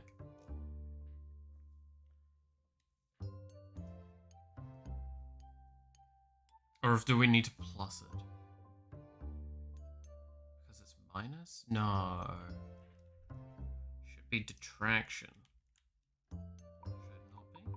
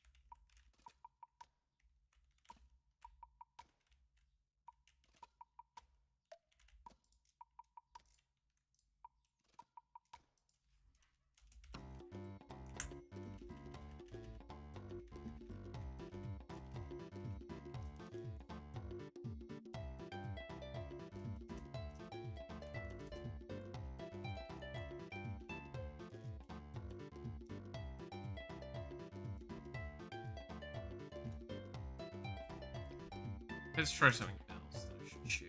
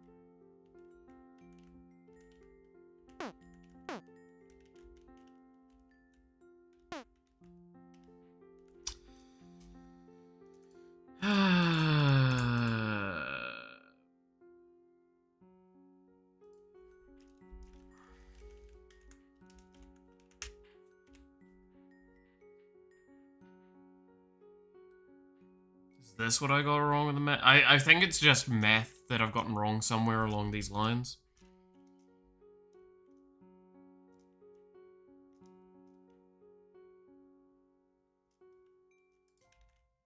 Because I think this is all correct, I just think it's just a bit of the math being wrong somewhere.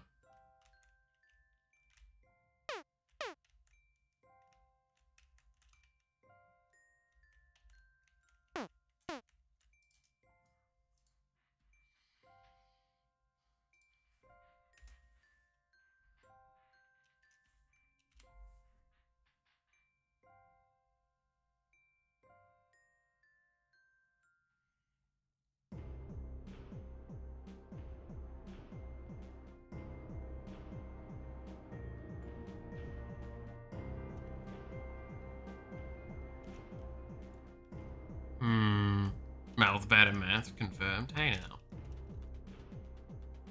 Maybe true. But still.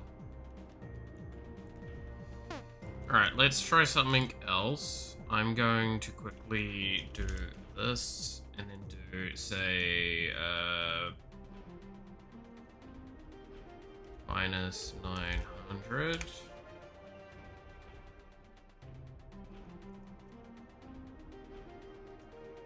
So I want to see if this is doing anything at all.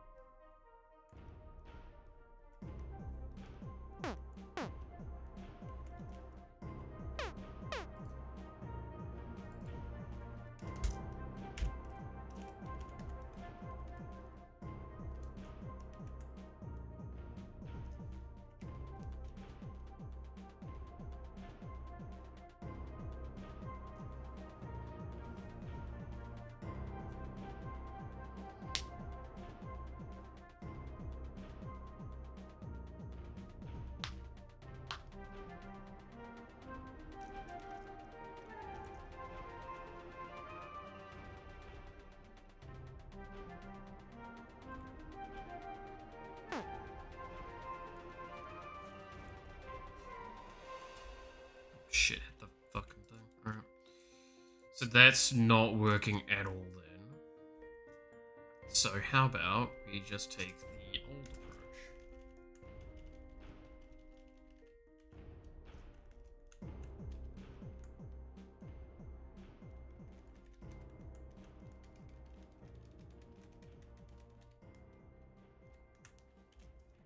That'd be a pain if the pillars had collision. Keep in mind that if it was to do pillar collision, it would just be their base. So there would be fine enough to get through it. It wouldn't be that hard. It would just be a little... It would definitely be a little bit of an irritation in some spots, but it should be fine overall.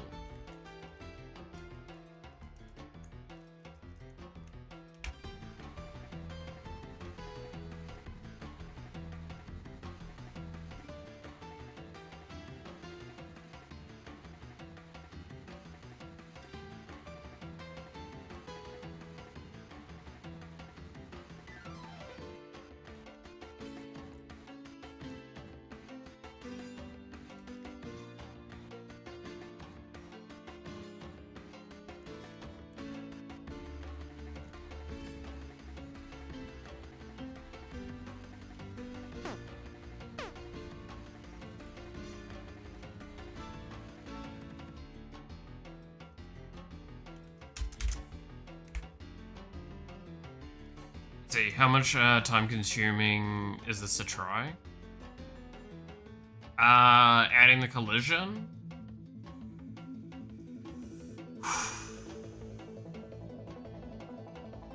There is an easy answer to it. It depends on how lazy I'm feeling.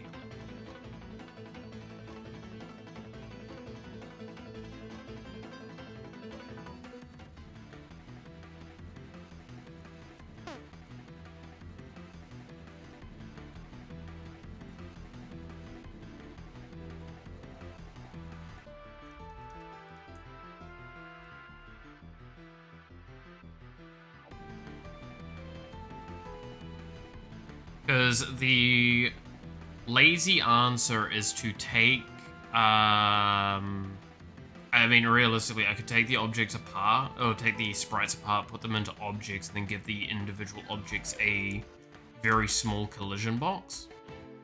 That would be the simple answer.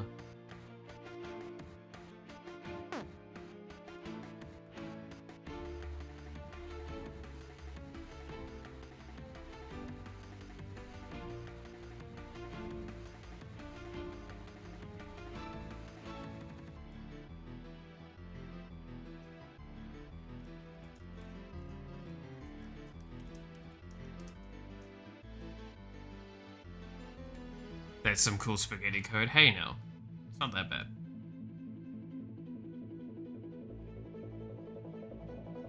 Just trying to get the matrices correct, getting their position right.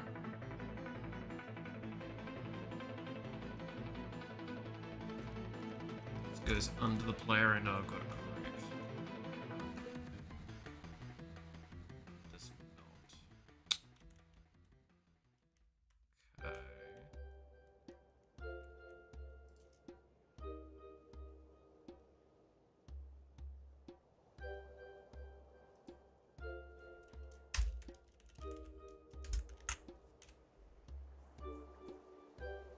Did bro just say matrices? Yes.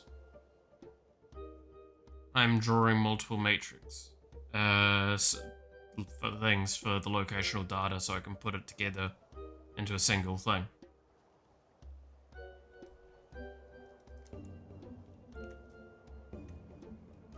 The stuff I'm drawing is drawing onto a matrix. Or matrix.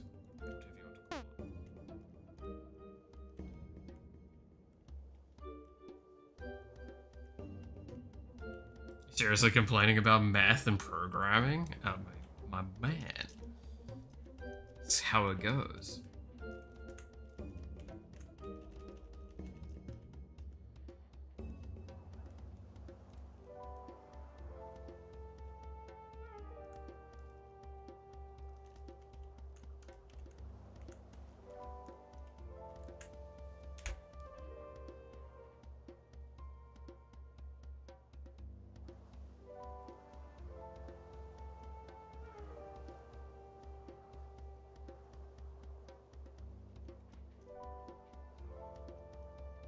Especially when you get to the more complex side of programming.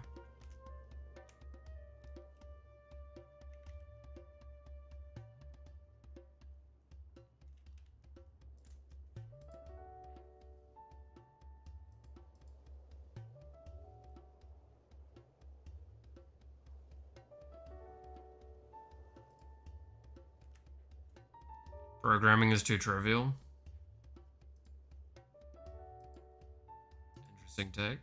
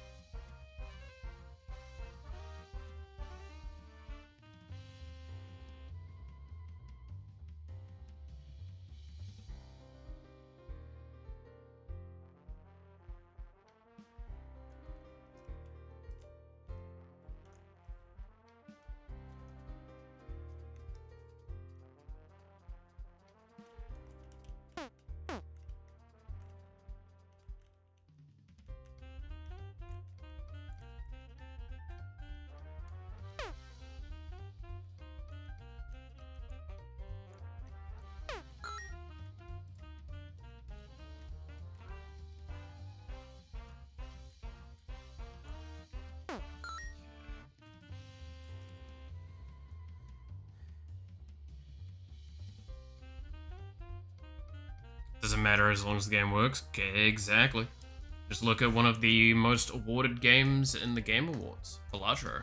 It's some of the worst fucking programming and is held together by prayer.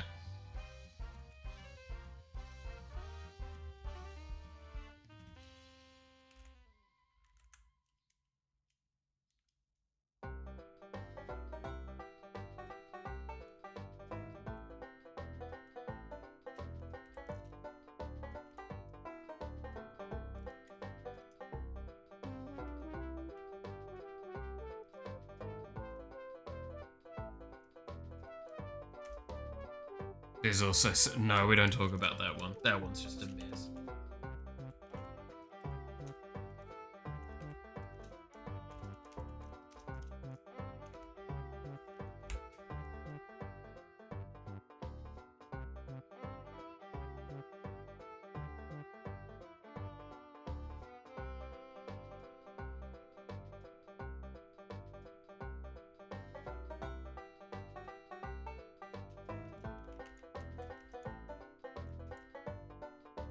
That one's just a mess and its creator is a mess.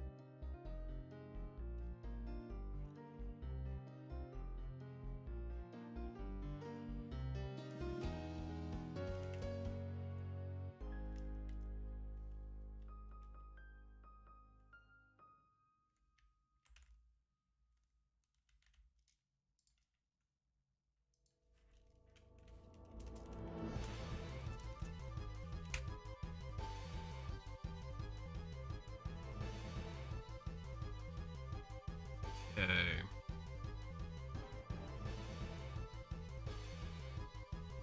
Yeah, so it was just how I had the equation written was being weird. That's fine.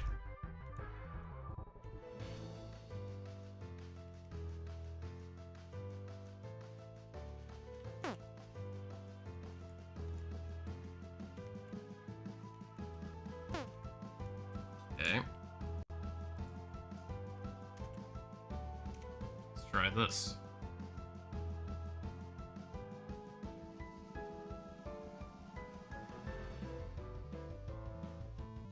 If this doesn't work, then I know it's a minus on that depth one.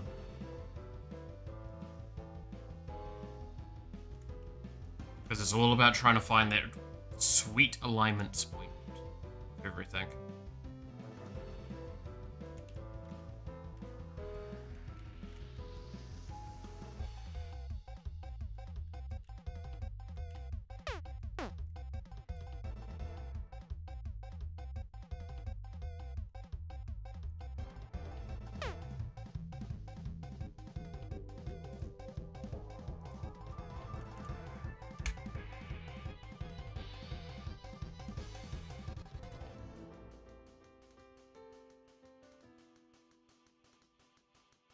Okay.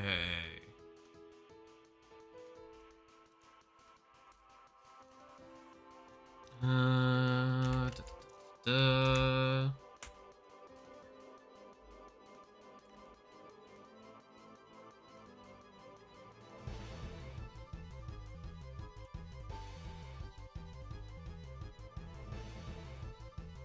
That's interesting, because the base shouldn't be getting modified like that. So, I think that confirms a fear I had for that.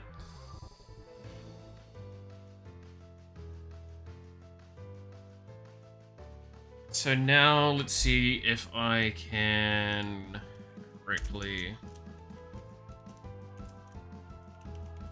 rectify it.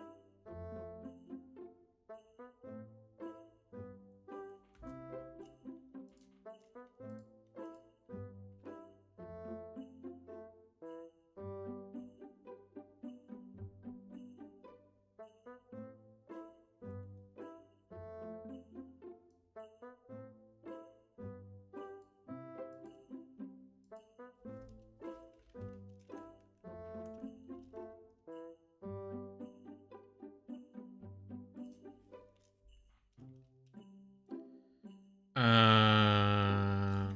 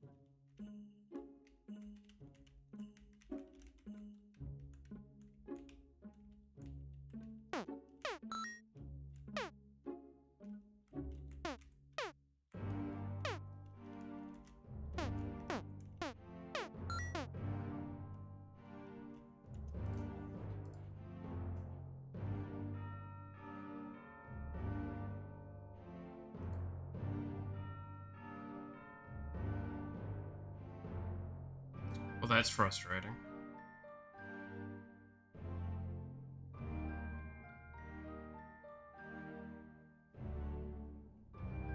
Yeah, I think the simple answer is just do the fucking other objects, yeah, at this point. It's gonna just get more frustrating.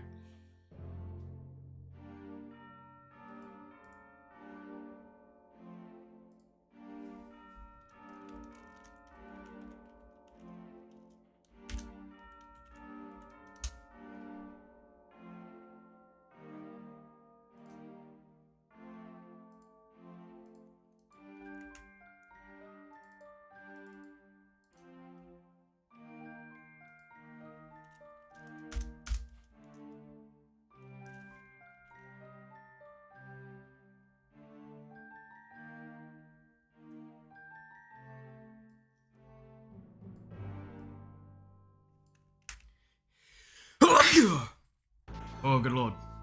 Bless me. Sorry.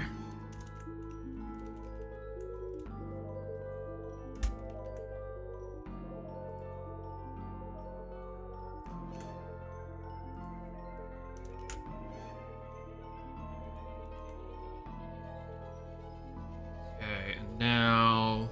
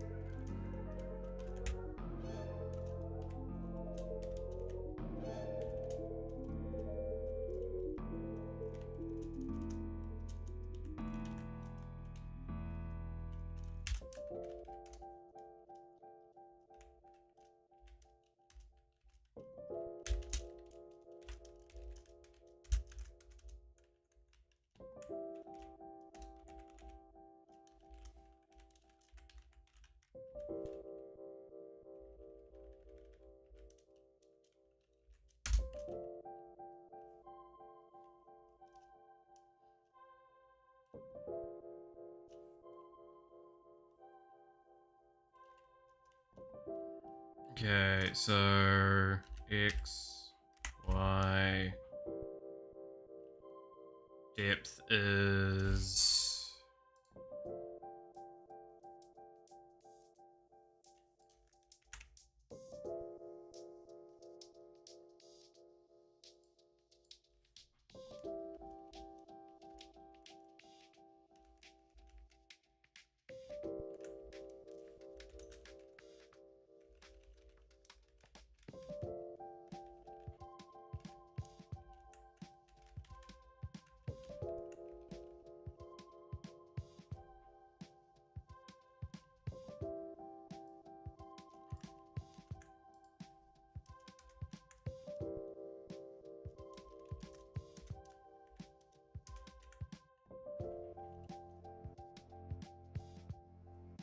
Okay, now I'm gonna need the size mod and the depth.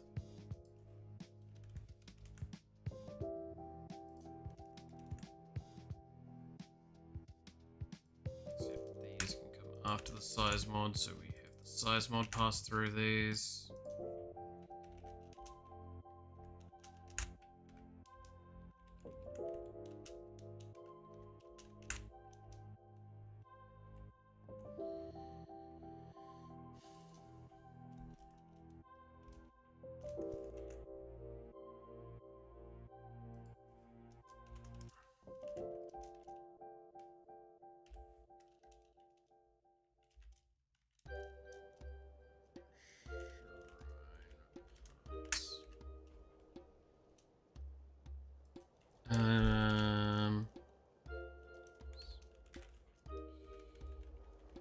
Index equals surface list I, and then copy this through as well. Now let's do this correctly. Take this, rip that out.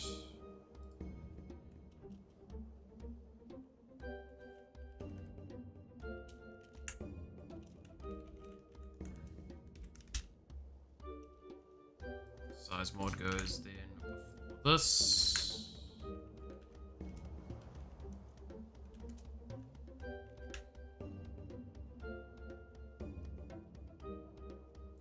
And that means we remove that.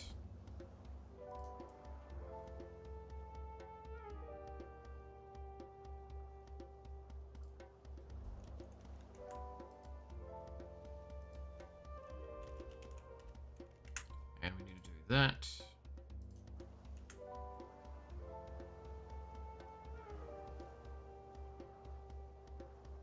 And Control K.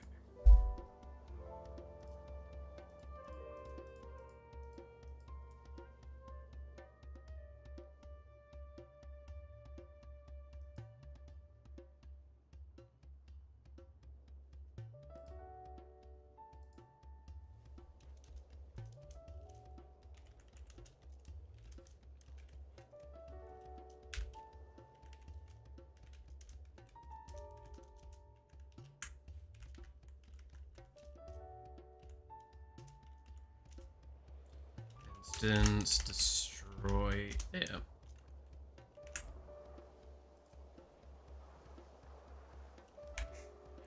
Let's see how that goes.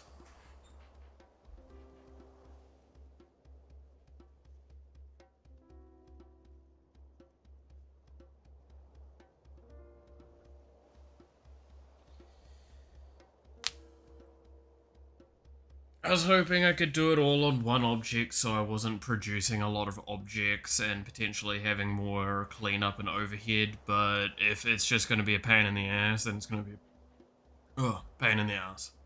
So we need to do something about it that's manageable, and this should be a much easier way of doing it overall, and more guaranteed, and it means I can add the collision in very easily.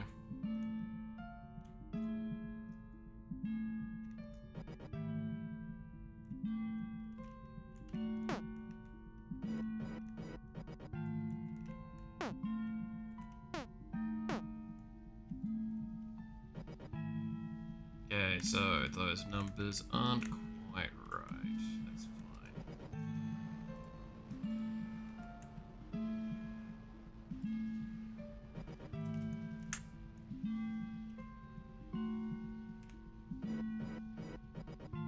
Or does that need to be minus? Oh, whoops. We'll see in a second. This should just be a math game of, like, which denominators need to be where now. And just figuring out from there.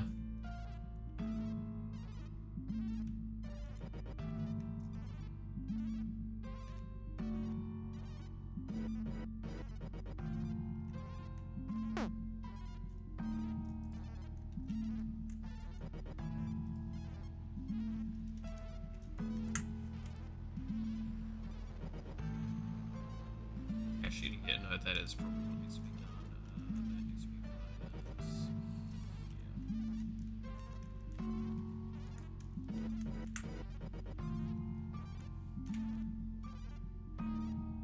Yeah. So either this needs to be minus or both of these need to be plus.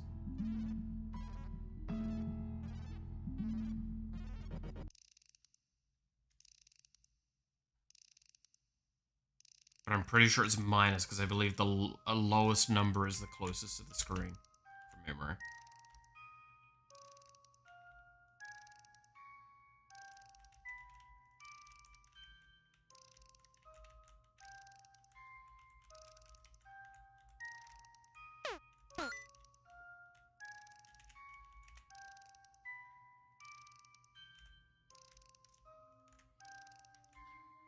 The front two aren't positioned right. The others are.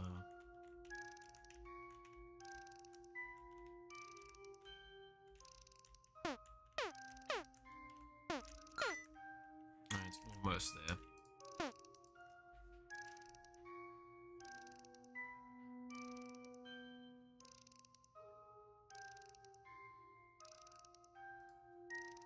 I'm just gonna do this so we can stand on top of it nice and easily.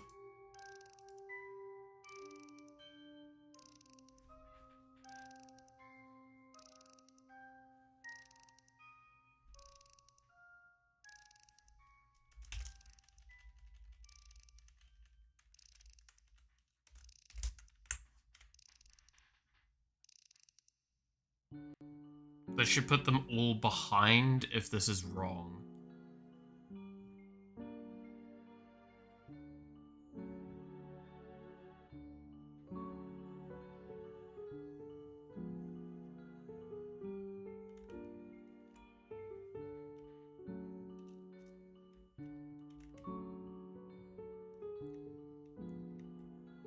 Yep, so it is positives we need.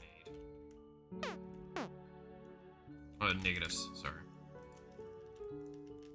So the values are the problem.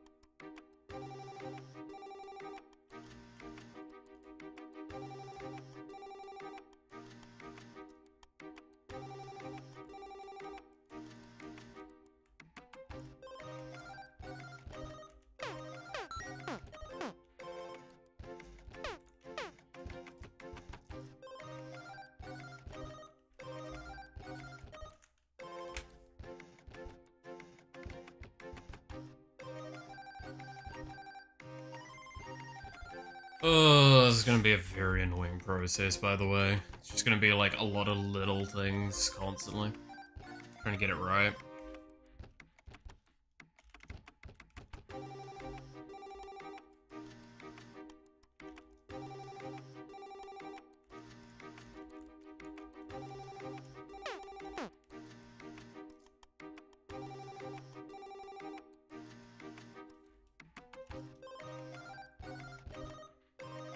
Glad it's annoying you and not me. Hey now.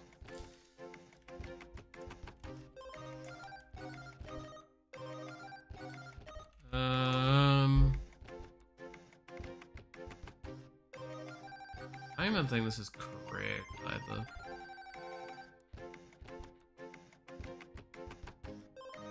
I think this needs to go after this. And this needs to go after this. And instead of that, it's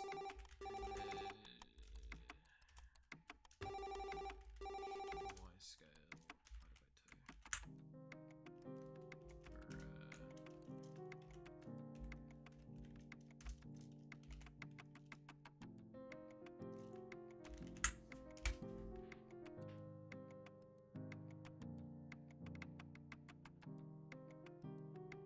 2. Alright.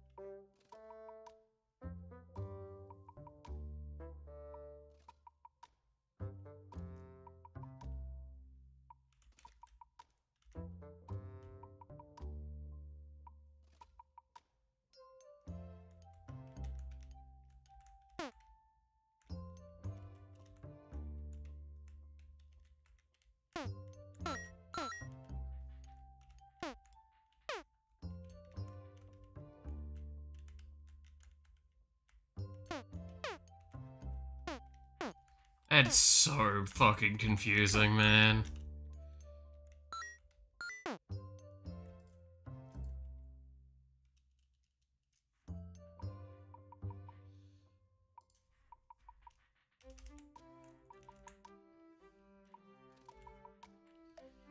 Uh.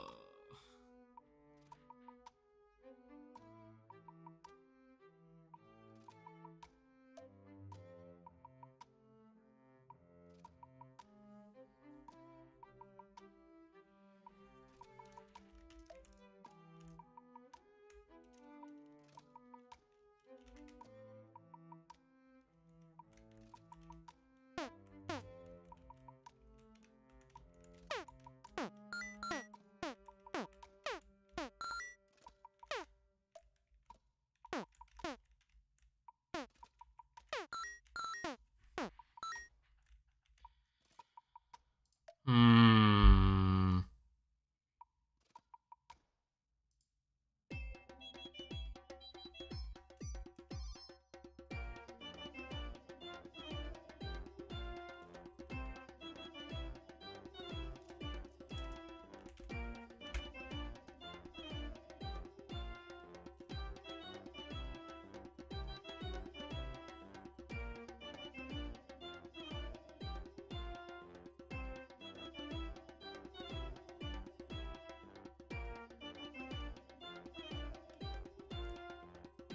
This is gonna be one of those, like, annoying bits of number games.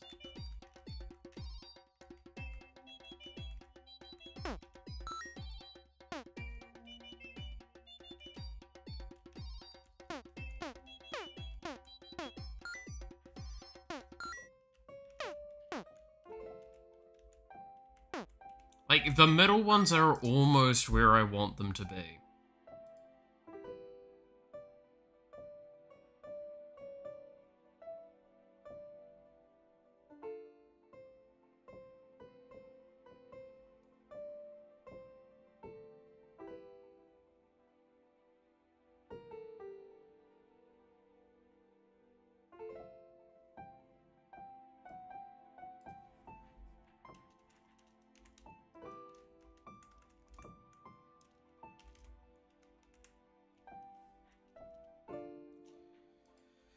Why is it consistently at about the middle point?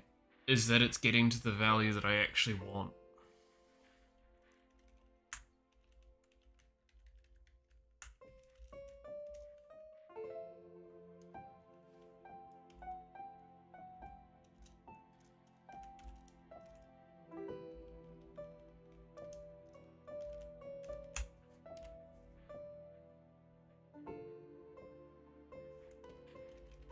whoops. Yes.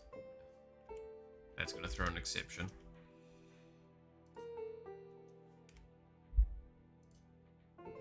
Okay, try it again.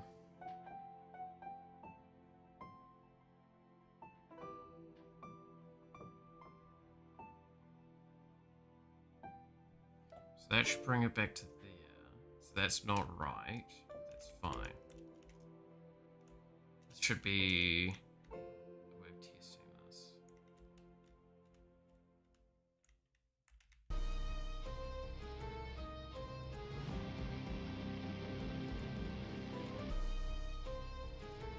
Okay, so that tells me kind of what I'm looking for, actually. So...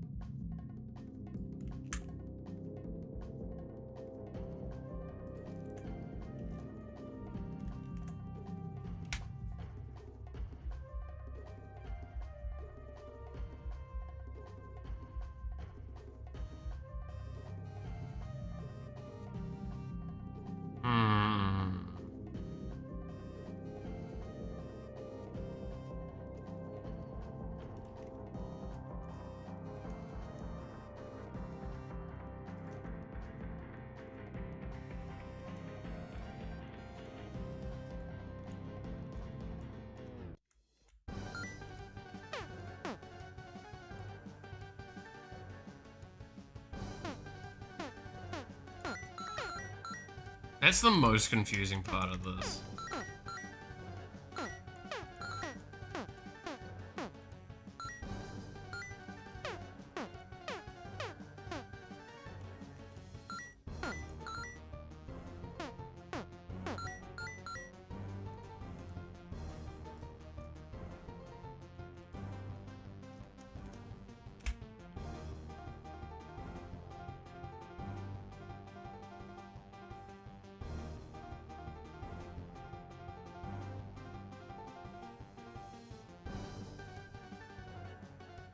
Am I doing this the whole wrong way the entire time? I think that's what I've done wrong.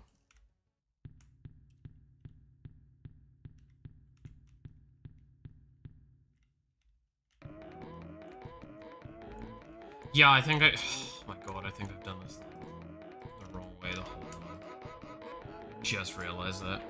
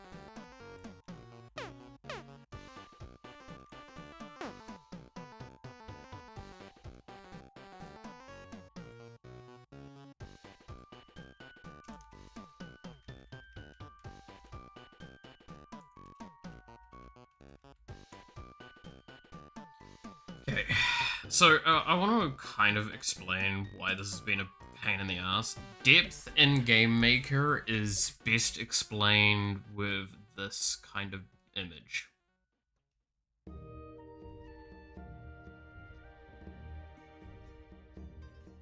Well, not even depth, but just like, let's talk about coordinate stuff for a moment.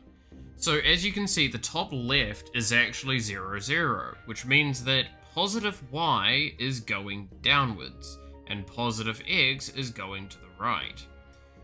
Now, what you do with depth typically in Game Maker is the good old depth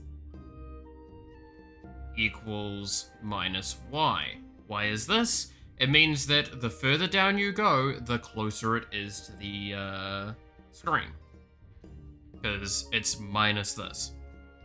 This means that an object here and an object here means that this object in the front is actually in front of it. What I am trying to do is I'm trying to create the base and then populate each of the pillars at their relative location points. This is a pain in the ass, because I need to basically get this one. So this is where the X and whatever is. This needs to go all the way to the bottom here. Cool. Then, technically what I should be doing is I should then send it to here and draw forwards. Like this. Going through from here to here, to here to here, to here to here, to here to here. The problem is, there's a lot of weird angles and a lot of weird numbers involved. So, I think what I need to do with this is, I need the depth to be the depth minus sprite height. Let's see.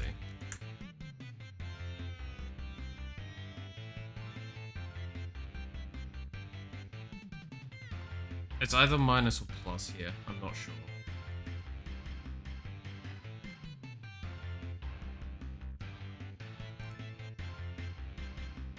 And I can't like just do this in a nice like easy way, because this is manually different and everything is actually positioned on the same coordinates. They're not repositioned individually. It would actually be very easy if this was all repositioned individually, but it's not. Because I wanted to be lazy with the drawing.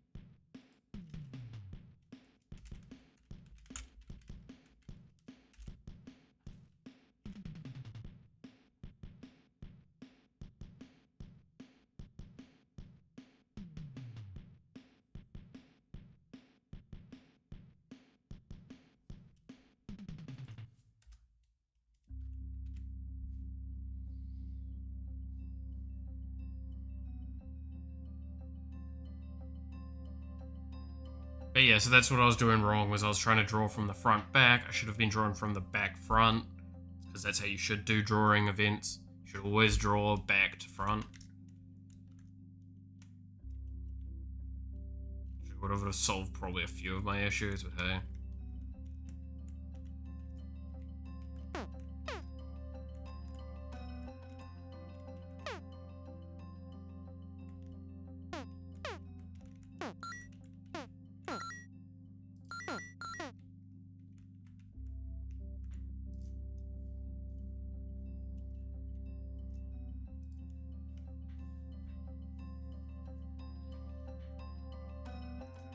Okay, so let's do the math the inverse way. How tall is that? 48.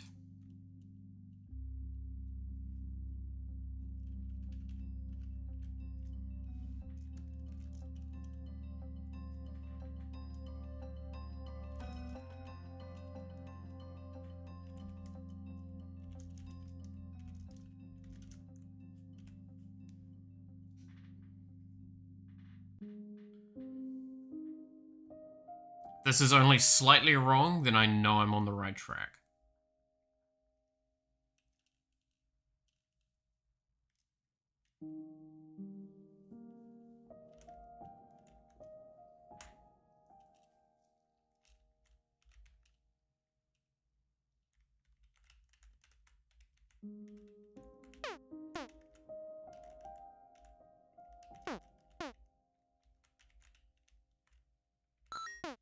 Still heavily wrong.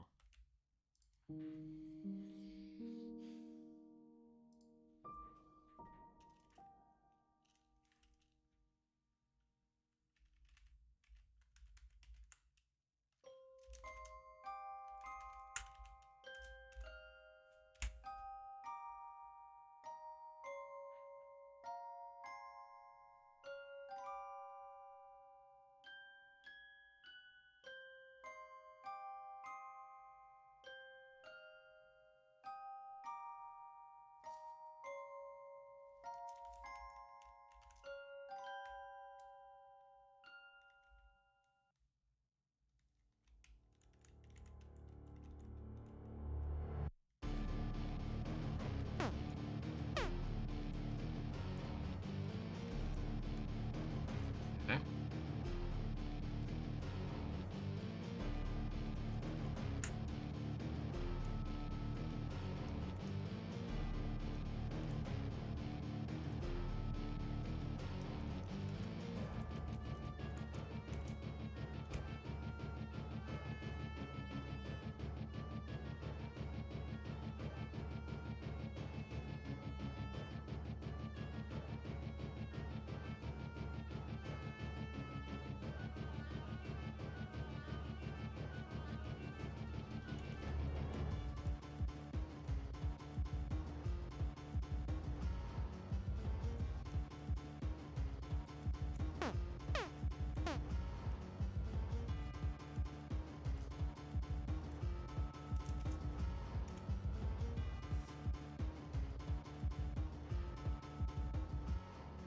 That's the wrong way around again, isn't it?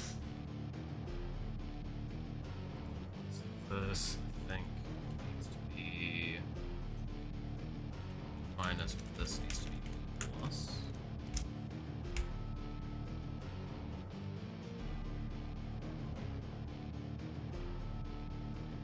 Because I need to remember it. It's such a weird fucking bit of code to do this.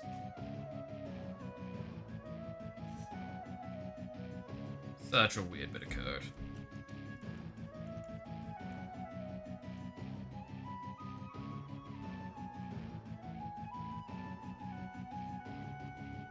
Okay, now it's all behind that. So, no, that was...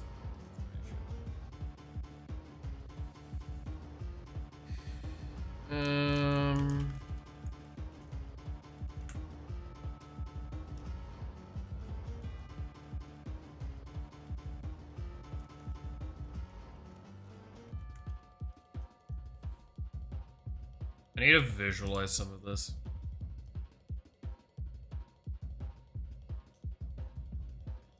That's like, I think part of the problem of this is it's just really hard to visualize when I'm not actually drawing something with things like that. So, this is here. If I plus half the sprite, that sends it backwards by half the sprite height.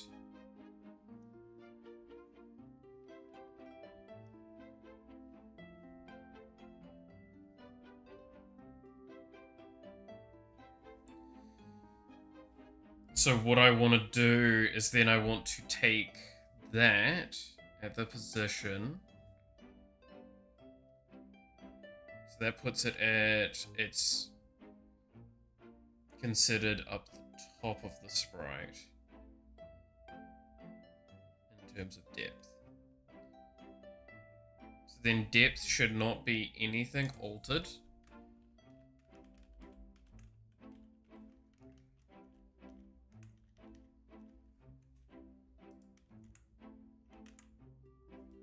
And then I need to keep minusing it by the increments. So that should go to here. And then we start getting our distance. Okay, let's try this. I think I've been overcompensating for a value somewhere along the line. That might have been why we've been having so many issues.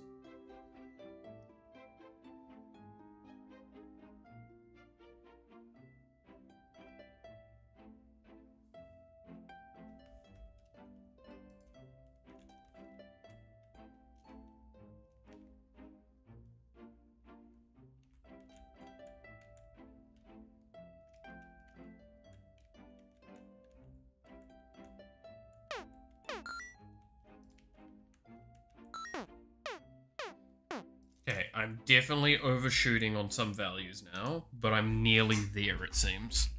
Again. Okay, so this starts at a value of 5. So, with that being the case, 5 only goes down by this amount. I think this is incorrect. This should be going to here. At the bottom end. And this might actually resolve our issue. Let's see, so 5 goes to 4.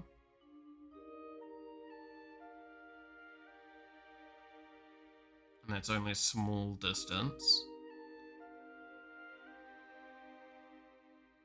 Then 4 goes a large distance.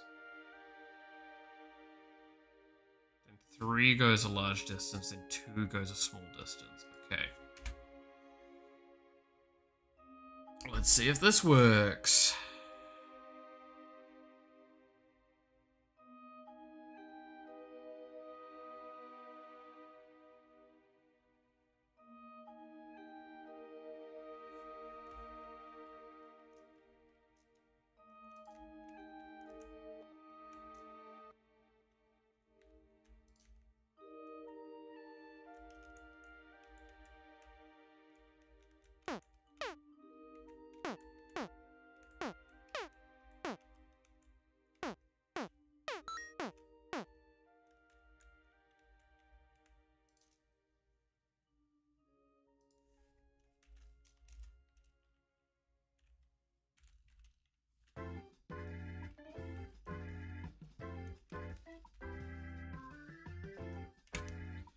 So we're basically there.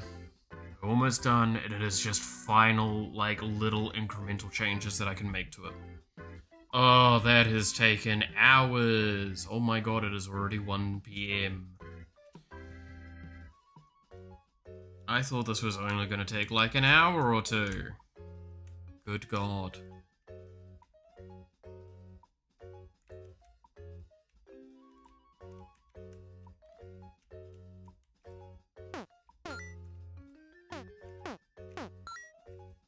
Okay, so I think the big number's a bit much. So let's go 22. That was super fun though. I'm glad. No, I mean, like, it's a good learning time for me as well, going through, because this is, in a sense, when I'm actually doing the programming, this is quite useful because you can actually see, yeah, no, it's not. Programming isn't about getting the right answer the first time. The point of programming is to go through your problem, go through incremental steps on resolving the issue, and then you'll eventually probably come up with something along the way.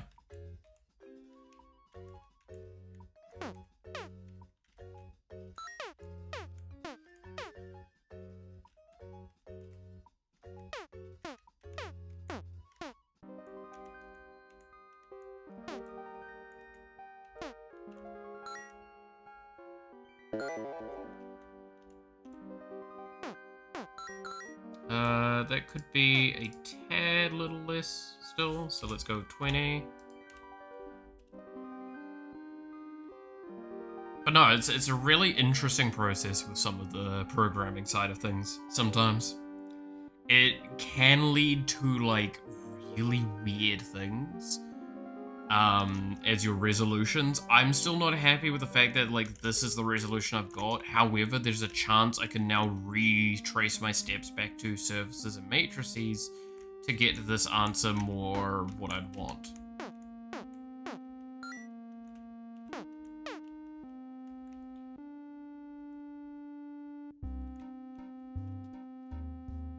So now you can see there is one issue we're actually having, which is the weapon goes underneath this. This is because of the weapon underlayer problem. That's something that can probably be quite easily resolved at this point. I would just need to add a depth check to the weapons properly. So now what we're going to do is we're going to re-enable the activation, but I'm going to muck with the draw circular.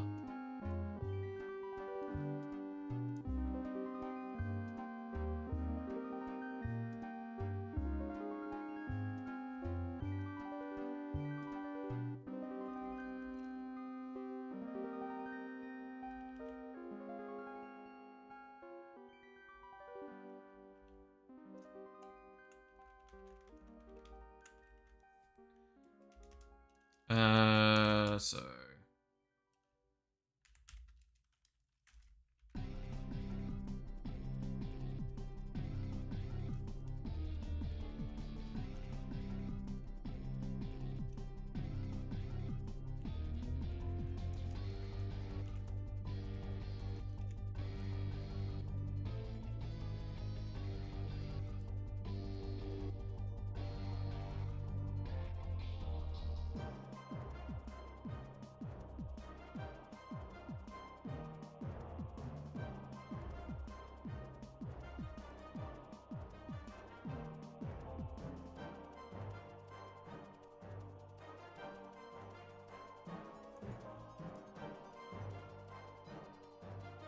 actually, you know what? Let's do this.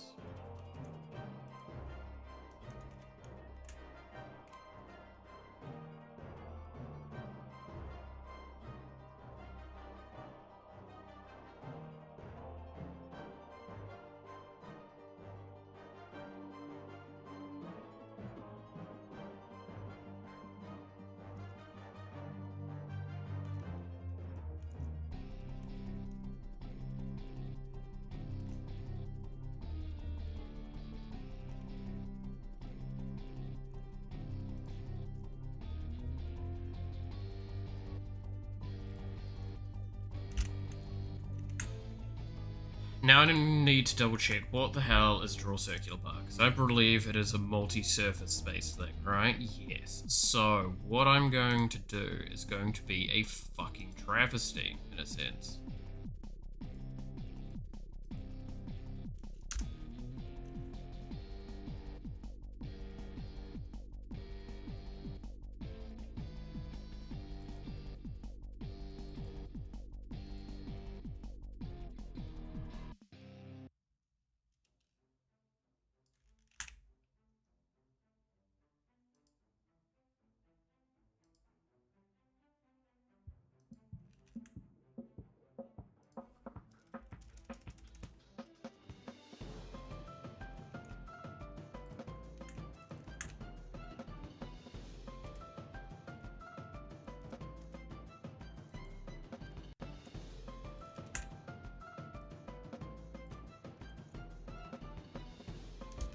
See, no, we're not doing it with that actually. Do it with the other thing.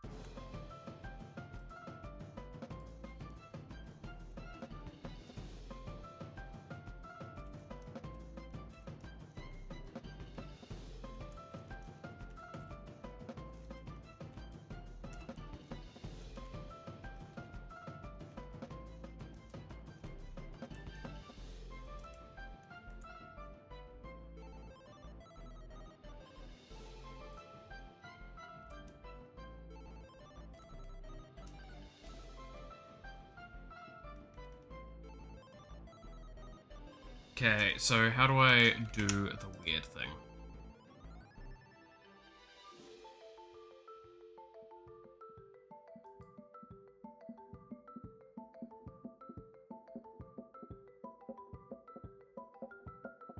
It's one of these needs to be rotated. I can't remember which one.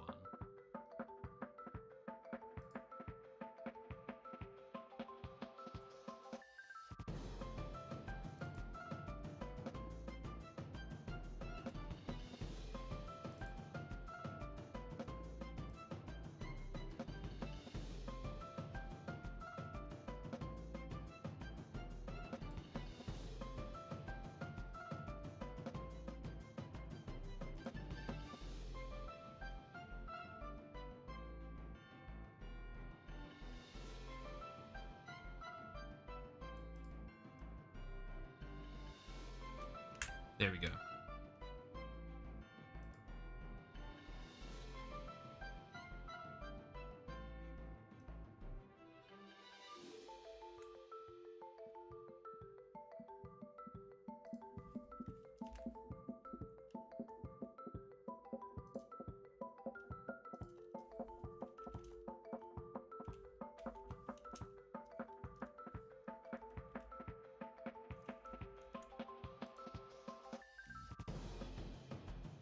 Wait, no, that's not right, is it?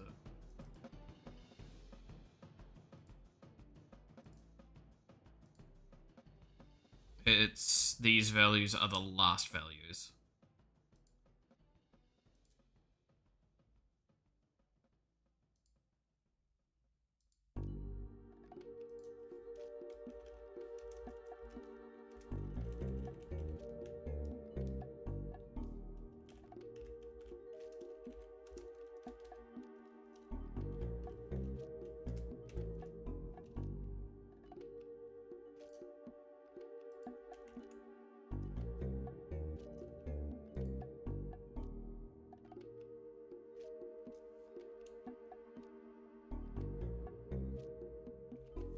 Let's try see what happens if I do this and see if it crashes the entire thing or it works.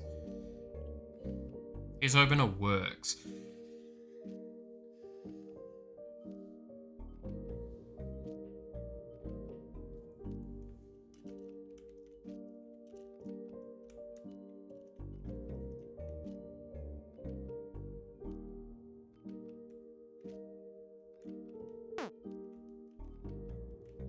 Did not look like it drew the matrix.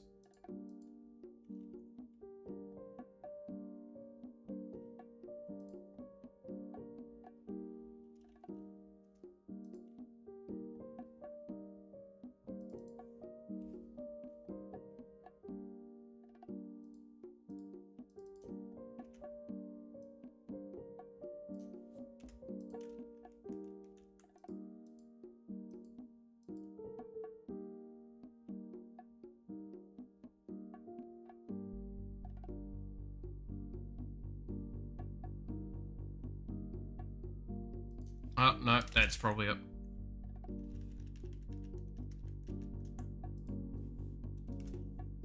Let's try it now.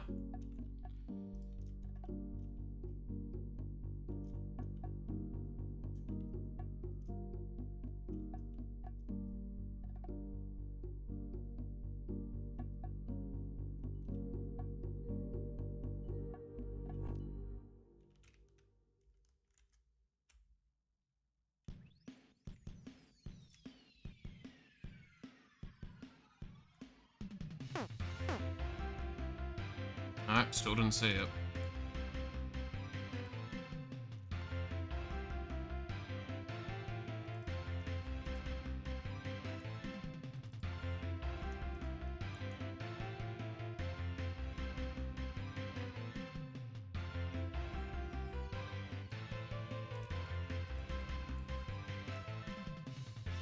How about we just try and make a normal one for the moment?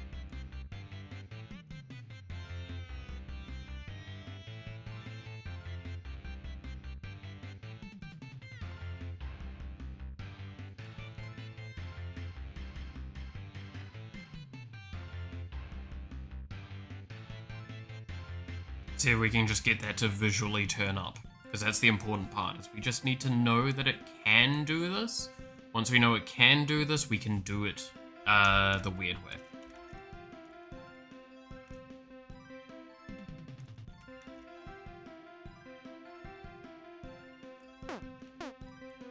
Yeah, didn't draw it again. Not the way I would want it anyway. So...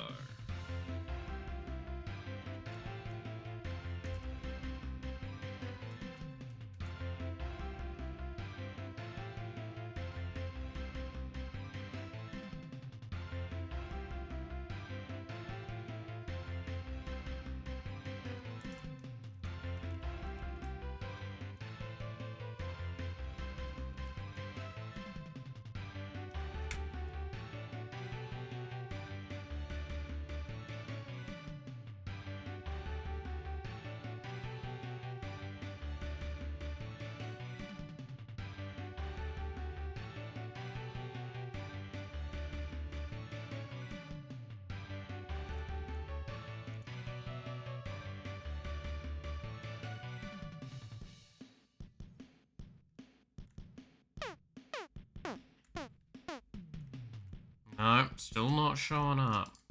Why?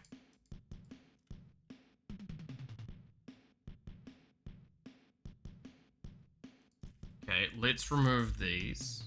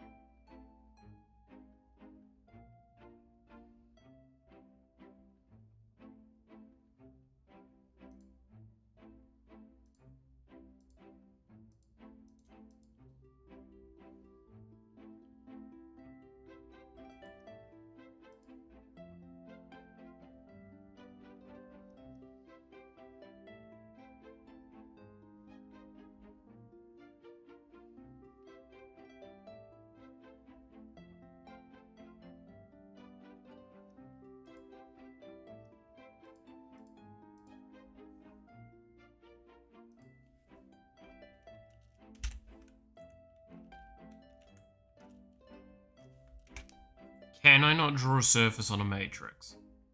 Is that what's going on? Wouldn't be too surprising, but like...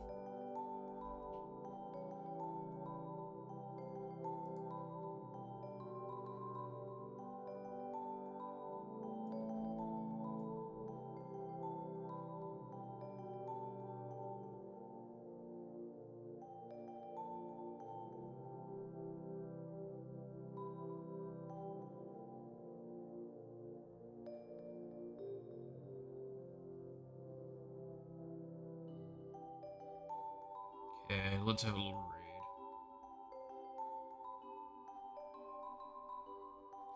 There's a Final Fantasy stream on Thursday. If you mean tomorrow, then yes. Well, tomorrow for me.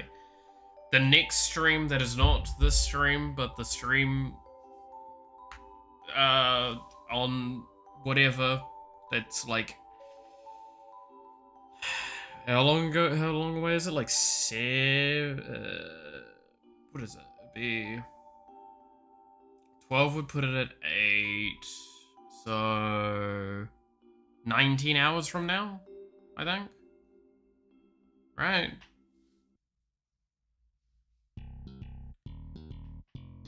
See you later. Gonna go to sleep. All good, devil. You enjoy your rest.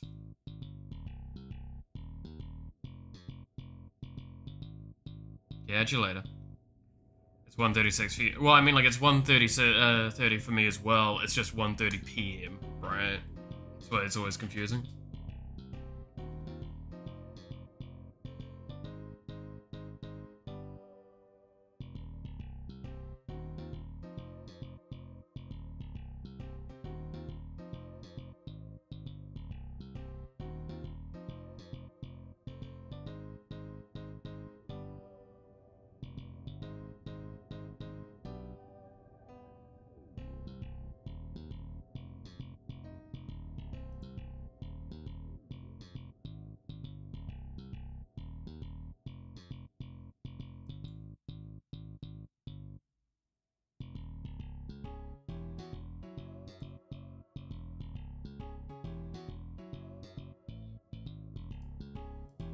Yeah, I see no reason why I can't just do this here.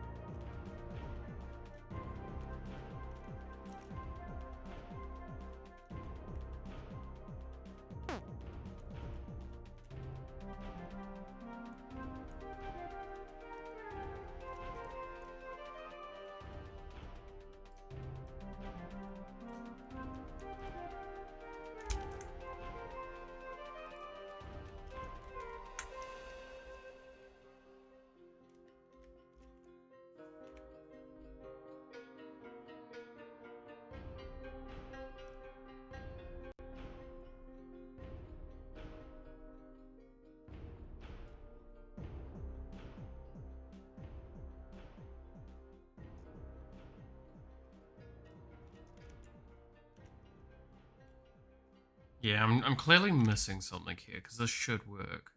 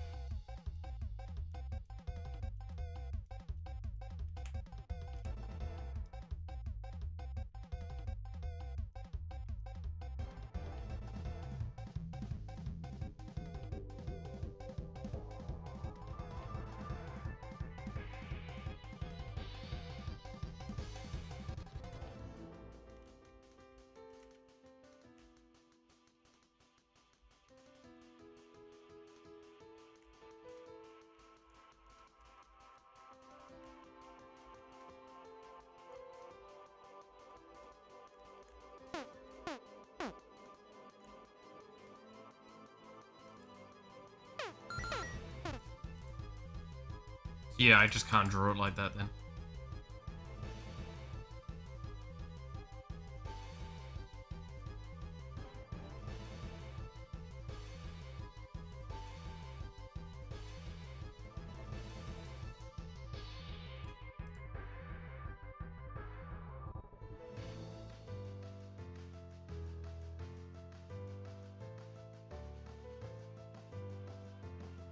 I think it's it's probably related to the primitive systems that we've got in here. Is it just doesn't translate correctly?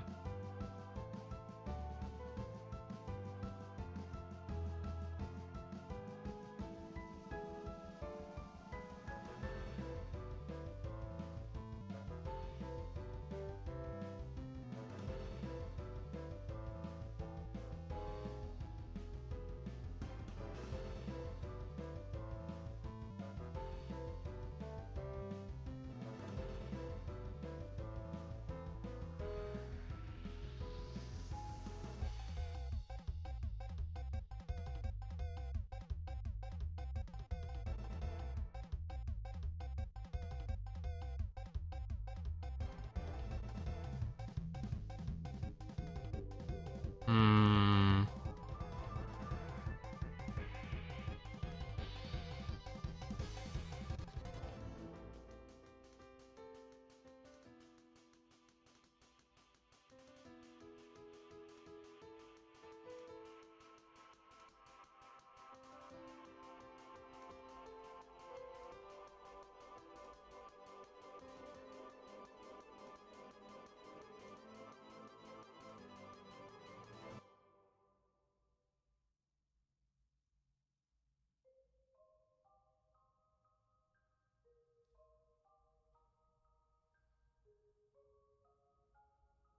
Oh, I just got a phone call. Just a sec.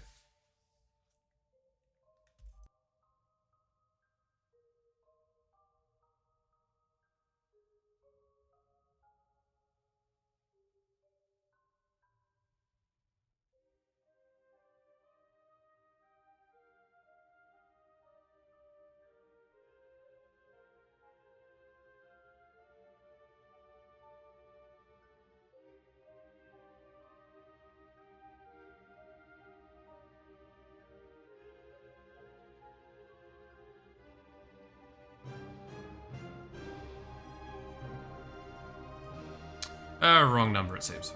Alright. To preserve some sense of sanity, I'm probably going to wrap up soon. I am going to play around with an idea on this, on how I want to handle this part.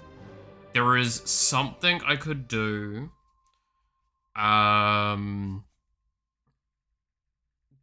not sure how I want to do it. Because the idea is obviously that how we have it now with everything, what we'd want is that because it's kind of like a squished circle like this to make the platform thing, we'd probably want the timer thing to go around that, right? Instead of going around it like in a normal circle, because then it looks really disjointed. So there's a couple of things that we have that could be answers to this. There could be the answer of instead having it so these like light up or something happens to the pillars. There could be certain things. I could draw something and then do the matrixy stuff myself in a different way. That feels like it's just a nightmare waiting to happen. All sorts of stuff.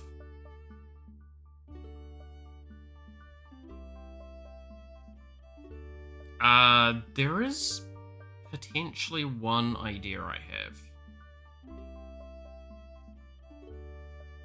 That would only work if I do another thing split apart. But that would be so hard to see. Nah, that would be a horrendous idea.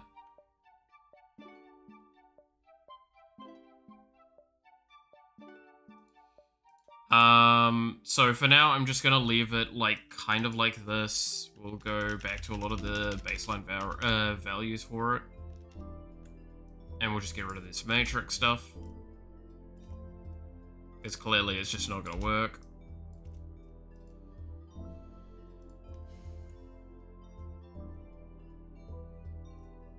But now we have a much prettier looking shrine system. Or just like, at least in a visual aspect. It's still not obviously there yet. We need to introduce a lot of other aspects to it, but we're kind of on the way. Oh, sorry. We're on the way of getting this looking nice. Right, I think this is not a bad thing to have. Especially with me being able to stand on it pretty easily.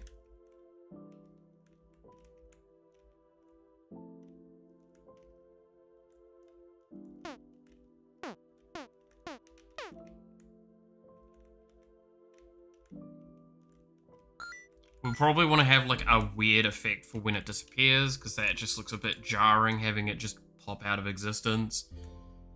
I can honestly, what I could probably do for that is just take the texture here and then just erase parts of it and have that tick away. And that wouldn't probably be a bad way of doing it, because then it would look like it'd fade out of existence. Make it mirage and mystical. Pillar's shining seems nice. I'm wondering how I could do the like showing it charge up. There's a lot of different ways. Because it was also, I was thinking of the idea of maybe making it so the pull would actually show the counter turning around, and that wouldn't be too hard, because all I'd need to do is disjoint the pull, make the pull underneath the object, so it draws it first, then it draws the circle, then it draws the rest of this, and then that means I can just kind of have it like very low transparent, like have a real low transparency and charge like that. But that would probably be really hard to see as a player, so I don't think that would be a good idea.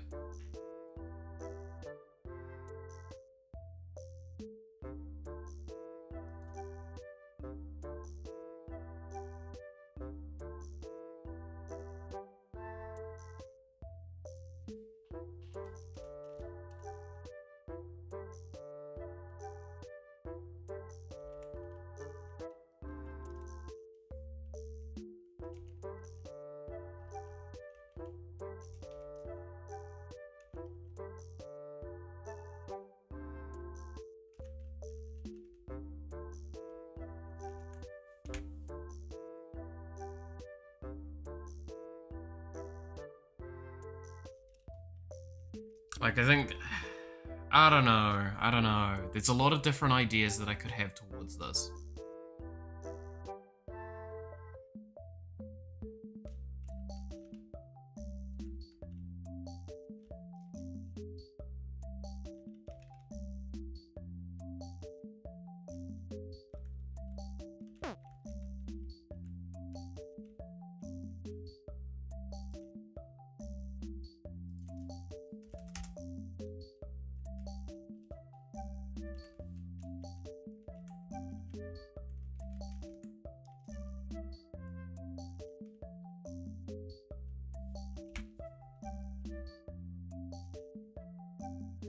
These are some of the numbers I also should play around with, if you're wondering. Like, I'm just kind of weeding it around, seeing how this goes.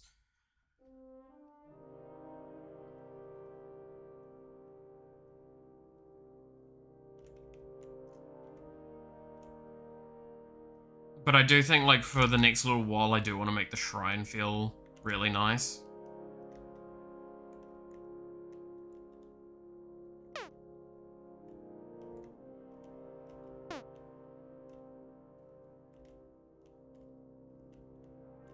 I think that's definitely something that's worth prioritizing, because we get the shrine going, it gives me time to work on the assets for the other bosses. We put all that together into the next update, and we're happy. So, nonetheless, we'll call it here. So, thank you so much for watching, I hope you enjoyed. You're awesome, stay awesome, and I hope to see you again next time. Till then, bye-bye. I said bye-bye. Wrong button. There we go.